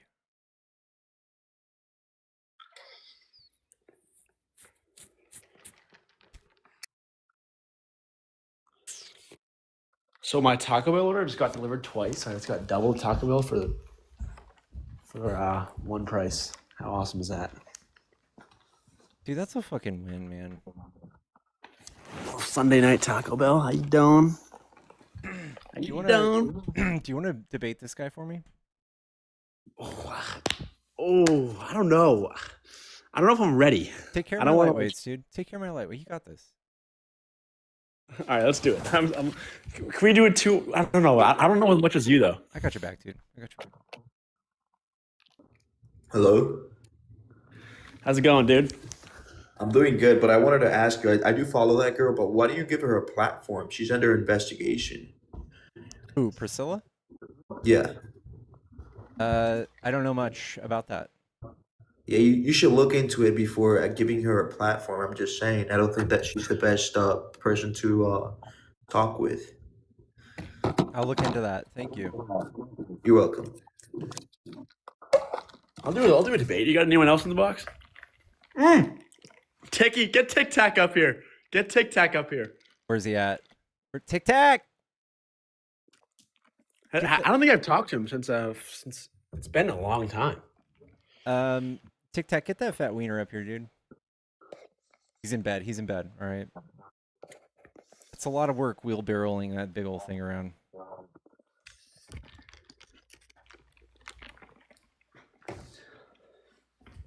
We got anyone else in the box? No, nobody else actually. We've been on for like 4 hours.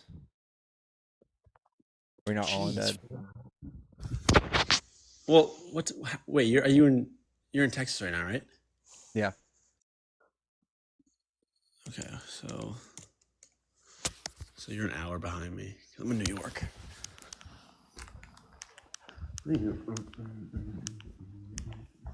What time do you normally do on like a Sunday night? What's your times your bedtime? I've been doing early stuff, but yeah, this is actually my bedtime right about now. There he is. Oh, 11:20? Oh boy. There he Yeah, is. what's this guy the doing cat back up here, trash man? can? I thought he was like off in college over in England or some shit. Wasn't he traveling? I'm back now. It's the school year's over. You're back already from college? That was the shortest college trip I've ever heard of in my life. What happened to the We got early. pauses? I feel uncomfortable. Make me little. I should just. It's only 9:21 here, and I'm ready for bed, man. Dude, I've got a I pounding turned into a headache. pumpkin at 10 o'clock. Tic tac. Okay, it's good to hear that voice. It is good to hear that voice. We're only missing one. Then the foursome's back together. We're missing one. Are you still a Republican, Mark? No, do you know I'm dating a liberal? Is that all it took? Was a liberal girlfriend? That's all it took for you to sway on your values? When I first came up on Pickles Live, I was a young boy, and now I've transformed into a young man. 3 months ago? What do you? That was at least 2 years ago. It had to have been. It was something like a year ago. Yeah. Yeah. Wasn't it like near Christmas time, like about a year ago? Maybe. What are you going to school for again? Marketing. Okay. Dope. Oh, that's why you're back on, because school's over this year. Yeah, that makes sense. Yeah, that's what I said before. Well, I just got in here. That makes sense, though. Love that, My lady. son just graduated high school. My son just graduated high school. Oh, congratulations! Yeah, man. That's awesome. I remember high school graduation. It's the last kid of the house to graduate. Got no more babies going through school, which is kind of exciting because that's a stress. As a dad, that's a stress. Do you guys So want a your kid Michael to school. Jackson dance real quick? Oh, bro, I would love some Man in the Mirror. You don't know? Have you seen the Michael movie? No. It's terrible. Not gonna lie. Hi, my friend. How are you? Chat, let's gift this Brother, person. helicopter dance. Are you in Gaza? Let's run them up, guys. Are you in Gaza?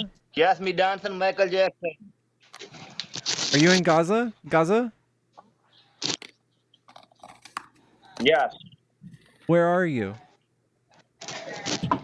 Palestine? Thank you so much. Thank you so much, my friend. Me from Pakistan, brother. Oh. Yes. Thank you so much. Pakistan is You know very what? Yeah. poor man. Let's give our friend from Pakistan some love. I want to see some dance, man. Like I I wanna think that's see- kind of. wanna I see- don't like the way that sounds. Actually, Yeah, I don't brother, like. Pakistan is no Can we job. dance for coins? No job, Pakistani. I am poor man. I'm eager to see this. Yes. Let's see what you got first, all right? Hmm. Show us some moves. Oh yeah, that Priscilla Yeah. thing was bullshit, man. She's not under investigation. They talk a lot of shit about her because she was running for office.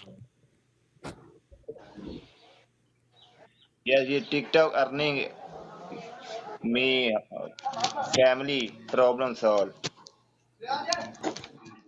Where are you from besides Pakistan? Yeah. Davo. Fuck. Yeah, Davo's absolutely right, man. I'm not comfortable with this. Like, dancing for money is pretty fucking low. Forcing somebody to dance for You money. from brother?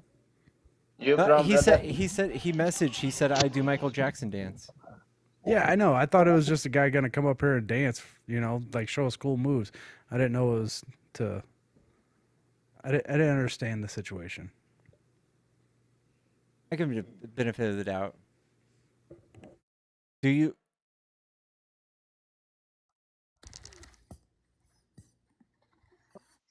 Yeah, brother. I know like dance is haram, but I have no money. Poor man. Oh, No, it we is should still run haram. him up. I just don't think we should force him to dance. That's all. Okay, yeah. If Like, it's run up haram, his don't do coins, it. man. No Yeah, dance. No dance. me too, baby. No dance. No Yes, dance. no Yeah, like no, me let's run him dance, up but though. no have money. Thank you so much. Hey, yeah. Everybody, big love, big respect. Give this Me too, person baby, some love. brother. God bless you, everybody. I am very, very happy. Can you That's say? Pakistan accent. Can you say Naruto? Believe it. Yeah. Yeah, that doesn't sound Pakistani. Thank you so much, everybody. Me sport, big love, big respect. Are you God from? bless Are you. you Me from? baby. Are you from India? Me no from Pakistan. I Muslim. I don't know if we're gonna have kids on the show though. So, Can you say Trump sucks? Trump? Trump Why? bad? I'm sorry. Trump bad? Trump. There we go. Yeah. There we go. Trump. Yeah. No We kid. love Palestine, all Muslim, me brother. Okay. all right. Yes. Hey All man, right. can you make me small? No. Are you? You're I not don't big know. on my Can I do screen. that? Am I? You're not big You're on my big on screen, your is it? screen? No, you're not big on my screen. You're tiny. I got 9 boxes. What the Sigma? Thank you so much. Oh yeah, Thank you so dude. much, brother. God bless you, brother, Nice. Nice, everybody. guys. I am big happy, me family happy. Yeah, brother, I am no money, no shoes. Yes, you support me. God bless you, everybody. Guys, give what you can. Give what you can. If you have monies in your wallet, in your the TikTok wallet, give this beautiful human some love. Thank you, brother. No, sorry.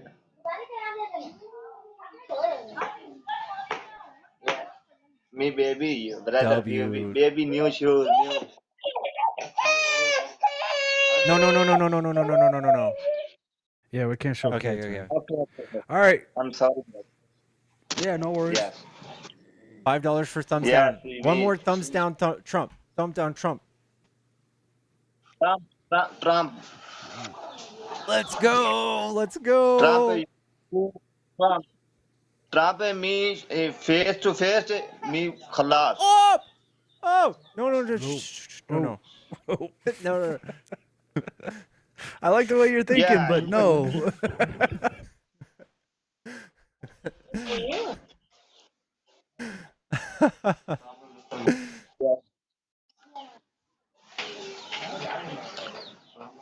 Yo, much love. Thank you, April. Thank you, everybody. Thank you, Fee. so Thank you, much. Ruth Ann. Thank you, Liz. Thank you, Everybody, Kara. thank you, everybody. Thank you, y'all. All right, please go buy delicious food and go have a delicious meal. Go buy shoes, man. And shoes. No, Look at that, 15. TikTok, All brother. right. Hell yeah. All right. I Thank love you, you so brother. much. I love you, brother. You have a good day, okay? Love you, everybody, brother. All right. Yes, everybody. Big love, big respect, brother. All right. I Take love care, you, man. Be safe. everybody, brother.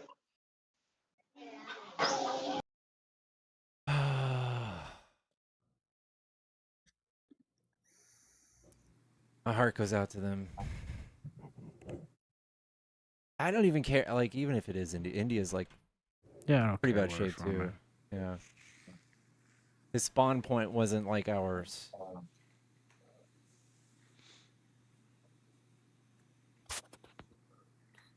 Oh, I get what you're saying. Fucking gamer. Yeah, I get you.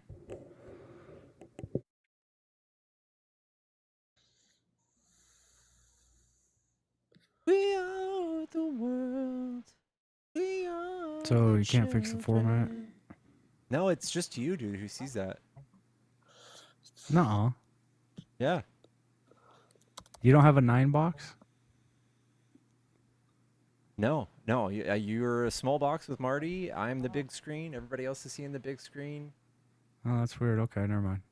Yeah. Yeah, I'm small on my screen. There's only it's like the normal layout. It's a visual. It makes me uncomfortable. It's weird. All right. If people come up and do that for like $15, why not help them? Yeah, yeah. TikTok, you gonna play 007? Yeah, when I was Man, I was probably 18 when that game came out. When did it come out? Dang. I was like in 3rd grade. Like Super Nintendo? 007? N64? Mm-hmm. That was like When did 90. that come out? 96? Yeah, man, I was in high school. I Wow. graduated in 97. Damn. Damn. 007 like James Bond? Yeah. Who do you think the next James Bond's going to be? I don't know who the other James Bonds. I could tell you. You didn't watch Daniel Craig? No. I know who he is. I couldn't tell you his name off the top of my head though. If you say his name, I can picture his face, but I don't recall ever watching him. What about you, Pickles? Do you watch it? Pierce Bronson. There you go. Brosnan. Oh, yeah, Brosnan. yeah. Yeah, well, I still fucked it up. Man's a G, dude. Man's a G, dude. Pierce Brosnan? Yeah, dude. Like, I don't What know. I about won't him? say it actually. His relationship with his life is beautiful. I'll say that. Yeah, don't you like that when stars they get married before they're famous and then they stay married like 30 years later? You're like, wow.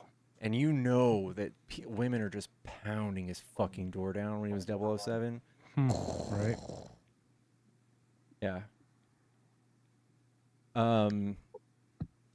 Thank you so much. Somebody sent me money on PayPal to pass on to my friends to the last guest. I'm not sure if I'm gonna be able to do that. I'll do what I don't know how can you to do that. I Thank don't you think so you much. can do that without cashing it into TikTok coins and going to find them. Joseph, let me know what I should do with this. I can send it back. I can turn it into coins, but TikTok's gonna take 70%. Yeah. Trump is putting America first. Red wave is coming. Even though millions of Americans have lost their SNAP and Medicaid and Social Security, and the economy Isn't is it in like 24 shambles. million? It was like 3.4 million, which is like 10% of all of them. Then what am I thinking? Medicaid? It was Medicare? 12 million What who am I lost thinking? Medicare. 12 I million thought it lost was Medicare. 20 million something. And we're more broke. Like, how does that work? Bros just fucking shit up. Pickles, if you give me that money, I can invest it into the stock market and guarantee 100% loss.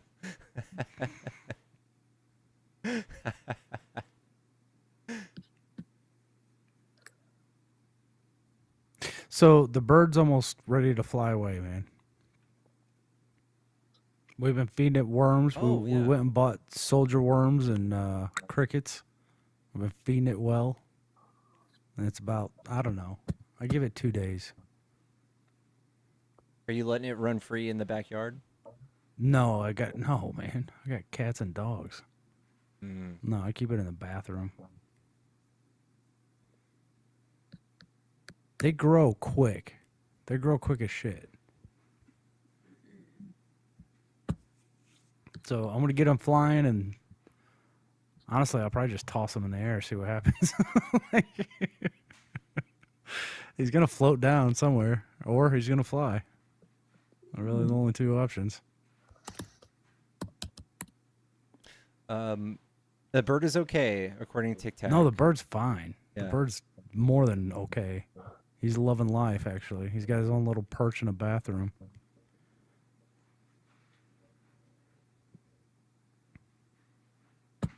Gave him a box. He's got a box. We keep him in a drawer. He loves it. Where's Joseph?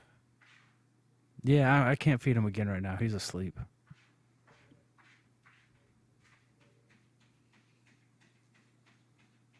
Yeah, no, the bird fell out of the nest like 4 days ago.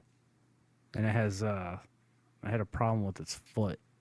And it kept jumping out of the nest. And I got a bunch of dogs and cats and shit. And I was like, this ain't gonna make it. We got stray cats that come around. And coyotes. The thing wasn't gonna make it. So we took it in and it's doing great. It's ready to fly almost. It's a sparrow, so we named him Jack.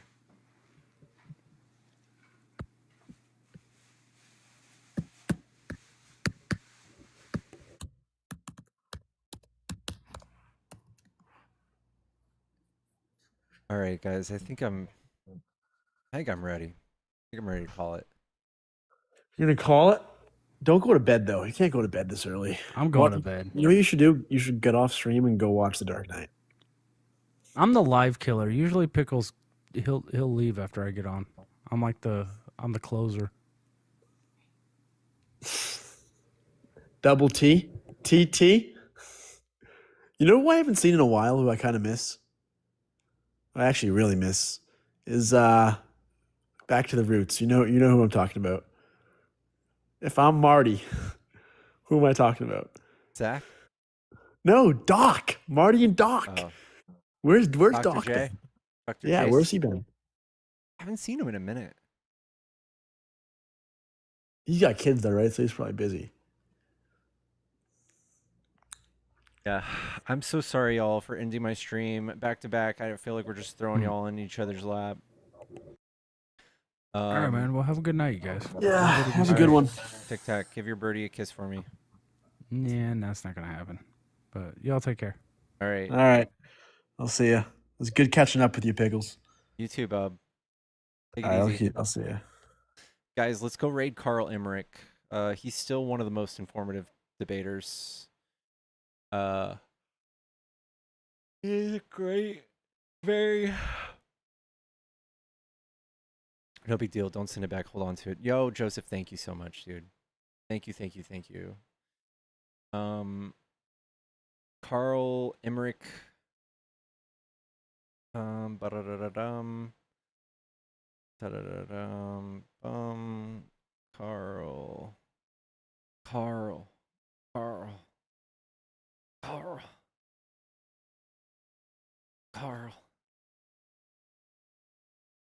It's Carl. Guys, follow this guy. Great debater. Great guy. Carl Emmerich. Go give him all the love. Chat, don't forget to follow me if you haven't done so already. Hit the little plus sign at the top left corner of the screen. Go give Carl a hot pickle injection. I'll see you guys there, chat. I love you. Have a good night. I'll see y'all tomorrow. Bye. Okay, bye. You hang up first, chat. You hang up first.